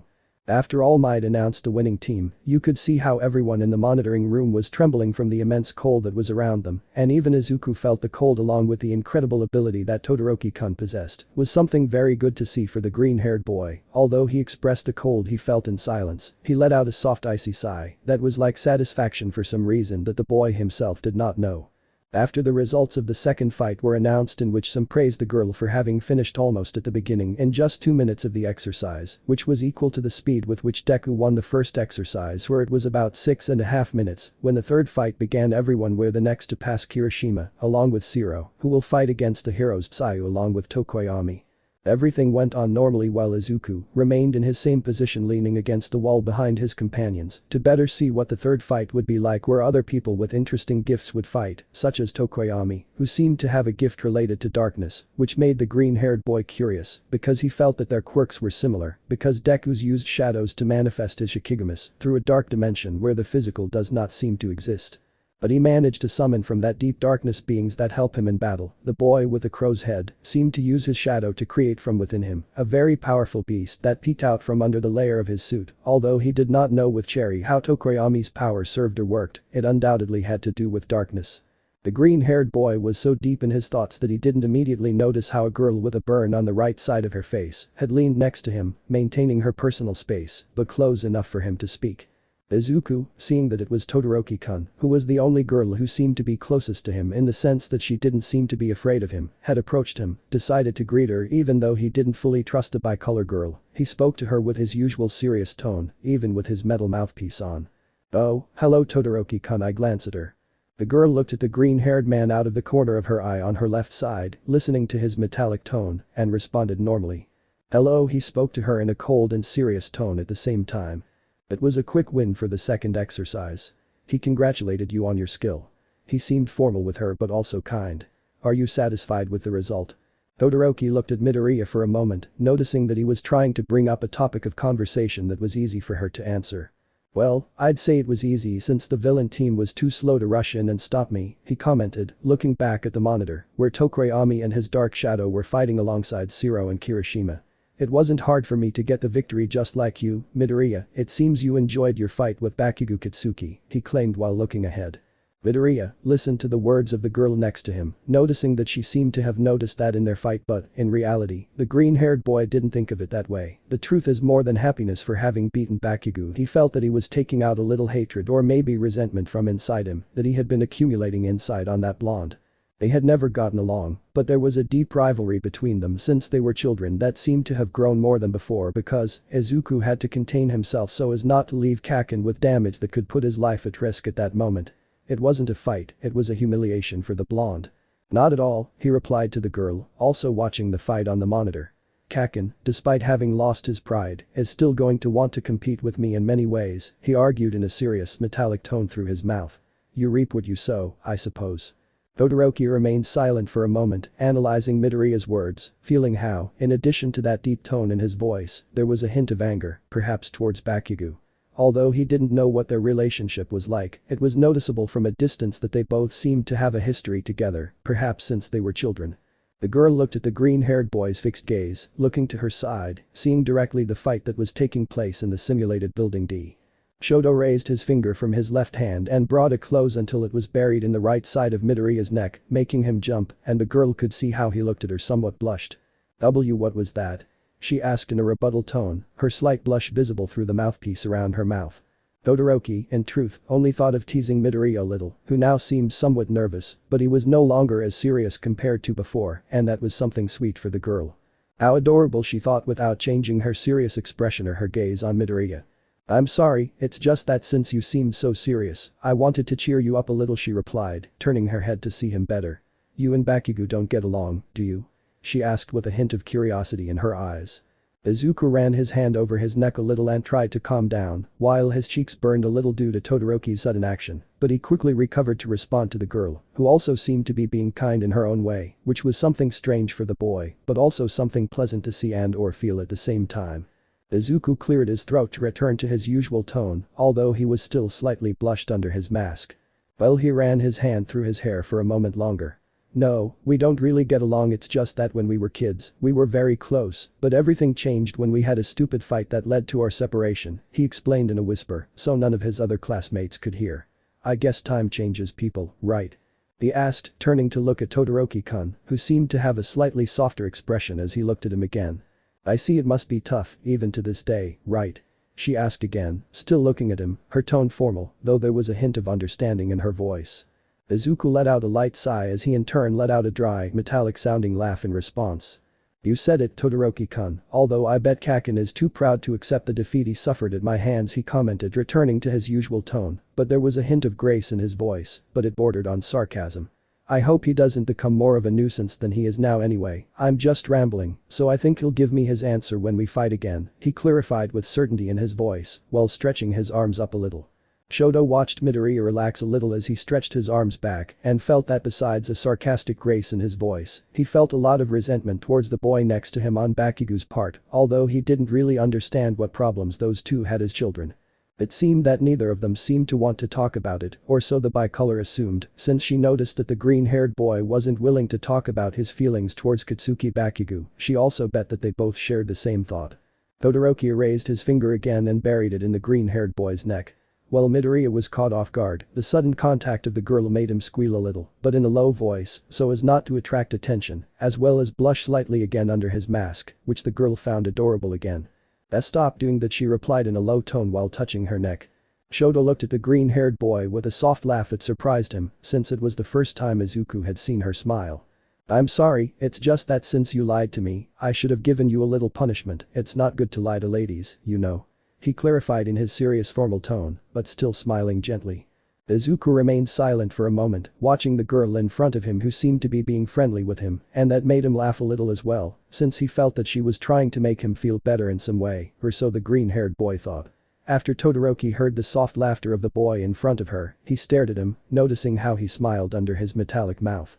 I'll keep that in mind for next time, Todoroki-kun. He looked at her while there was still a slight blush on her cheeks, lifting her cheeks towards her, so she knew he was smiling.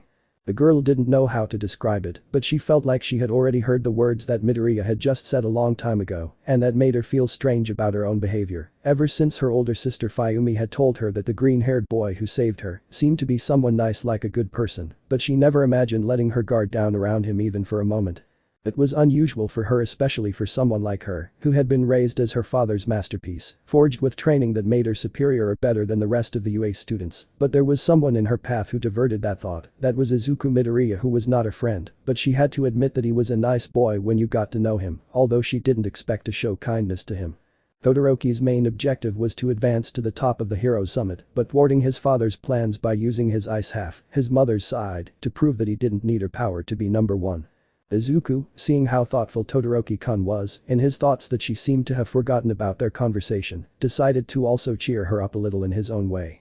Which involved taking off his metal mouthpiece for a moment and bringing his mouth closer to the girl's ear and gently releasing his breath on it, making Shoto shiver. She walked away holding her ear as she watched Midoriya surprised and assimilating what she had done, but there was a slight blush on her cheeks that made her look tender, or so the green-haired man thought. I thought I should clear your mind now, Todoroki-kun. I smiled softly, still holding her mouthpiece in her right hand. Izuku stared at him for a moment, holding his smile for a moment longer.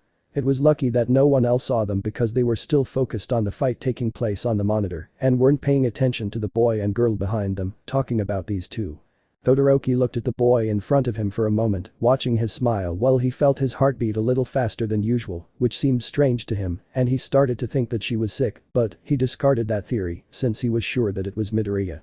It was all her fault. That thought made Todoroki still blushing and turn stomp the ground using her left foot to create a wall of ice that Midoriya stepped back to dodge, since it had caught him off guard and fell to the ground. He noticed that now everyone was looking at them because of the girl's sudden attack on the green-haired boy, but the boy noticed that the bicolor in front of him was still with a blush on her cheeks, crossing glances with her for a moment before she turned around and walked towards the exit of the monitoring room. I'm going to the bathroom, she said as she crossed the hall and left, slightly blushing. Midoriya had already gotten up from the floor while rolling his eyes at that girl's behavior. He bet she had gotten nervous as soon as he played that little prank on her and probably left so no one would see him like that. Izuku would have to apologize to her later for what happened. Location: UA Academy Nursing. Almight would approach Recovery Girl while she attended to the already bandaged and healing wounds of young Katsuki Bakugo. The old woman turned to look at Toshinori with a slight frown and then let out a soft sigh. Until you finally arrive, Almight, I want you to tell me exactly what happened to this boy, he demanded, staring at Toshinori. The number 1 hero, who had already finished his class a few minutes ago and then ran off to the infirmary, making sure that young Bakugo was asleep so that he wouldn't be aware of the steam that his body gave off as a sign that he was about to reach the limit of his transformation, and when he reached it, his body deflated like a broken steam engine while he saw Recovery Girl again. Ah, well, you see here, and his hand lightly behind his neck. That day we had basic hero training, but I did a group combat exercise, and the first ones to come forward were young Bakugo and Midoriya, who seemed to have some sort of rivalry going on, he explained, somewhat embarrassed, looking away from the floor. I think it was a bad idea to pair them up together to solve their problems. That's how I used to solve my conflicts with an old friend, but the fight got a little out of hand, he finished explaining while looking at her again. Recovery Girl sighed again and looked at All Might again with a slight frown before extending her open hand towards where the sedated Bakugo was. The wounds he has are treatable with my quirk, but it seems he also overdid it in battle, and I can't handle everything at once, she reproached him, looking at the hero in front of her and still pointing at Bakugo. The IV has already taken effect, he just needs rest for now, but, seeing his injuries, they weren't usual in a combat exercise for basic hero entertainment. You should have stopped him, and the one called Midoriya from the beginning, All Might, she reproached him again while turning her chair again and putting her elbows on the desk.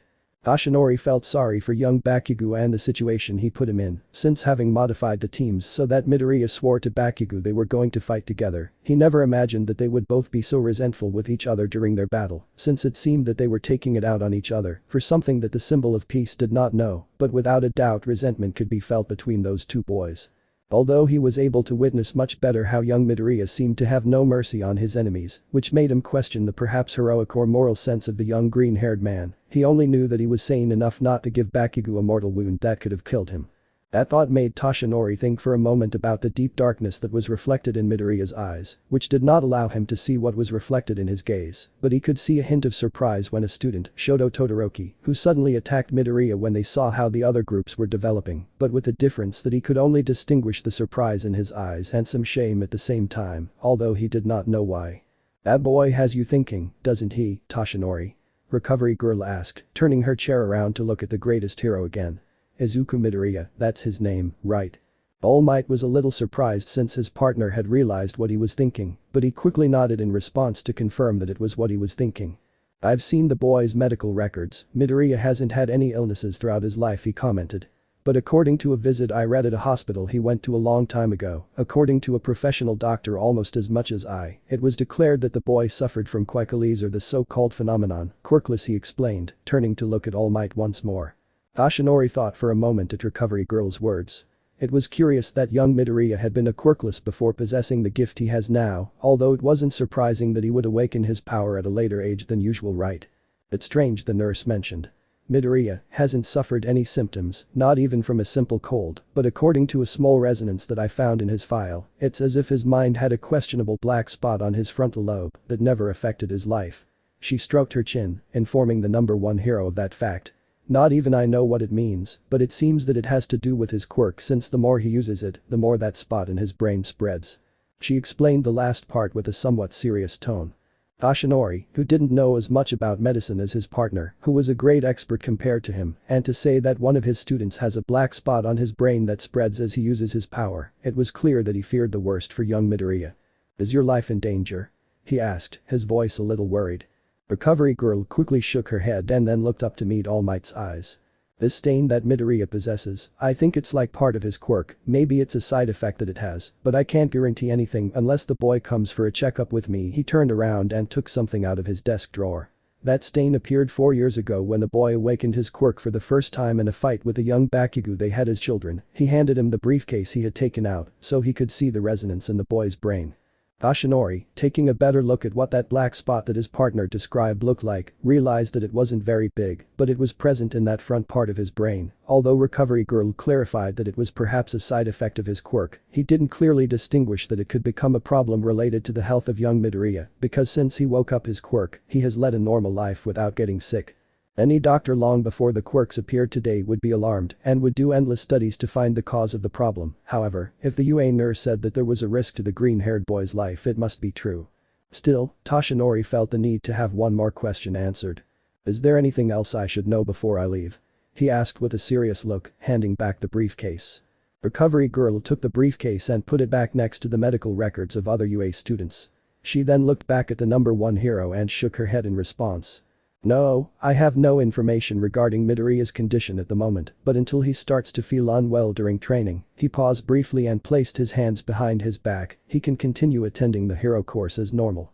If I find out anything, I'll let you know. Don't worry, he told her while adjusting his glasses for a moment.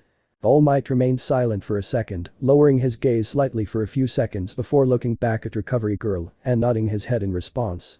Thank you, Recovery Girl, I really appreciated it, he told her with his serious expression, but a kind tone at the same time. The UA nurse nodded while smiling in response at Toshinori, and after a moment they only continued talking about trivial matters to lessen the tension that was in the air with that intense conversation that was regarding the most mysterious boy of 1A. Without either of the two professional heroes being aware of the blonde confined to the stretcher, he had managed to wake up in the middle of their conversation when it began. Although he could not distinguish whose voice Recovery Girl was speaking with, he could make out the name Almight, who was talking about a young man with curly green hair that made Bakugo's blood boil.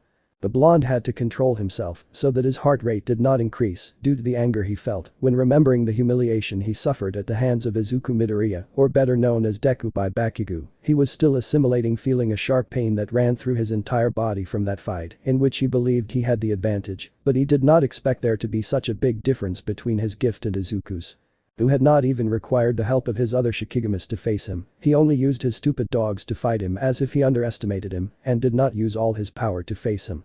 Everything was silent in Bakugo's mind, who was still stunned to think that now Deku managed to beat him, but he was not going to let it end this way. He had to become much stronger and surpass Deku in every way to prove that he was stronger than him. It was an issue that he had to resolve with Midoriya to fix what they left when they were children, because until he managed to at least defeat him in a fight, he did not believe he could advance to the next level.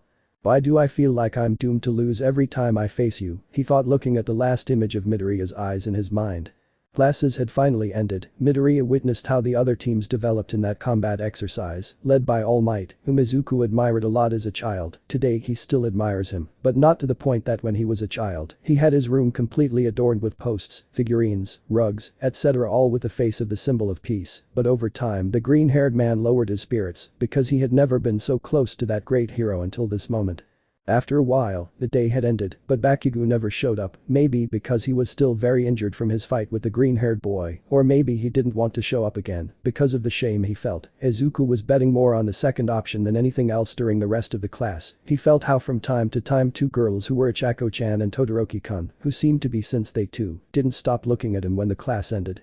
Ichako usually looked sideways at the green-haired boy, somewhat nervous in her gaze, since she still wanted to thank him and in turn apologize for not having helped her. She remained practically very thoughtful about what to do regarding Lita's situation with a weapon. She was prey to the fear she felt for having imagined that she would have to fight against Bakugo, even when she realized it was Deku. She couldn't help but feel nervous still because of the cold gaze along with the bloody sword that the green-haired boy had in his hand at that moment. Izuku was aware of her gaze, but stayed on the sidelines looking out the window waiting for the recess bell to ring.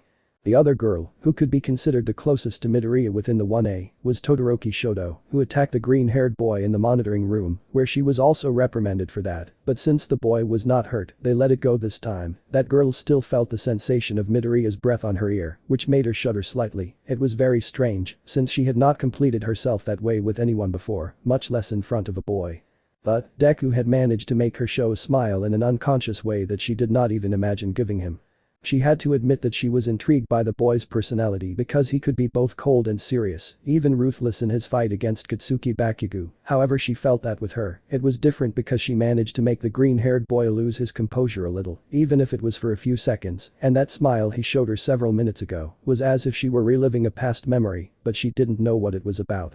He was a strange boy, but kind at the same time. He also seemed to know when to relax his gaze when he made that little joke that made her lose her composure for a moment. She had never shown herself nervous in front of anyone because she believed that it would show weakness, but it was different and even in a certain way pleasant that Midoriya made her that way, although she could have gone too far when she attacked him. For his part, Midoriya felt a strange pressure on his body when he noticed Todoroki-kun's fixed gaze watching him.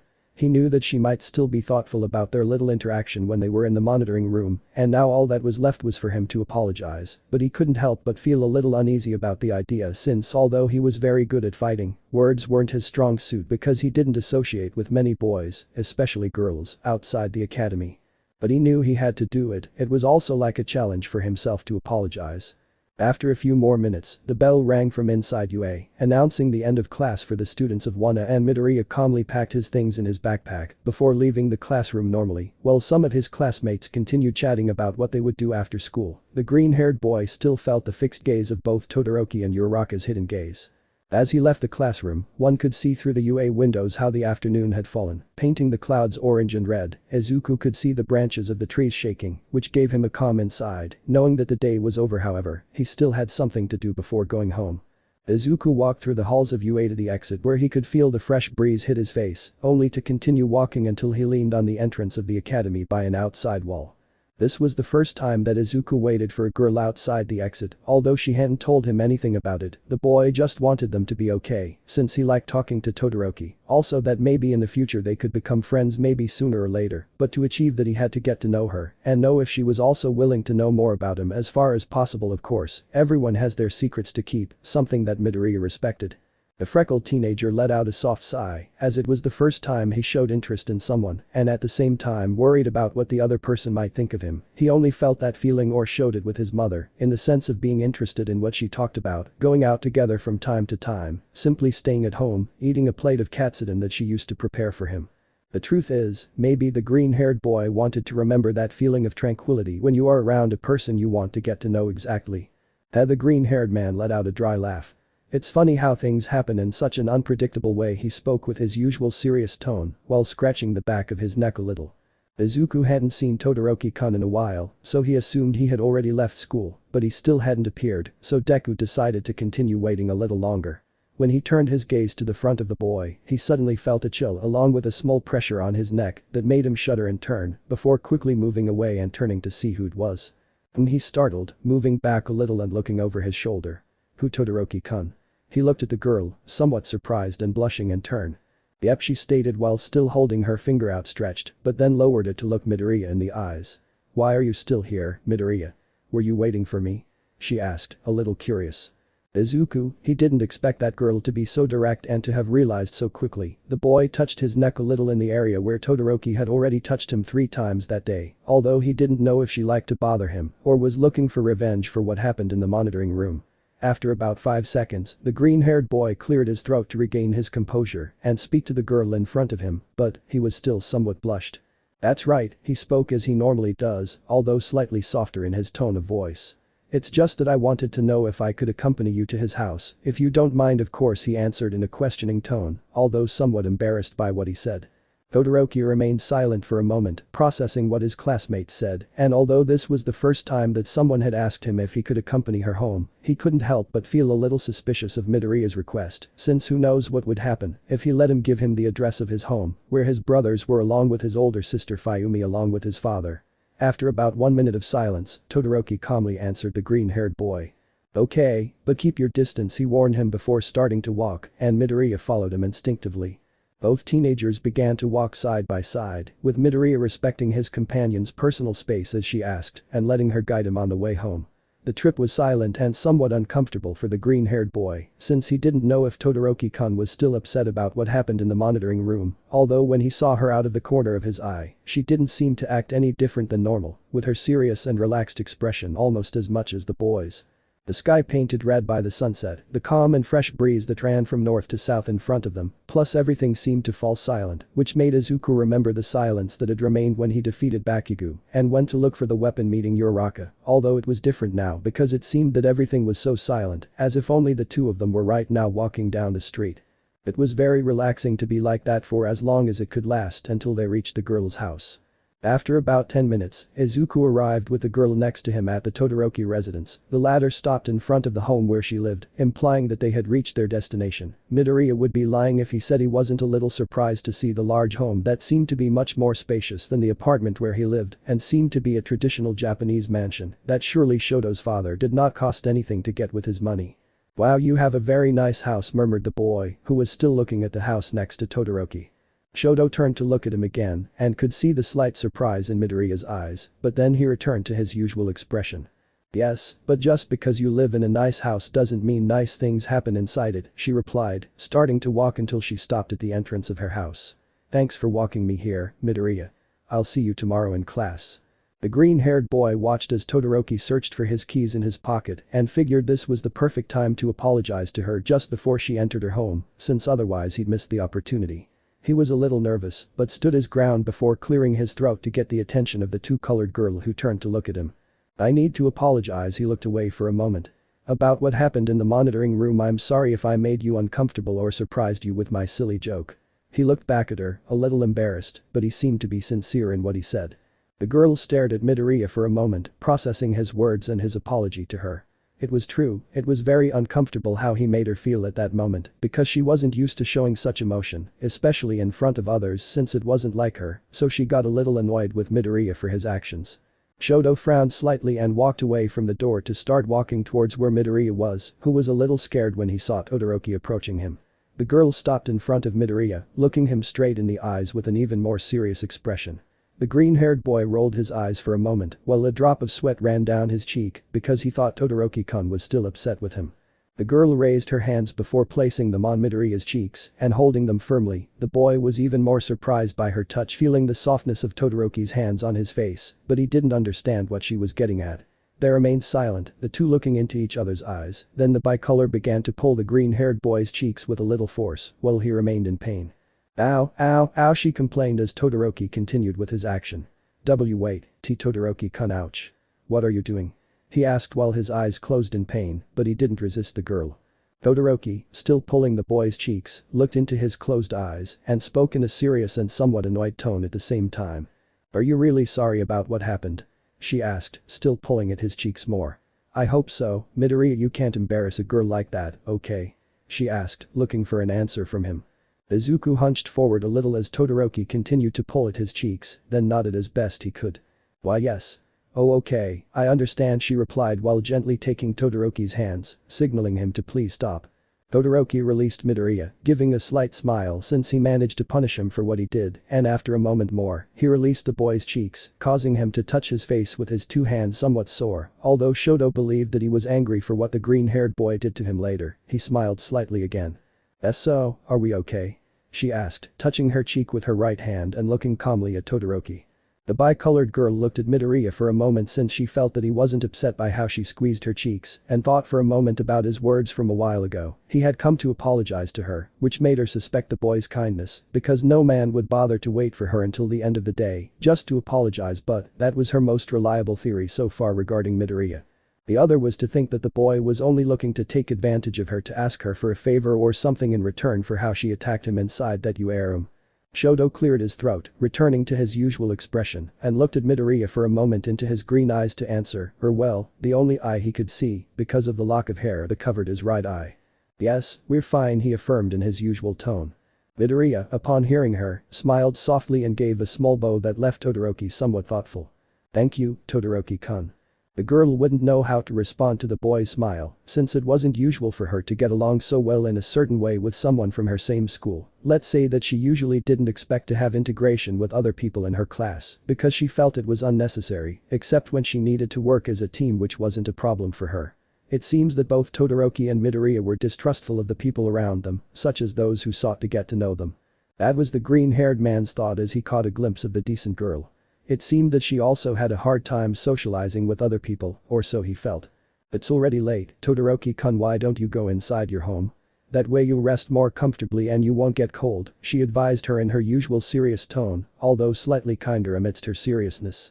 "Good night, Todoroki-kun," she said goodbye, giving the girl one last smile before proceeding to leave. "Why are you so formal, Izuku? What's happening to me?" he thought without losing his smile for a moment before turning around to leave. Shoto watched as the boy left and stood for a moment, thinking about his words, only the difference was that he felt like someone other than his family cared about his well-being, or so she felt. It was strange, he just wanted this day to be over with so he could start again tomorrow with more energy. He turned around, taking the key out of his pocket again, and approached the door. "Good night," he murmured through his teeth, looking towards the door and opening it to enter the interior of his home. It was a strange night and day for both teenagers, who were beginning to feel things they had never experienced before. The most distressing thing was that neither of them knew what they were, or perhaps they refused to believe it. Chapter 8. Attack of the Villains. Location: UA Academy entrance. "Hey, kid." A reporter spoke up. "Please tell us what All Might's teaching method is like. Is it as good as the rumors say?" she asked a young man with curly green hair. Izuku remained silent as he looked around for a moment, noticing the crowd of reporters in front of him, but he could also see some students from Class 1A, the class he was in, trying to answer the incessant questions from the press, in the face of all this, which was very overwhelming, because everyone just wanted to go inside the academy to continue their studies. How annoying, how can All Might be a hero with all this? Midoriya thought with his eyes rolled for a moment, turning around and walking between the reporters. The number one hero, All Might, was a symbol of hope that surrounded the hearts of the innocent, making them believe that everything was okay. Why? Because he was there, was his iconic phrase, accompanied by his characteristic smile that gave a feeling of peace, knowing that a great muscular and smiling hero would save them from danger. Although, being the greatest hero also brought its consequences, which could end up being that your social life was seen by everyone through the media, who followed you wherever you went. The same happened with many other heroes, about whom false rumors were spread that could harm their lives if they became true, or rather, it depended on whether people believed what they whispered in the shadows.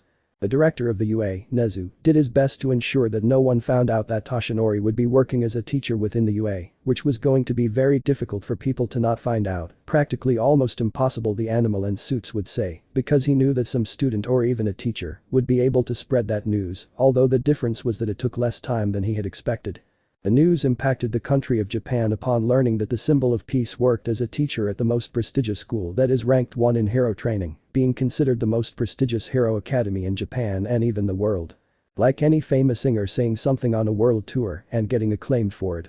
Midoriya believed that so much attention was unnecessary if someone wanted to be a teacher, but he didn't say anything about it because he knew it would be too late to mention it, and it wasn't that big of a problem for him. What truly worried the green-haired boy was hoping that All Might wasn't attracting unwanted attention.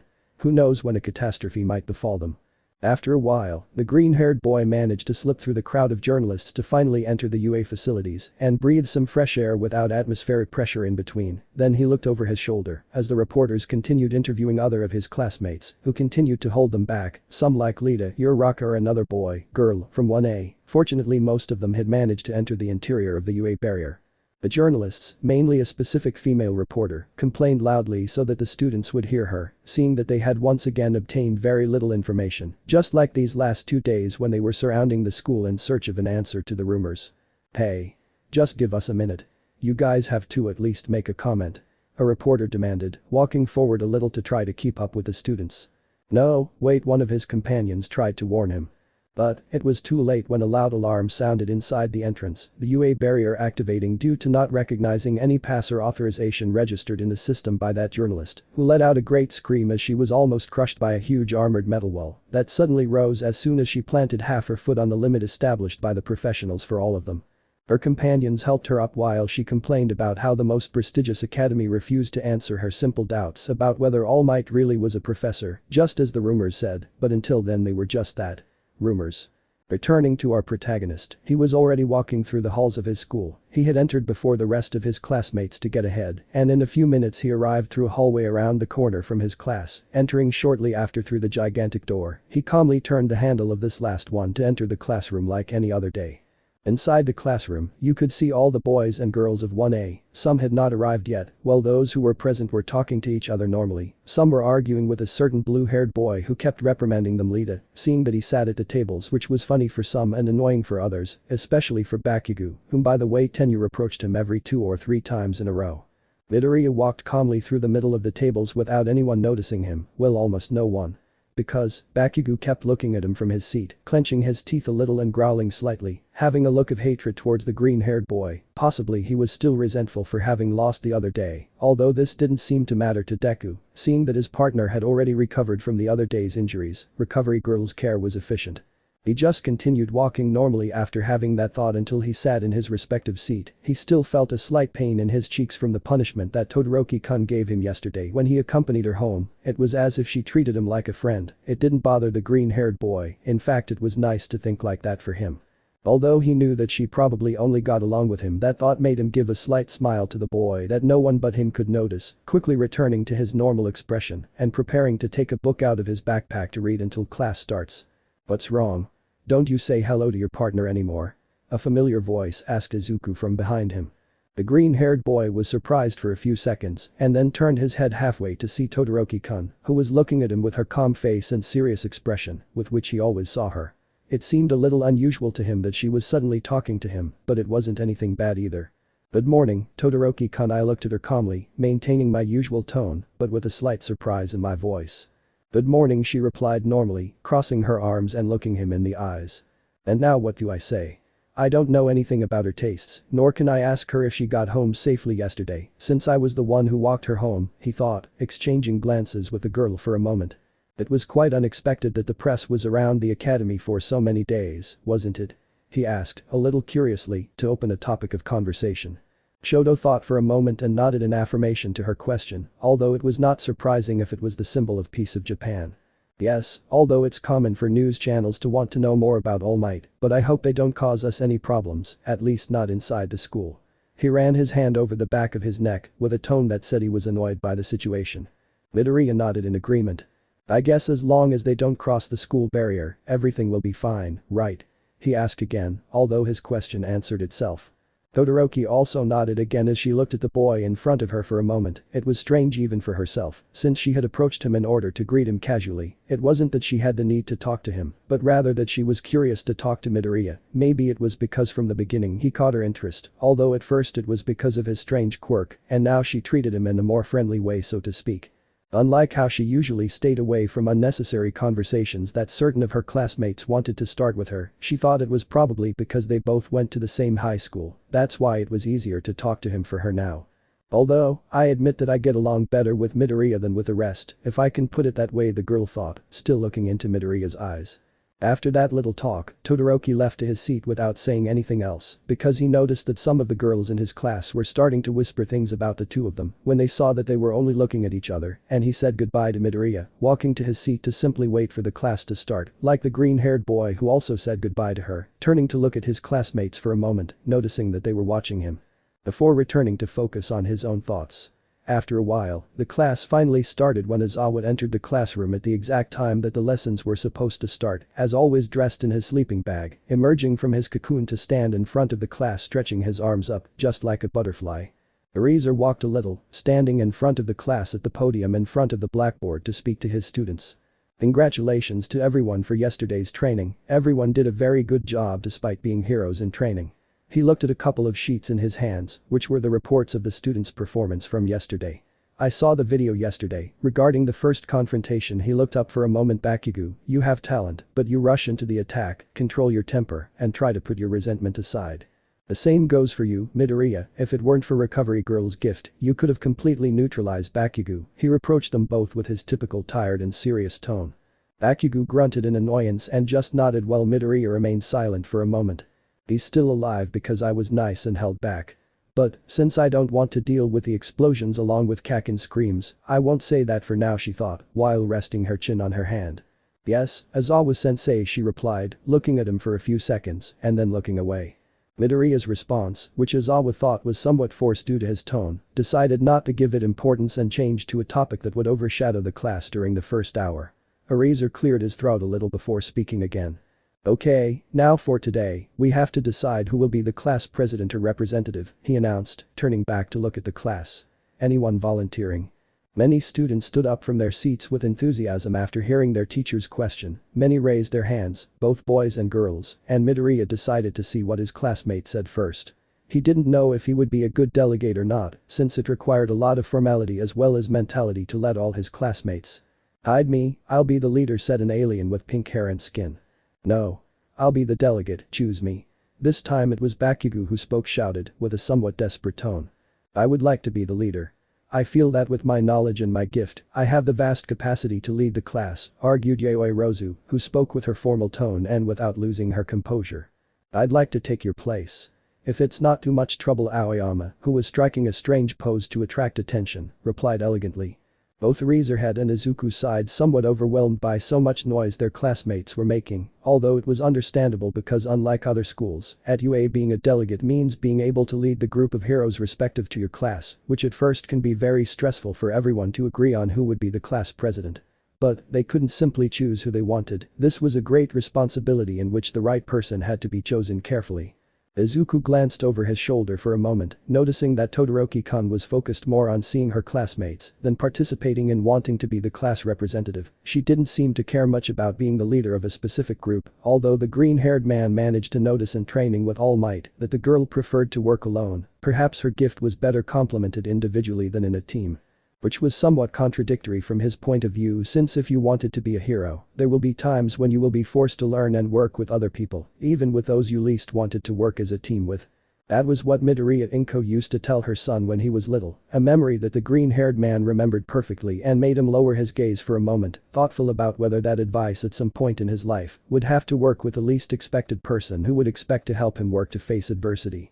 Although Midoriya didn't think it was very convenient for him to be the one leading the class either, in his opinion, it was better to lead a small group and not a large number of people, thinking at the same time that he would have to make decisions which would affect everyone in general, so he saw it as an unnecessary burden for now. At the very least, he was going to provide his help to whoever needed it, he was also going to give his opinion on which of his classmates should be the leader, at the end when the students agreed. Razor limited himself to listening to the constant requests of his students, thinking for a moment that he wanted to go to sleep, but he knew he had a job to do, so he resigned himself to speaking again. However, someone got there first. "Comrades, please be quiet," the blue-haired man, Tenyolita, asked them. "This job requires the responsibility one assumes when leading others. We can't rush into making hasty choices. We must be fair and vote for the person we trust most for the position of delegate," he clarified, leaving his colleague somewhat thoughtful about what he said, but Lita's words seemed to come out with effort since he, too, wanted to be elected. Everyone looked at each other for a moment, doubtful about the words and suggestion that Lita mentioned regarding choosing someone they could trust. They had only been attending UA for a week, living together with each other, so there wasn't much trust between the boys and girls of 1A, so putting it to a vote could be practical, but surely everyone would vote for themselves, since they didn't know what the other's ability would be in the field of leader. Midoriya stroked his chin somewhat thoughtfully about it, because not even he would know who to choose, other than the most obvious option, which could be the students admitted by recommendation, of which only two were Yaoi Ruzu along with Todoroki-kun. Izuku cleared his throat a little to get his classmates' attention. "If it's not a bother, in my opinion perhaps, Yaoi Rozu-san could be the assigned class representative. It seems that she knows how to work as a team, and it seems that she is one of the most responsible Kaxias in this class," she clarified while looking at her classmates from her seat. "I think the most reasonable thing would be that whoever gets the most votes will be the one they trust the most to be the class representative, don't you think? We have to take a risk and see who we trust the most to assume this role," she asked calmly, leaving her classmates thinking about what she told them. Midoriya's words had a certain logic in their meaning, after all Momo was one of the 4 students admitted by recommendation, so she should be more than fit to lead a group, and not to mention that she is very responsible when it comes to training, like yesterday during All Might Sensei's fight, there the girl explained in detail how Midoriya's victory was possible, while giving other points to highlight, such as that Uraraka did not do much in the fight. But it seemed more personal despite being only a class training when Bakugo and Izuku faced each other. To all this, the fairest thing was to put it to a vote so that the students could decide who would represent them, just as the green-haired man said. "Even if it was by pure luck. I don't care what they do. As long as it's before break for my own good," as Awa-sensei said, getting into his sleeping bag. And with that said, Lita began to make a horizontal table with all the names of the boys in the class on the board, while her classmates were thinking about who they were going to choose, discussing and sharing ideas with each other to have a more open thinking. They had about 10 minutes to reflect on it, then one by one, they went to the board to see who would get the most votes in the end. Midoriya waited patiently for his turn to pass while he remained silent watching the others pass, analyzing and secretly listening in the background to the conversations of the boys who it was not yet their turn to pass, although he felt a non-hostile presence approaching behind him, which caused him to turn around slowly to see who it was, meeting the girl with a ponytail who he had mentioned before. That would be a good choice to be the class delegate, it was Momo Yaoi Rozu. She had approached Midoriya in a somewhat curious way for the boy. "Was what you said before true?" that I'm capable of leading our group?" He asked in his formal tone, but there was a certain curiosity in his voice. Midoriya looked at her for a moment before answering and seemed to have noticed that Yaoirozu seemed hesitant, maybe because of what she said before, but he still didn't lie thinking that she would be a good option, although he was also curious to know what the girl would answer him. "Are you?" he asked, calmly looking the girl in the eyes. Momo frowned slightly because she didn't expect him to answer her question with another question. It seemed that the boy in front of her wanted to know if she would be able to lead the class. She could notice the intrigue in his voice, feeling a small feeling that Midoriya was testing her to see how she would respond. She knew that if she proposed to him, or if she decided to be chosen in any case, she would be able to exceed the expectations that her classmates had of her. She could bet that many looked at her with the same look as the boy in front of her, intrigued by her abilities as a student admitted by recommendation. The girl cleared her throat for a moment and after answering Midoriya. "Yes, of course I'm sure I have enough capacity to lead a group, I know well how to find the weaknesses and strengths of others," she answered with confidence in her voice. "That should be enough to be a capable leader, right?" She said her last sentence in a determined manner, looking the boy in the eyes. Izuku let out a light laugh at Momo's comment as he felt like she was taking all this too seriously. Using reverse psychology to cheer someone up seemed more effective than what he read in that book in a library he sometimes visited from time to time when leaving UA. Although he wasn't lying, he felt that the girl was missing something to become a complete leader, and that flaw could be that she didn't get along very well or didn't talk to many of the boys or girls from 1A. Except for some girls like Uraraka, Mina or Jiro, which could make her see her more as an authority figure instead of a leader. He would have told her that, but what would her reaction be? He also took into account that Momo had better social skills than him, so he preferred to keep silent about what he thought about her. "I was glad then I was right to give my opinion about you, Yaoirozu-san," he replied calmly, looking at the girl for a moment longer. Before being able to continue with that little conversation, Lita called Momo to come vote for who she wanted to be a delegate. She stared at Midoriya for a moment longer before walking by the boy's side to go to the blackboard. Momo Yaoirozu couldn't help but feel a little nervous despite being someone with a serious and formal character. When it came to these types of situations, it seemed to be inevitable just like in other people. She could notice that for most it was difficult not to feel a little pressure under Izuku's gaze, because his eyes were practically impossible to read or interpret other than as a deep abyss through a green color, at least that's how she would describe it. So she felt relieved to know that Lita-san called her to come closer to the blackboard. Even without meaning to, the pressure Izuku exerted was enough to push people away. It was good for the boy to know that not everyone viewed him in a dark light. Speaking of Izuku, he remained silent normally for a moment longer before it was his turn to go to the blackboard. Lita called him, and the green-haired boy calmly got up from his seat to go to the blackboard. Like everyone else, the boy looked at the table they had written for a moment, noticing that the votes of the boys or girls who had received the most were for Lita, along with Momo mostly.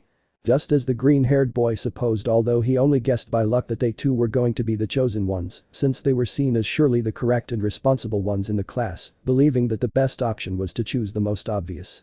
Izuku marked a horizontal line on Lita's scoreboard so that he and Momo would get the same score of 4 votes each. He didn't think about it too much, it was obvious that it was already decided who were going to be the representatives of Class 1A. He felt that it was more important for him that this issue be resolved as soon as possible and then go eat.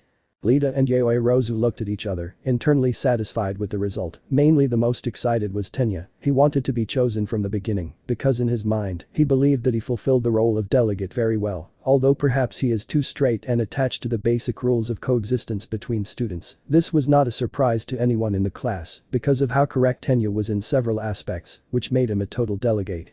Although perhaps he takes his work very seriously because of how dedicated he was when he had to be or when he set out to be.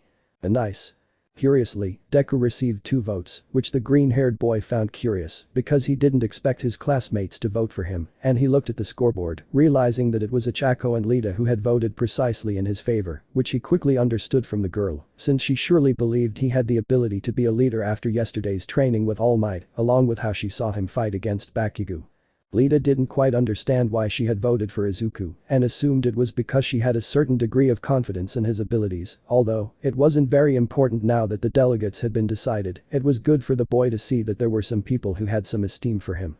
After a while, after voting and choosing who the delegates would be, the first hour of classes had gone by normally among the students of all classes, and then the bell rang indicating the break, where our protagonist, upon hearing it, calmly got up from his seat, putting away his things, and then heading towards the door without any complications, without paying much attention to the looks from some of his classmates who looked at him with intrigue, something that the boy did not know why. Midoriya, upon arriving at the cafeteria, chose his plate so that some small robots would bring it to him almost instantly.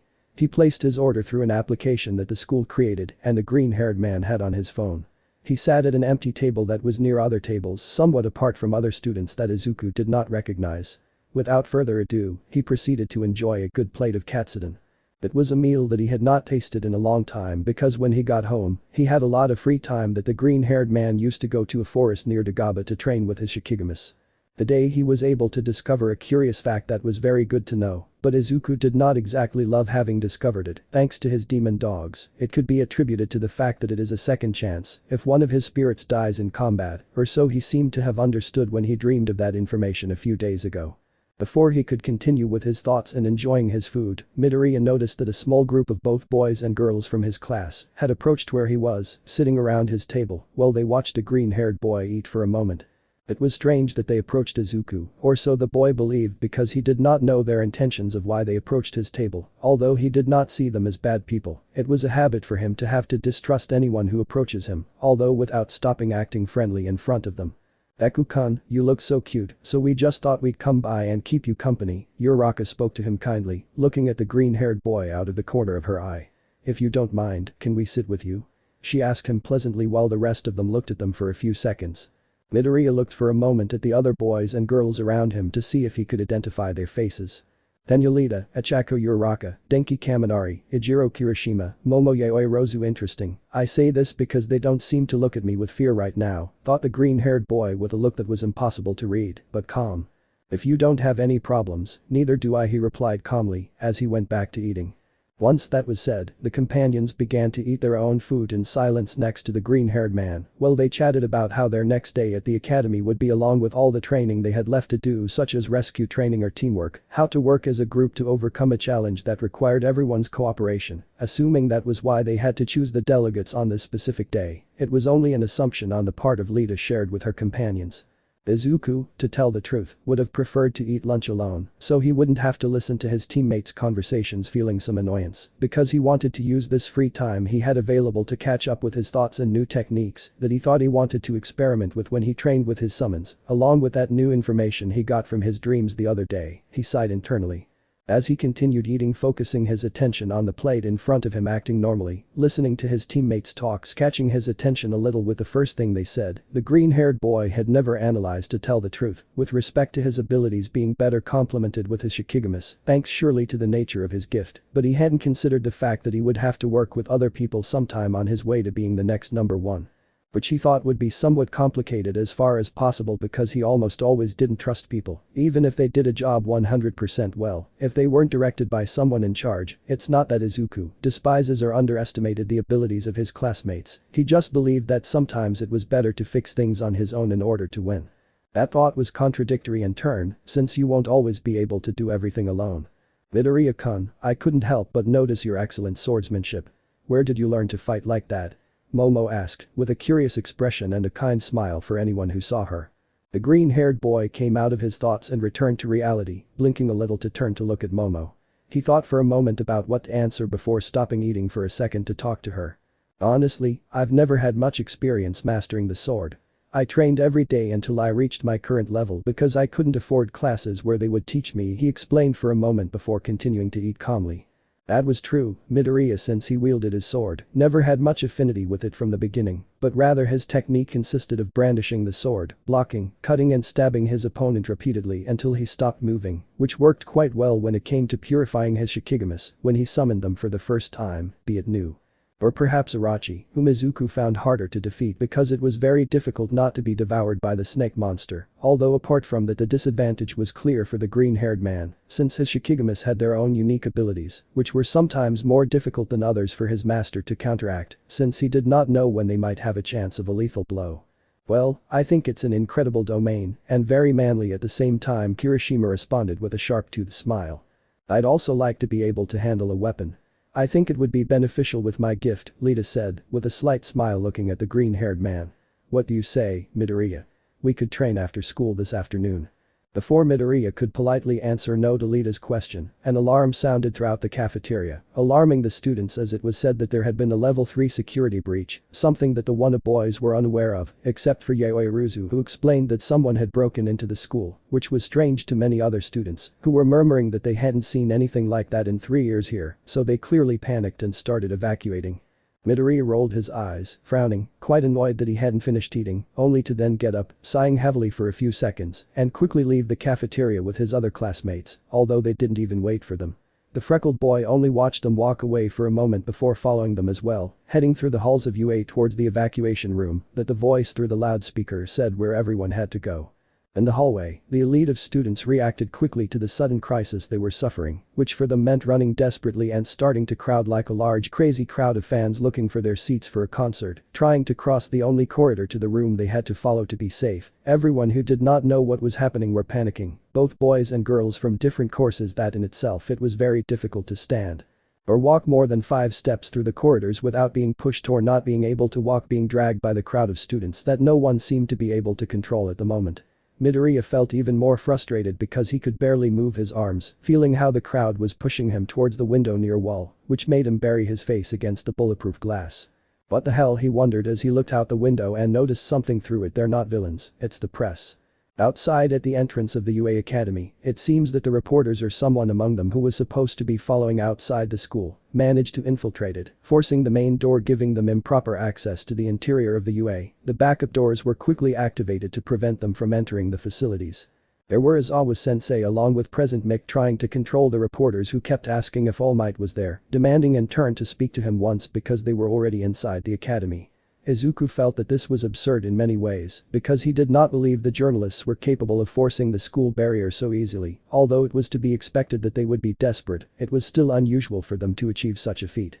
The green-haired boy's thoughts were interrupted as his face was pushed even further, hitting his cheek against the glass and making Izuku grit his teeth trying to stop himself from hitting the students to get them away. They came in illegally, you know. They can be attributed to villains, the voice hero whispered to Ariza at his side. Can we beat them up to get them out? No, Mick. We have to wait for the police, or would you rather they start slandering you? He glanced at his partner before they both went back to trying to calm the media. Let's just make a few comments. Almight works here, right? Asked the same reporter from earlier, exclaiming, extending her microphone to both heroes, wanting to know. Returning to the hallway, the students were still in a commotion, thinking that it was the attack of some villain who entered the UA, but they were wrong. However, the problem was that Izuku seemed to be the only one who noticed this fact and felt his face still pressed against the window glass by the rowdy students. He felt it more than painful, it was irritating to have to deal with all this.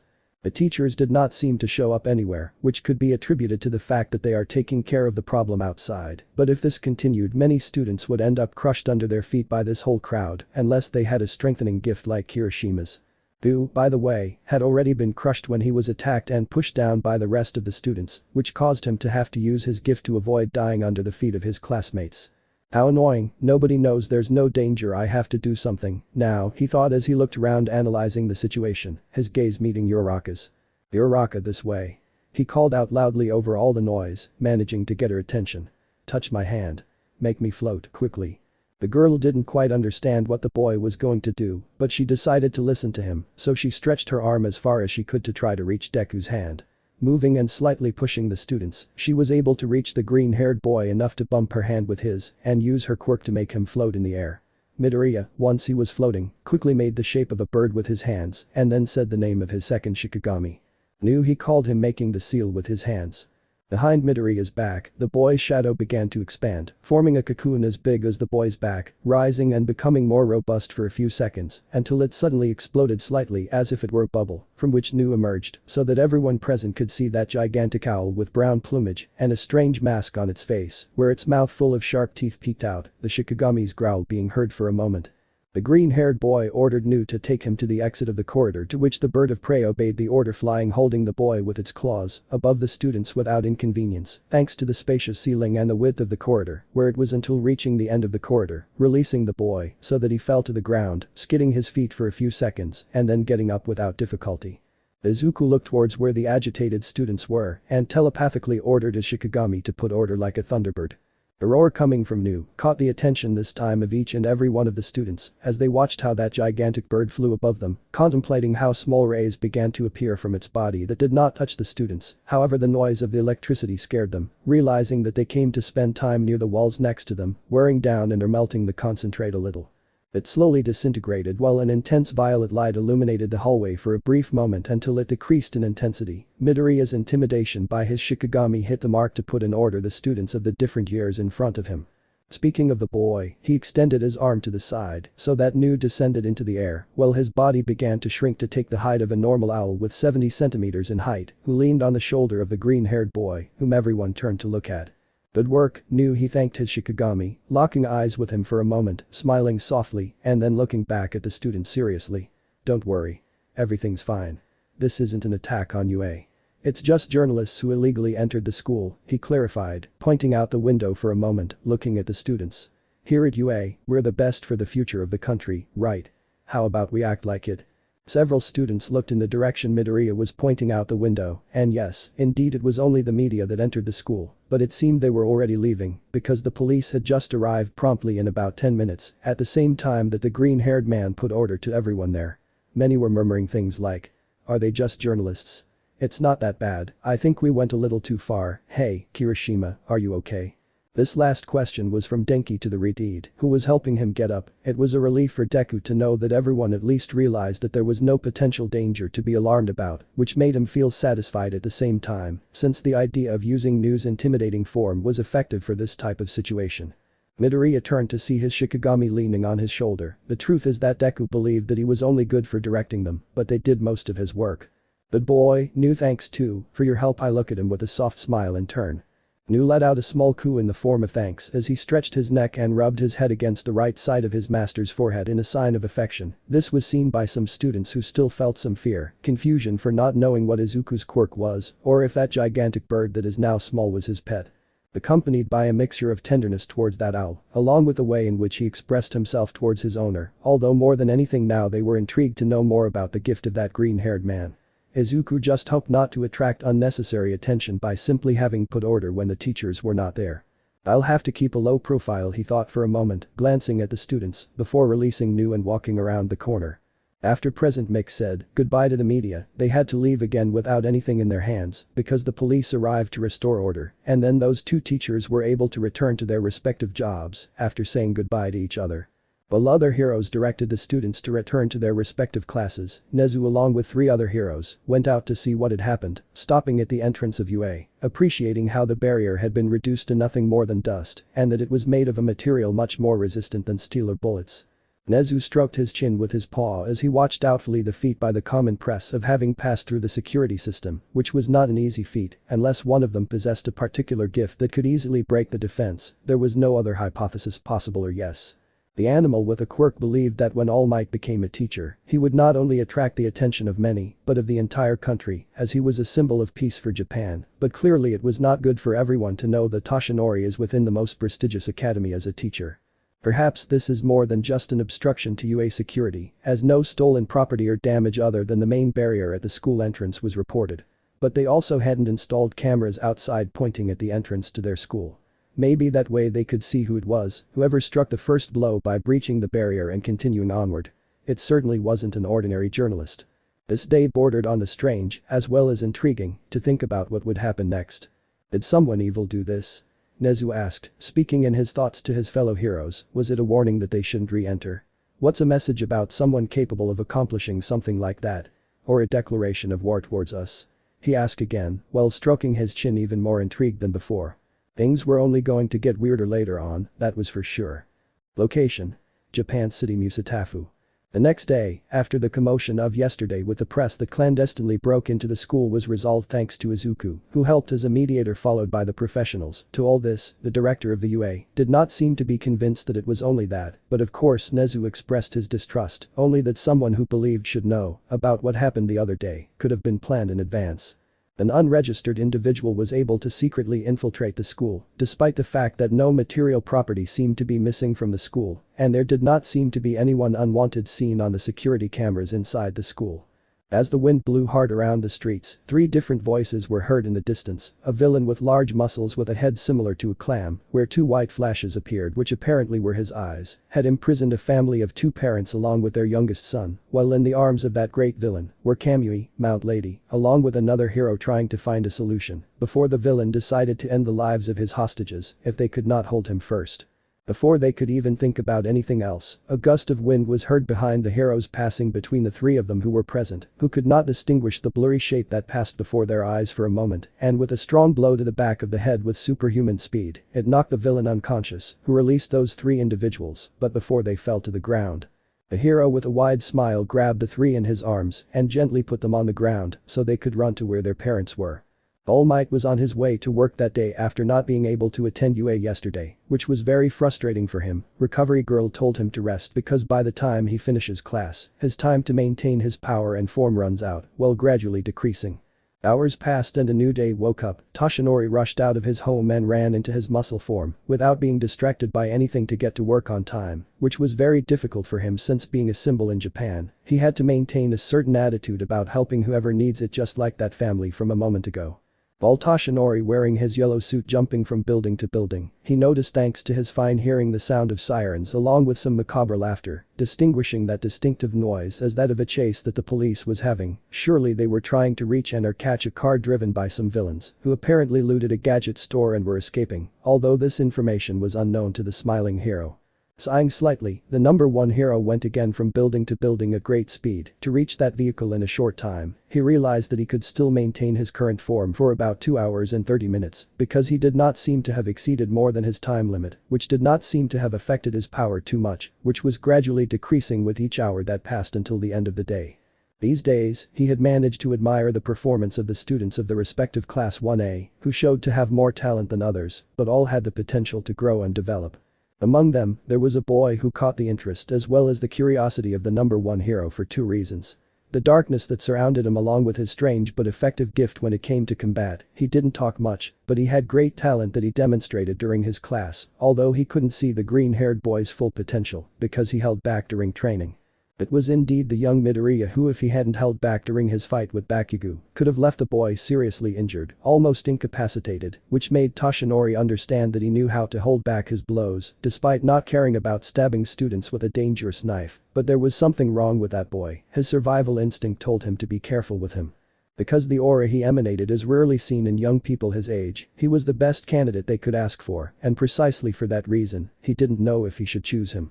Not all that glitters is gold, that phrase echoed in Toshinori's mind after stopping the car with his hand, knocking out the criminals inside from the impact when the airbag went off.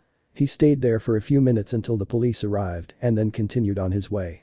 He still thought that young Midoriya could be someone with supernatural talent, not to mention that he didn't seem to have any problems injuring another of his companions with his sword or having his so-called Shikigami attack for him. He was a 14-year-old boy now, and it was only a matter of time before he could see how far his potential would be unleashed with the various tests that were to come at the end for young Midoriya and his entire class. The difference was that he didn't know to what extent young Midoriya would hold back compared to the others. I have to be careful, All Might thought, deviating from his path once again. Someone apparently had lost their cat in a tree, and Toshinori once again jumped about 4 blocks to the right to go rescue the kitty.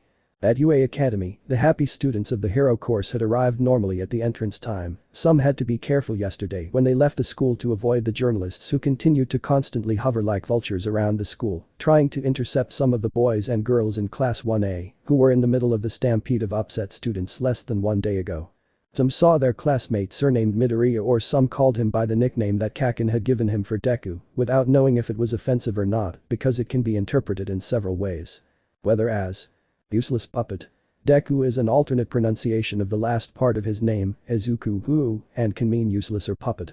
Other people, like Uraraka and Mina, had searched for another meaning for this name online. And they found. I can do it, you can do it.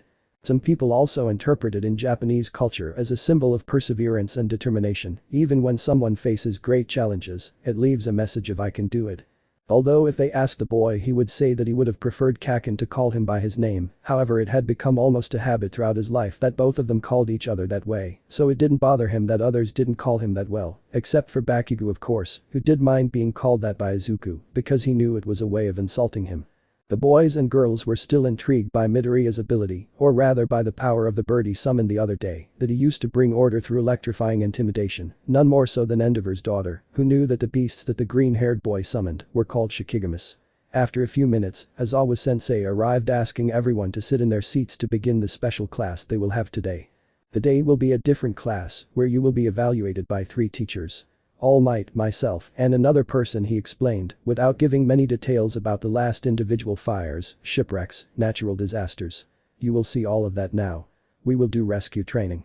For that, we will go on a short trip to the most suitable place the school has to tell you about these types of situations that you will have to live through in 3 years, that way you will gain more experience. Some of the students like Kirishima and Seiya were excited after listening to their teacher, others were somewhat confident, perhaps because their gifts were somewhat versatile, when they find themselves in unexpected places, such as landslides where Kirishima or Shoji's strength will be very useful to lift heavy debris, or in floods where Asui's mutational quirk can be used, or Momo is capable of creating suitable equipment to float on water or dive under it.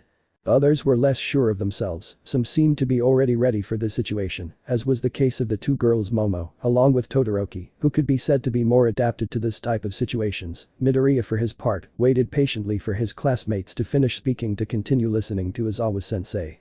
Guys, I'm not done talking yet, he warned them, putting things in order again.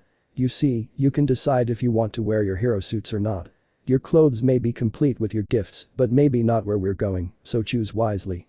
He pressed a button under his desk to open the compartments where the hero suits were. We're leaving by bus in 10 minutes. Don't delay and get ready quickly or I'll expel you for not sticking to the schedule. A joke, Midoriya said ironically, having a slight smile. You think this is a joke? He asked, staring at the boy seriously. Izuku slightly raised both shoulders as he stood up from his seat, looking the underground hero in the eyes. I couldn't tell you if you're joking or not. It's just that I kind of like sarcasm, he replied, turning around and heading over to where his suit was. Aizawa looked at Izuku for a moment before sighing, telling everyone once again not to take long, momentarily leaving the classroom and taking out his phone to make a call. The students went to where the drawers were and took out practically all of their hero clothes. Then Yolita wanted to go and reproach the green-haired boy for having questioned his teacher's request, however, a single sidelong glance from Midoriya scared the blue-haired boy enough to make him just turn around and go towards the boys' locker room. But that said, each student went to where their respective hero costume was to go to where the locker rooms were. Izuku decided to put on his costume to go to that place, because he felt that his clothes would not limit or hinder his movements, at least he would take off his cape in case he had to train during a natural disaster situation that included fire or water in between, a fire or a flooded place to be specific.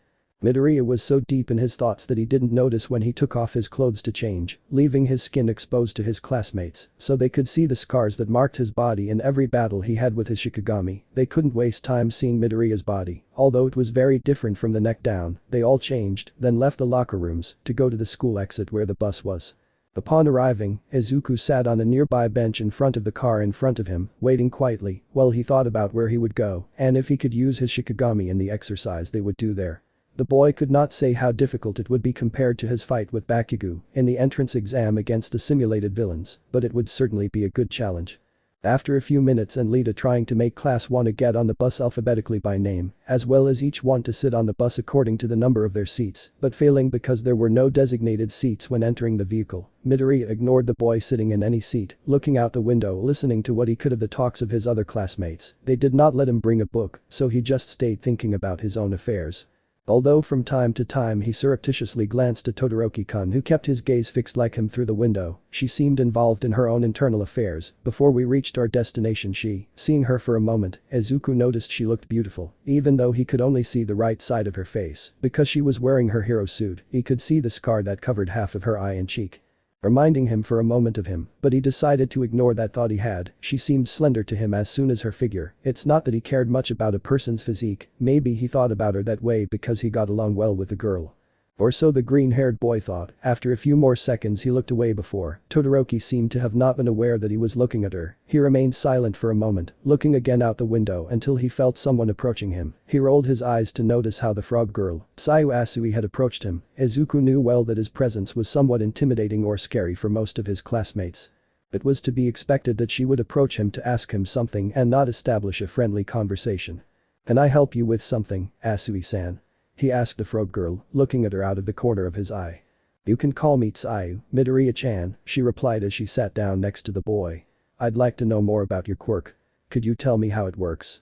she asked, getting straight to the point.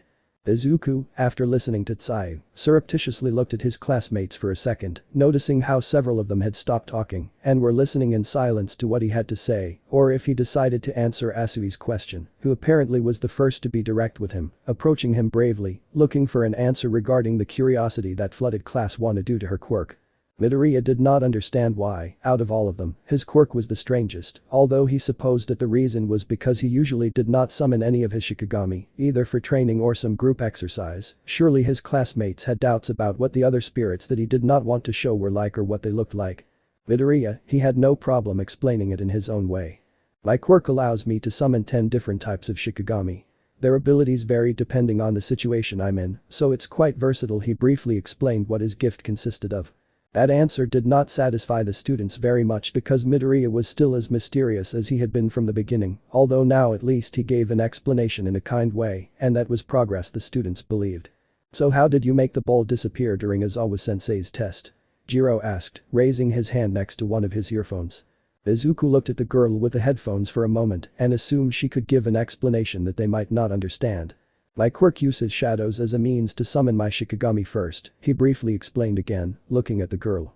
"Therefore, I can interact with shadows to a certain extent and thus I manage to make the ball enter a dimension where the physical doesn't exist." He looked at his companions, waiting for their reaction. Both Kyoka and the rest of the students did not understand Midoriya's words very well, because if that was what his quirk consisted of, it was much more difficult to understand or to believe in general. For example, what were Shikigamis in the first place? Is there a dimension apart from ours, made of shadows? What abilities will Izuku's Shikigamis possess? There were many questions with few answers in any case, because the green-haired man stated that he would not talk more about the subject for the moment, and that only left each of his classmates a little more dissatisfied, but well, who were they to force the boy to tell them something that did not correspond to them? Even so, they continued asking, listening to the green-haired man's vague answers. After a while the students started talking to each other again to dispel some of the awkwardness in the air, and after a while, Aizawa told them that they were about to arrive. In a few minutes the bus stopped in front of a large building, which was surrounded by a kind of dome around it, where there were 3 letters above the entrance that said USJ. The students, when they all got off the bus, looked ahead and saw up because of a voice that caught their attention. Up above large letters above the entrance of the building, a large black rope slid down, remaining suspended centimeters from the ground, through which a robotic figure dressed in white armor slid down, a helmet of the same black tone as the rope, with a pair of white circles that resembled a pair of eyes sticking out, and this figure fell in front of the young students. Who could see a woman, or so they believed, who it was under the suit for having heard her voice before. Uraraka along with Deku recognized her as the rescue heroine 13 by her astronaut suit, which was a heroine specialized in rescue who saved many lives. "It's 13, my favorite rescue heroine," Achako said in a somewhat amazed tone, just like a fangirl. "Greetings, young people, please welcome to the USJ. The unexpected event simulation unit where you will learn how to adapt your gifts to a fire, an earthquake, a steep mountain, etc." She extended her arms to indicate the place behind her. Here, this particular site owned by the UA Academy is where even Almight, being a mere young apprentice, was learning the basics of properly rescuing individuals whose lives are in danger, spoke number 13, while giving a formal bow to the students and then raising his head to look at them. "You are all equal, you are going to have to face many adversities, whether it be from natural disasters, which could be because of Mother Nature, or even from villains," he affirmed by raising his index finger, saying it in an intriguing tone for the students. 13 gave a short speech about the importance of using our gifts to protect ourselves or others from disasters like the ones you will see below. Even if we have good intentions of wanting to save someone, we must know how to measure our desire to help, knowing not to fall into despair, and in those moments where hope seems to fade through desolation, he asked the students, each of whom had a brilliant mind, to look for another angle to find a solution, so they should be cautious. Knowing that it will almost never be as easy as it seems at first. A simple mistake is capable of triggering a catastrophe even when we are doing a good deed. It could be the meaning of many victims that would appear if they were in a real situation, so the boys and girls of ONE should keep that in mind in a future that will sooner or later present itself before them. Izuku felt that there was a lot of truth in the words of the heroine 13 and seemed to have quite a bit of experience in saying it, despite being a heroine who has saved many people from the clutches of cruel villains, even she had losses along the way. Now, immediately afterward they had been informed that Izawa-sensei's class was to learn how far they could go with their gifts. All Might's combat training shows how dangerous it could be to use your gifts in a confrontation with a real person other than a robot. Strangely many boys looked at Izuku, remembering the beating he gave Bakugo. Even this last grunt remembering that day, the green hair ignored them, and when everyone paid attention again at the request of the clandestine hero. They were told that at the end of class, the students would learn the values, decisions like the consequences that they have to take into account when the time comes when they all become professional heroes and heroines. Both teachers would strive to make sure that everyone understands those principles. In return, the students agreed that they would give their best. 13 gave a small bow as he finished his speech and finished saying the things he wanted to emphasize before the students began to applaud at his great attitude that inspired confidence among the students. Izawa said that they were preparing because they were about to begin, although before the woman made a sign to Eraserhead that he understood, sighing somewhat frustrated, murmuring to himself that despite being a teacher All Might was still late even being teenagers. He maintained that attitude of helping everyone he saw across his path. Then they all took a step forward being guided by 13 everyone, except Midoriya, who stood still, static in his place staring at the horizon. His eyes were slightly more open, apparently surprised, although only one of them could be seen by the lock of his hair that covered his right eye, and the only one to notice the unusual attitude of his partner was not Todoroki-kun, who turned around to see the serious expression, but with slight surprise of that boy who liked him, or as she would say better than the rest. "What's wrong, Midoriya? Have you chickened out yet?" he asked in a joking tone, though his expression remained serious. It can't be this feeling, he thought, frowning, and his serious expression was now a mix of confusion, along with slight concern. Midoriya remained silent without responding as he stared at the horizon, focusing his gaze on the fountain in the middle of the USJ, taking a step back, drawing the attention of the others present, and the teachers were about to say something to him. They could say something to the boy. He himself did something that alarmed his classmates, as much as it put the teachers on alert, thanks to his sudden behavior. Demon dogs, he made the seal with his hands, firmly naming and/or calling his Shikigami. The moment the hounds emerged from under the boy's shadow, they began to growl threateningly, bringing back memories to Bakugo about his confrontation with them, which unsettled him a little, scaring him internally. As he saw Deku confused like the rest, the Shikigami showed their fangs, as if they didn't want them to get close to Izuku, and the students were all on alert because they didn't understand what the unexpected hostility on the part of the green-haired boy was due to in this situation. Even Izuku remained with a more serious look than usual, looking through his classmates, as if he were ready to attack at any moment. The teachers acted quickly and stood in front of the students. Eraserhead believed that Midoriya was not going to hurt his students, but he was not afraid to erase his quirk and restrain him if necessary. He was the first to speak to his star student.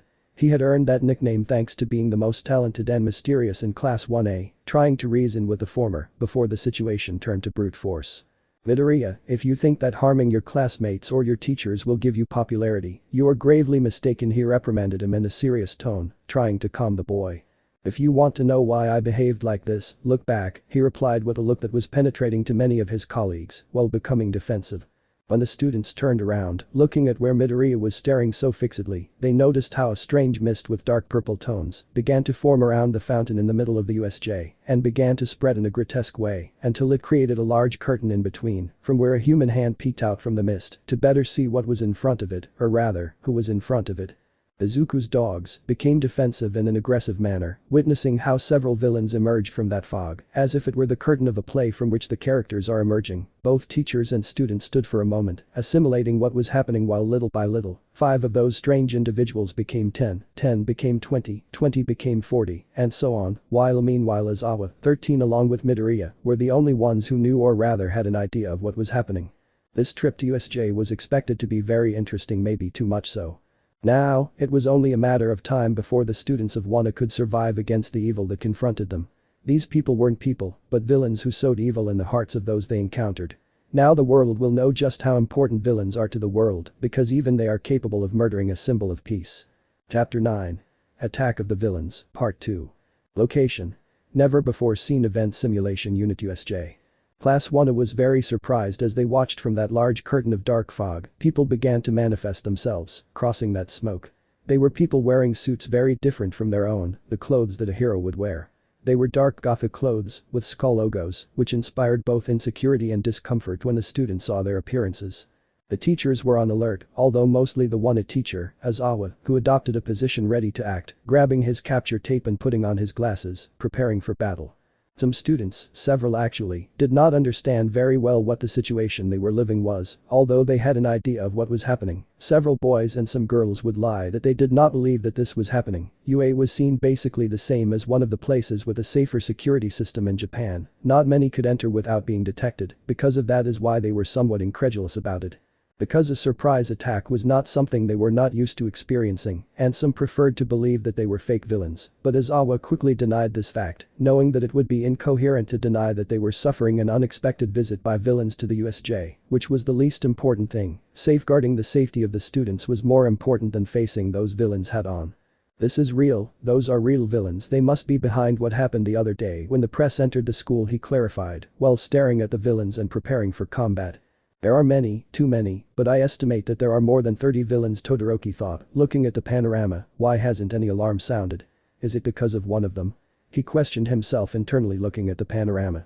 Aizawa-sensei, even though he's a hero, his quirk would allow him to erase the powers of certain villains. I don't think he could fight them all at once, he thought as he petted the head of one of his dogs, and his twin growled in the direction of the villains. The villains kept emerging from that portal, reaching up to 70 villains with different gifts, who were distributed throughout the simulated areas of the USJ. Izuku took a quick look, specifically identifying that there were 3 individuals who seemed to be in charge, along with being stronger, due to the aura that each one emanated. One of them seemed to be a man with a gaunt appearance, disheveled ash blue hair, while his body was covered by numerous fake hands. No matter what their meaning right now, he couldn't see his face because he was using one of those hands on his face, which was uncomfortable to see him like that. He felt that this was the one who seemed to be in charge. He said this because he perceived that an aura of hostility emanated from him, which was sharp for those who were around him.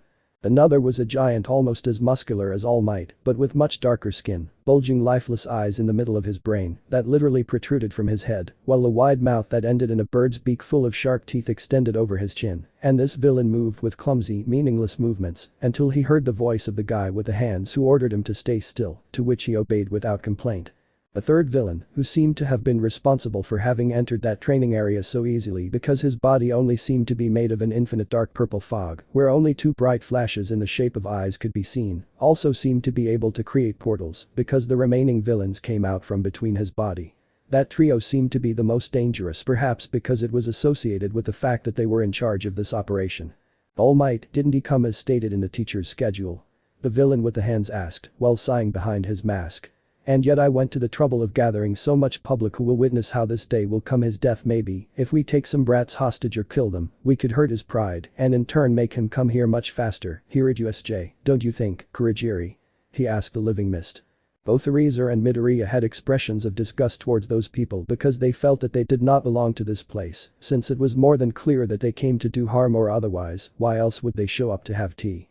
All the students remained grouped just as Aizawa and 13 asked them while keeping their guard up just in case, especially Izuku whose dogs did not stop growling, staring at those villains who did not seem to like Shiro and Kuro as much as their master.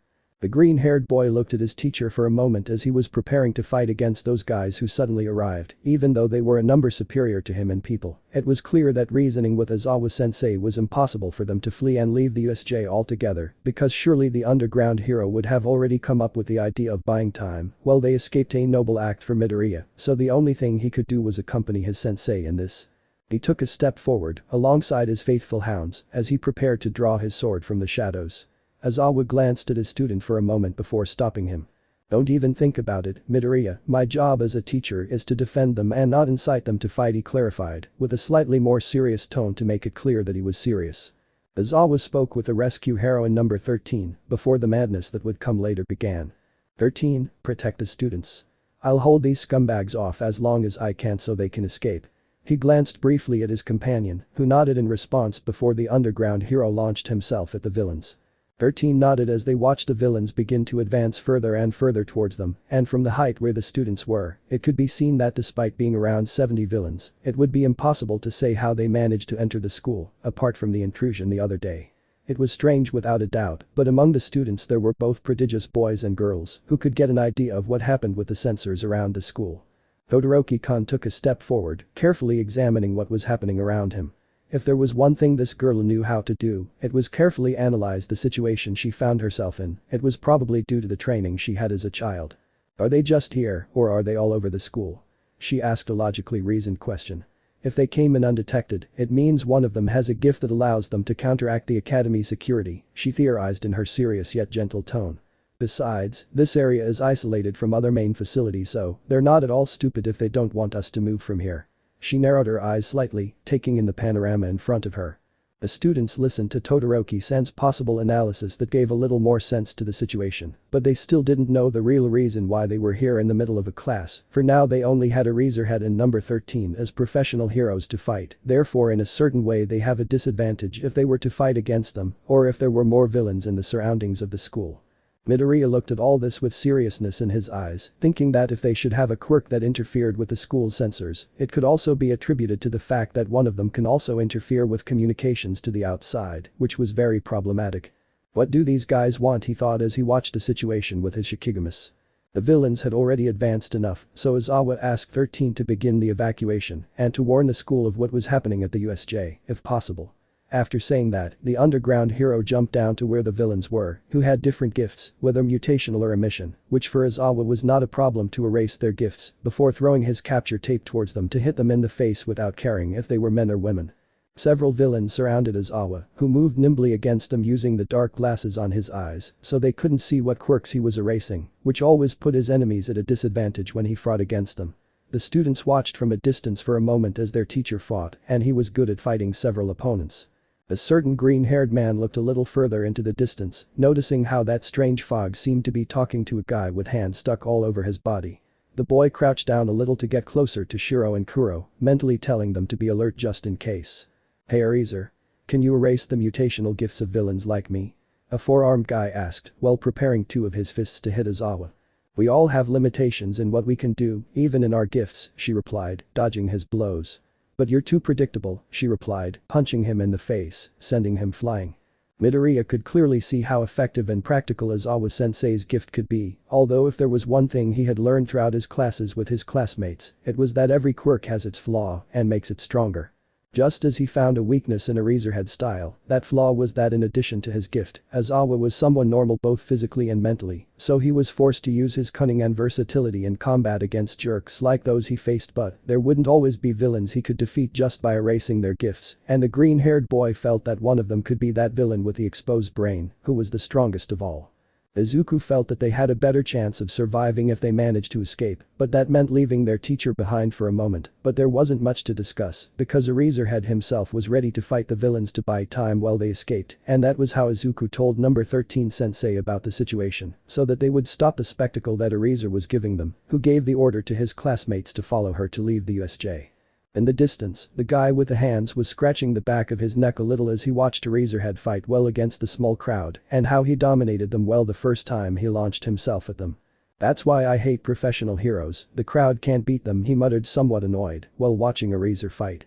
Izuku along with his dogs and his companions were running towards the exit of the USJ, with 13 going ahead of them trying to get out of the simulation area after they realized that the communication was blocked inside the building, so the best thing would be to go out to try to contact the school or run directly towards it. They were very close to the exit, right in front, but suddenly one of Izuku's dogs, the Black Hound, began to bark loudly towards where the exit was, while he seemed to be the only one who could understand the warning about the danger of his Shikigami. "Everyone, stop," he shouted to his companions as he stopped running and looked ahead. Izuku's classmates listened to him and stopped along with the heroine number 13 before reaching the exit, and below it began to manifest that dark purple mist that was apparently called Kurogiri, which extended until it blocked the entire entrance with its body made of that mist, and then looked with its two bright flashes at the students. 13 stood in front of the children while preparing to fight, but before the fight Kurogiri dedicated a few words to those UA students along with his teacher. "Good afternoon. We are the League of Villains, and we've come to assassinate Almight, the symbol of peace," he said formally, looking at the students for a moment. "I see that Almight hasn't shown up, even though your class schedule said so. Did some change of plans prevent you from coming?" he asked, squinting slightly, as his mist spread to cover the entire exit. "Anyway, I'm here to do my job." Kurogiri's gaseous form began to rise upwards, increasing its eyes as it seemed to prepare to attack, and 13 seemed to be aware of this fact, so he rushed to use his quirk against the fog villain, but two students seemed to have gotten ahead of him, which were Midoriya and Bakugo, who launched themselves to attack the living fog. Izuku ordered his dogs to try to harm Kurogiri, while Kakin launched an explosion towards that villain that shook his body, but didn't seem to have done anything to him in the least, while the White Hound tried to pounce on the villain, but he opened a portal between his body so that the White Hound could pass through it and opened another portal behind him so that the dog could pass through behind him. "Gosh, that was close," he said with a touch of concern, but without losing his formality. "It's true what they told us about you, you're only teenagers, but among the most talented," he said, narrowing his eyes slightly. Shiro, at the moment of falling through the other portal, quickly got up, sliding for a moment on the ground before regaining his composure and growling at Kurogiri while he was behind him, and he looked at him out of the corner of his eye for a moment, since he did not know that animals were allowed in UA training. Will it be a rescue dog? Midoriya stared at the fog villain while he was distracted, noticing that something was protruding through his body. It was a metallic object similar to an armor which surrounded the gaseous form of the body of that villain, although he did not know what role it played by having that on. "Don't get in my way, Deku. I'll take down this villain on my own, a scum made of gas can't kill the symbol of peace," and White Wind expressed to Deku and then to Kurogiri. Izuku decided to ignore Kakin for now while he focused on the villain in front of him and the chances he and his group had to harm him. Perhaps number 13 Sensei's gift would be more effective if he managed to attack him head-on to absorb the mist that made up that villain's body. "We're talking about that teacher." She was somewhat alarmed that those two boys had approached that villain and ordered them to get away from him as quickly as possible. But Kurogiri got ahead of him a moment to begin to spread all his fog around the students, creating a tense atmosphere among them all. Midoriya covered his eyes so he could see what was happening, while his Shikigami at his side also tried to stay standing, well because of the dark wind that had begun to form, perhaps as a result of the quirk of that evil man made of fog. His other classmates could not get out of that thick fog that began to engulf them little by little, while they felt how they could barely see what was happening around them. "My job is to separate them, keep them from interfering with our plans, and torture them to death." He explained what was going to happen next as his fog engulfed all the remaining students. Midoriya opened his eyes as wide as he could to try to move toward that villain, but suddenly he felt how when he took a step forward, his weight seemed to shift forward until he plummeted down. Everything happened so fast in the blink of an eye until he could see a flash of light at the end of that immense darkness that surrounded him, until he could not feel stability in any part of his body, only to realize that he was plummeting towards a kind of great ocean, and he looked around while he fell in the air for a second, noticing how his black Jade dog was also falling next to him. Deku deactivated his quirk with respect, but only with Kuro, so that he melted into a pool of darkness that vanished for a few seconds in the air, without leaving a single particle that fell into the water. After another few seconds Izuku fell head first into the water, while he felt the cold sensation of the water fill his body. Izuku decided to take off the cape of his suit to be able to move more freely in the water, and opened his eyes as best he could to see around him. The first thing he could see was a man with a shark's head and a human body swimming towards him at great speed, showing his fangs. The green-haired man was alarmed by this and quickly wanted to summon maybe Irachi or Gamma to help him, but before doing so, he noticed how that villain was hit by the leg of a wide-faced girl with green hair. "Asui-san," he thought as he thrashed around in the water to avoid sinking. "Midoriya-chan, hold on," he warned him, before opening his mouth and extending his tongue enough to grab the boy by his waist. Asui threw another kick towards where that shark-headed villain was and then began to swim quickly, smiling at Midoriya, with her tongue sticking out of her mouth, and in her arms she carried Mineta, with whom she had fallen into the water before meeting Deku. While Asui transported Mineta along with the green-haired man through the water at a speed not very high, but faster than the average of professional swimmers due to the girl's mutational gift, although they were not alone, since several villains with gifts that allowed them to breathe underwater were after them with the intention of attacking them as they had been ordered. "This must be the shipwreck zone, that's why there's so much water," he thought as he was dragged by Asui into the water. After a few minutes, the trio managed to spot in the distance under the water what appeared to be a huge yacht possibly made for the simulation area they were in, and Asui extended his tongue to the surface of the ship where he released the green-haired boy so that he fell to the ground, while Asui did the same with the Oompa Loompa he was carrying in his arms, who seemed very dizzy from the whole trip they had a moment ago with those villains. "Ugh," he complained as he knelt on the floor of the ship. "Did they say they're coming to kill Almight? What the hell is going on?" he asked, looking toward the ship's horizon with a certain annoyance in his eyes. Asui would get off the boat after having also gotten Mineta onto the boat and then see the green-haired man kneeling on the ground, who noticed his gaze and returned it calmly, but his expression remained serious. "Thanks for the help, Asui-san," she thanked him as she got up from the floor and shook her hair a little. "Better call me Tsuyu," she repeated, looking at him for a moment and then at the place where they were. "Is this the shipwreck zone? It's bigger than I thought." She touched her cheek a little, looking over the side. I think I'm going to throw up, Mineta staggered a little as he approached the edge of the boat to breathe. How weak, Midoriya thought for a moment, looking at the dwarf, and then he began to analyze the situation.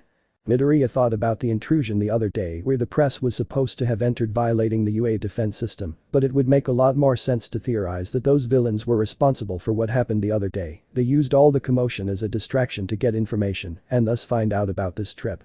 Just like Todoroki-kun said, they planned all of this in great detail so that no one would interfere with their plans, and maybe that's why they separated them from the others, because they don't want them to interfere when they kill All Might. Hey, that can't be right. All Might is invincible, there's no one stronger than him, Mineta argued, glancing at the girl and boy standing next to him. I bet when he comes, he'll throw punches and kicks that will defeat those stupid villains. He imitated All Might's movements a little, although it wasn't a good imitation. Midoriya, in truth, would have liked to believe that, but just thinking that those guys had planned an attack as sophisticated as the one they were experiencing, it was a matter of assuming that they were already prepared to kill the symbol of peace, one way or another. All Might, he may be very strong, fast and muscular, but behind all that he's still human, and therefore I bet those guys found a way to kill him, he argued, looking around the ship for a moment, while Mineta and Asui followed him with their eyes.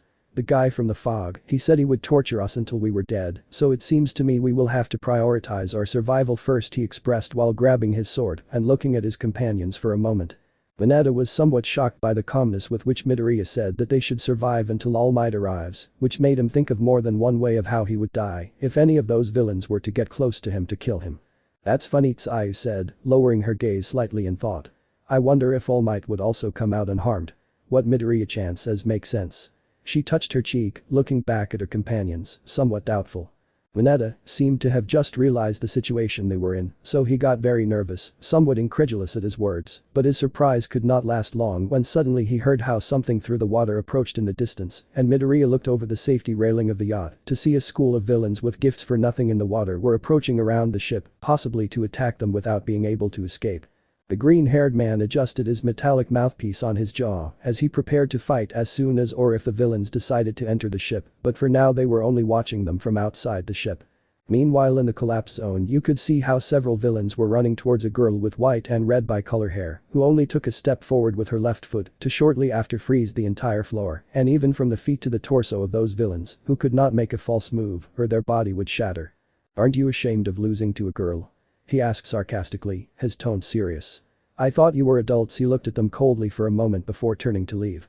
Todoroki-kun walked in his hero costume, letting out a cold sigh, thinking that the plan the fog guy had told him about separating them and then killing them was not as effective as they thought. Even when the boys and girls of ONE were just students, the girl was sure that they would be able to deal with guys who didn't even seem to have specific training for this occasion, but rather depended on their gifts. I hate to tell you this, but none of you had a clue what to do with your gifts, she told them, looking at them seriously and then looking up for a moment, somewhat thoughtfully. They didn't gather their best villains, they just brought the crowd to act as a screen while they distract us, they wait for All Might to arrive to finish him off, however now I only see. While Todoroki seemed pensive in her thoughts, a villain came out from the bushes with a knife in his hand, with which he tried to stab the girl, but she turned her body to one side to freeze the ground beneath the villain and spread her ice throughout his body, immobilizing him completely. Another villain in the shape of a bird tried to quickly approach her flying from behind and tried to stab her with a spear, but the girl dodged it again by moving her head to one side and grabbed the shaft of the weapon with her left hand to also freeze both the weapon and the body of that other loud. A bunch of ordinary shoals, he finished saying what he thought while kicking the villain's weapon, breaking it in two and then leaving. I could only see maybe 3 or 4 guys who represent a high risk to my companions, and maybe also to me if I run into them, he thought for a moment before turning around and seeing the villain with the dagger. I think you only have 10 minutes before your cells freeze and your breathing stops. She approached the villain and brought her left hand towards him, who was already crying from the pain and helplessness he felt. I want to be a heroine, so if you give me what I want, I won't be so cruel as to take your life. Why are you here? Who is the mastermind behind all of this? She asked him with a cold voice. Todoroki had only planned to intimidate and not kill that villain because he knew he could easily kill him, but he didn't believe he was capable of taking someone's life because it was an act that required a lot of courage compared to these villains who could have killed her if she didn't neutralize them first. Mezu Shoji was a boy with a gift that allowed him to make replicas at the tips of his tentacles of any part of his body, and he used this gift to create several replicas of his eyes and ears that he used to know if all his classmates were still inside the building. He was not alone in this unexpected attack, since at his side were Satu, Uraraka with Mina, Zero, the rescue heroine number 13 and Lita. This group had managed not to be separated like that fog villain in front of them, trying to disperse them and teleport the other students through a kind of portal. They also had not left the door at any time.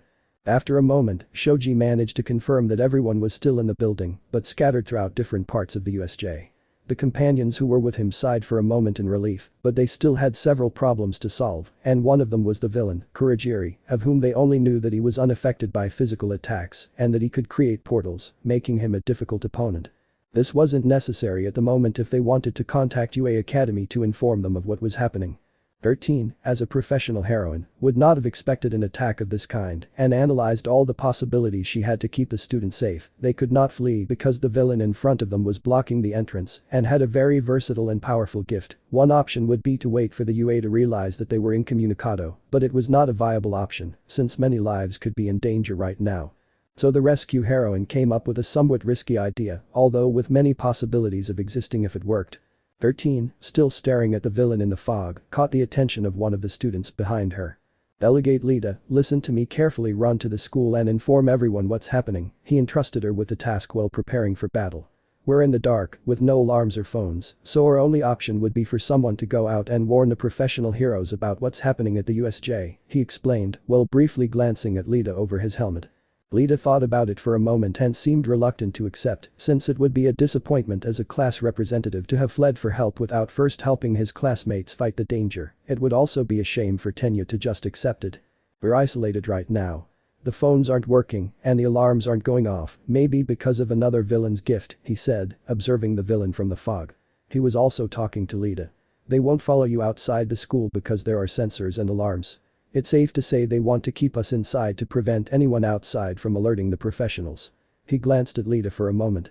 "We'll be fine, but now you have to use your gift and help us with this problem," he asked, looking at her for a moment before looking back ahead. "Let's be okay, Tenya. Dispel that fog with your legs," Shiro said next to Satu, preparing to fight. Mina and Ishido also prepared to fight, although Uraraka was the most nervous because she hadn't been able to do much since training with Almight sensei, but she still remained firm and supported the idea of Lita going for help. Thanks to her gift, it wouldn't be a problem. "You can do it, Delegate," she encouraged him, getting ready alongside her friend. Lita felt that she didn't have many options other than to do what they asked of her, since carrying the trust of her companions where they placed their faith in her was enough incentive for her to activate the motors of her legs and get into position to start. Kurogiri was one of the most dangerous villains who was currently in the USJ and had heard the plan that the heroine 13 had devised to get help from outside. However, she didn't believe that the students along with one of their teachers were so foolish to discuss her plan against the enemy. "Are you so naive as to discuss your only option in front of me?" he asked before enlarging his gaseous form and extending it toward where the students were standing next to 13. "It's because it doesn't matter whether you know it or not," he said before extending his index finger toward the approaching villain's attack. Black hole. Number 13's gift absorbed the villain's mist like a black hole before the real battle began. Returning to our protagonist, Midoriya was analyzing the situation he was in with Asui and Mineta, but mostly it was the frog girl who was thinking with him because the Oompa Loompa was spending her time crying inconsolably, claiming that they had no chance against villains who have a plan to kill All Might, that they should wait for the other professional heroes to appear. Deku made a huge effort not to dare to throw Minoru overboard or make his Jade Dogs devour him. When he had the chance to do so, however, he restrained himself because they needed all the help they could get right now, along with the fact that harming one of your teammates was prohibited at UA, so the green-haired boy preferred to save himself the trouble. Speaking of Deku, he himself remained analyzing the situation in front of him while watching the villains over the railing, trying to find the best way or a plan that would involve the least amount of damage possible to him or his teammates. "Are you ignoring me?" Mineta asked the two who were with him while his tears wet the entire floor of the ship. "Shut up, Mineta-kun, I'm thinking," the green-haired man ordered, still looking over the side next to Asui. The first thing that occurred to Izuku was to use Nu to fly away, because he knew that his Shikigami with its large form would be able to carry a maximum of 3 people without inconvenience. However, he did not know he would not know how to say if it would be 100% effective, since he also would not know how to say what gifts those villains possessed, although if they were there, it meant that their powers were related to water if they were in the shipwreck zone. Therefore it was best to assume that leaving by air was the best option in case those villains could attack them, or assume that they would fight in the water. "Wait," the green-haired man stopped for a moment and turned to see his partner. "If they assume we'll fight in the water, it means they possibly don't know what our gifts are," he theorized, looking seriously but calmly at both of his companions who were with him on the boat. Ribbity touched his chin a little, curious about what the green-haired man said. It must be true, possibly they're trying to separate us because they don't know what gifts we have. If that weren't the case, they would have sent me to the fire zone and not where there's water, which is typical of a frog like me. He looked over the side again, seeing the villains once more. Maybe they planned it to be easier this way. They're looking to separate us and torture us to death, he repeated the words of the villain from the fog. So it's logical to think they separated us to outnumber us as well, although they don't seem to be that great, he clarified, looking at the villains outside the ship for a moment and resting his sword on his shoulder. Are we going to die? Mineta asked, very alarmed, as he began to cry profusely again. Izuku really didn't understand how Aizawa-sensei let Mineta continue attending the hero course, because besides looking like a crying baby, because they don't give him what he wants, he also doesn't even seem willing to help others with the problem they have around them, but the green-haired boy believed that it didn't matter now. The freckled boy noticed that the least viable option regarding his quirk for this situation would be to use his Jade Dogs or Nu, because they didn't think they would be of much use in the water. However, instead what he could do was use his winged spirit to transport Mineta and Asui as quickly as he could away from the area where he was. Listen, we have to get out of here. I don't know how much longer the villains will tire of waiting for us, he told his companions, clasping his hands together, interlacing his thumbs and spreading them to make a bird shape with them. Nu, he called, taking a step forward onto the ship's platform. Izuku's shadow stretched out in front of him and a large puddle from which a cocoon of darkness began to emerge only for the shadows to dissolve and Nu to manifest itself between them.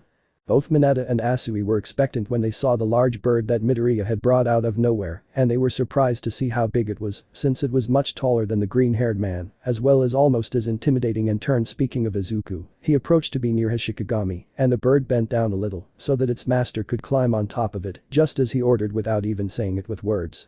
Deku would look at his companions above Nu to signal them to do the same as him. Do you want us to get on that thing? What if it eats us? He asked, somewhat terrified, looking at Nu from a safe distance. Nu only attacks when I tell her to, or if she's trying to protect me. So you can rest assured that she won't hurt you, I explained, then looked at Mineta a little more seriously. Also, if you have any other plans for us to escape, I advise you to climb on top of Nu to get us out of here, he repeated, a little more impatient for them to leave. Seiya and Mineta, although somewhat thoughtful and doubtful at the same time, decided to listen to what Midoriya was saying, so walking slowly they approached, seeing how the owl crouched down a little again for them to get on. The first to get on top of Nu was Asui, who could feel the soft feathers and the hardness of the Shikigami's wings, noticing that it was quite comfortable to be on top of him, but she would save that thought for later. Before Mineta could get on too, suddenly a loud bang caused the entire ship where those three students were to shake sharply, causing Mineta to fall to the ground, seeing something on his back that terrified him. Half of the ship had been destroyed by one of the villains who had gotten tired of waiting, so he attacked the ship with his quirk, destroying it with ease. Midoriya noticed how the ship was beginning to sink rapidly, so he telepathically ordered Nu to take flight, which the Shikigami obeyed without hesitation, opening his wings and flapping them to begin to fly. The dwarf with the balls on his head was speechless, thinking that they would leave him aside and leave, but instead he was held by the owl's claws by his arm, without causing him any pain, and then began to fly outside the ship, going far away from there.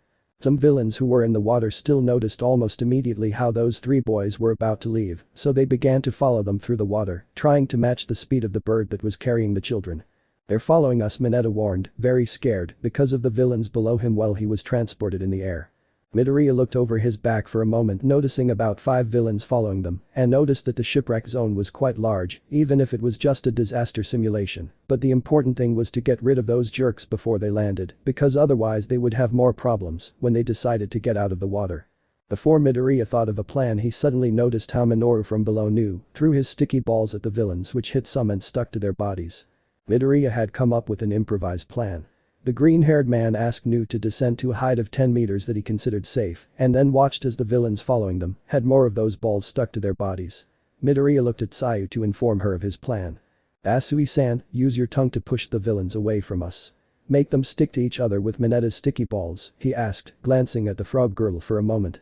Seiya nodded after a second and settled on the bird to look directly at the villains, and soon after stretched her tongue from her mouth, wrapping it over the torso of one of the villains, and shaking her tongue a little, holding the villain so that he hit his other companions. Mineta's sticky balls made some of them stick to each other by their bodies, which also caused them to sink in the water as they were unable to swim freely on their own. Asui-san repeated the same with 2 more villains, while Mineta continued to throw more of those sticky balls from his head so that the 3 villains joined their bodies together and stuck together again.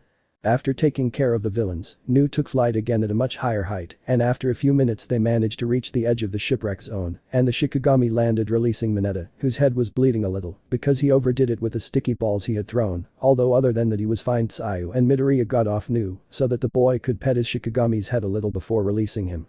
"Thank you, Nu, come back," he ordered her using the code word. After saying that word, Nu turned into a pool of darkness that dissolved or dragged underneath Izuku until there was no trace of it on the ground. Now at least they were relatively safe because they still had to find their other companions if they were still alive after everything that happened. But there was another concern in the green-haired man's mind that left him somewhat restless. This was that he had not been able to feel his connection with Shiro.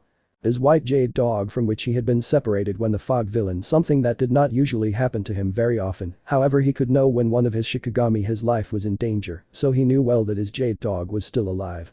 He stroked his chin a little thoughtfully. "I think Aizawa-sensei was still fighting against a villain in the center of the USJ. Maybe we should go check on him." He looked at his classmates to see their reaction. "What? Are you crazy?" Mineta asked, very upset as he looked at his classmate. "Aizawa-sensei told us not to approach danger and even went to fight for us. We mustn't disobey him and we have to try to go after our other classmates, otherwise we'll die." He withdrew again while waving his arms like a child throwing a tantrum. Midoriya sighed as he knew well that both Asui and Mineta would be reluctant to go where Aizawa-sensei was to see how he was physically, although that was another reason why the green-haired man wanted to go where the underground hero was. He wanted to go see where Shiro was because he felt he was close to Eraserhead, which could be risky since his white jade dog was stronger than his twin. However, he didn't think he could take on so many villains alone like Aizawa-sensei, who seemed more capable of dealing with one of his Shikigami in his base form. "I know it's risky, but I'm afraid our teacher's life is in danger because of this unexpected attack," he clarified while running his hand through his hair. "I have no intention of putting you in a situation where your lives are in danger. I just want to see if there's anything you can help Aizawa-sensei with. It's the least we could do before going to look for the others," he explained to them with a determined tone while looking at his classmates. The frog girl and the Oompa Loompa were still hesitant, although they knew that Midoriya was someone who thought his actions through before throwing himself into danger, which they could notice in Almight sensei's hero training. They were also worried about their teacher, but they clearly feared more for their lives than anything else, which was more important to them right now. Even if they didn't decide to accompany him, the green-haired boy would have decided to go by himself to where his teacher was with his Shikigami, although he waited a second longer to see what his companions would decide in the end. Fortunately, both the boy and the girl also feared for the well-being of the underground hero, so they decided to accept to accompany Midoriya, but in case they found themselves in great danger, they would retreat quickly. Deku nodded in agreement and then began to walk through the nature zone, which was a large forest where they guided themselves without much trouble, because there didn't seem to be many obstacles to face, since all the systems of the different simulators that were in the USJ had been deactivated by the quirk of a respective villain, so they quickly found the exit of the forest. They hid among the bushes, careful not to be seen, to carefully peek out between the leaves, trying to see what was happening on the other side, and what they saw terrified Mineta and Seiya. But Midoriya felt something else, something that made him surprised for a second before his expression turned dark. Aizawa was face down on the ground with a large row of blood running down the left side of his forehead. Above him was that muscular giant with an exposed brain, who had a lost look. Well, with one of his hands he held Eraserhead's head on the ground, and with the other he held Izuku's white hound by his neck. The green-haired man looked at those villains with deep hatred, noticing how they had no remorse or mercy in crushing one of his teacher's arms as if it were a twig, and he wanted to go out to stop them, but he stopped because he noticed another person next to the giant with exposed hair. It was the villain with his hands on his face. He looked over the hand on his face at Eraser with superiority, having him practically at his mercy, since not even Eraser was a rival against a biologically created weapon to kill the symbol of peace. "I'm introducing you to Nomu. He's a man of few words but very obedient, already programmed to obey everything I say," he explained, while bowing a little towards the clandestine hero. "It's a super weapon that was created to assassinate the hero everyone admires. Yes, I'm talking about the symbol of peace, Almight, who will witness his last breath when he reaches this building." He seemed to smile a little under the hand on his face. Aizawa had a broken arm with his head stuck to the concentrated while he spat some blood still against the floor and remembered for a moment how that villain Nomu had hit him at a speed as fast as All Might's, a blow that he managed to block, but his arm was broken at the moment of impact. Before the giant with an exposed brain could give him the final blow, he weakly saw how one of his student Izuku Midoriya's dogs had gone to his rescue, trying to stop Nomu with his fangs. However, he only managed to stay in the same situation and position as him. The white Jade Dog struggled as much as he could while growling in annoyance, having his neck pressed against the ground while Nomu held him along with Eraserhead. Shigaraki was a character who did not stand out for his physical strength, but his speed was masterful thanks to the fact that he was able to react to an attack that Eraser threw at him and analyze his battle pattern that he used to blink, which he took advantage of to use his disintegrate quirk against him on his elbow. Managing to detach the skin from this part of his body. Shigaraki didn't know who that white canine could be who had jumped to help Eraser and was easily restrained by his Nomu. He liked animals, especially dogs, so he thought for a moment about letting that dog go free to go back to his master, but he noticed how the dog looked at him with a deep hatred in his gaze that didn't make the villain happy. He snapped his fingers so that Nomu lifted the Shikigami, leaving him suspended in the air while he waved his paws, breathing heavily for a few seconds. The three students hidden in the bushes witnessed how that monster suffocated to death that innocent canine until the crunch of its neck was heard, a dry and chilling sound that scared Mineta and Asui a lot because of the extraordinary evil they witnessed from those villains. However, between the boy and the girl who were there, a green-haired man with curly hair got up from the bushes to begin walking towards where those villains were with his gaze lowered. "Midoriya-chan, what are you going to do?" she asked in a whisper, not daring to stop him. Izuku ignored the comment from his partner to walk clenching his fists towards those villains and raised his eyes, seeing with deep darkness in his eyes the villain with an exposed brain who took the life of one of his Shikigami. Once one of his spirits dies, he cannot summon them again, which made Midoriya very careful when fighting, because if he was not sure that he could win, he would not win his fight so easily. The villain with the hands raised his eyes to see that boy who was approaching, noticing his dark gaze that did not take importance for now, and noticed how Izawa also seemed to notice those steps behind him, turning to see who it was, and was very surprised to see that it was Midoriya. Midoriya. Get out of here, she ordered him with a little strength she had in her faint voice. Izuku ignored his teacher's words and just stared at Shigaraki and his Nomu, fixedly without saying a word, just looking at them in a sharp silence that venerated tension between the student and the villains. The villain with the hands analyzed his opponent, noticing that he was much smaller than Nomu. He did not seem to be armed and he was wearing his hero suit that seemed to have comfortable clothes that facilitated his movements, perhaps for combat. He was the easiest prey there could be because only someone as strong as Almight would be able to withstand a blow from his Nomu, or so he thought. Izuku, before he began his revenge against Nomu for his Shikigami, dedicated a few words to the beast with an exposed brain, showing him all his darkness for a second. "I'm going to kill you. Let me know in the comments below if you guys want the next part. Also check out my other video that has been shown and left. Thank you for watching. If you enjoyed this video, please like and share this video. And have a fantastic day. Bye.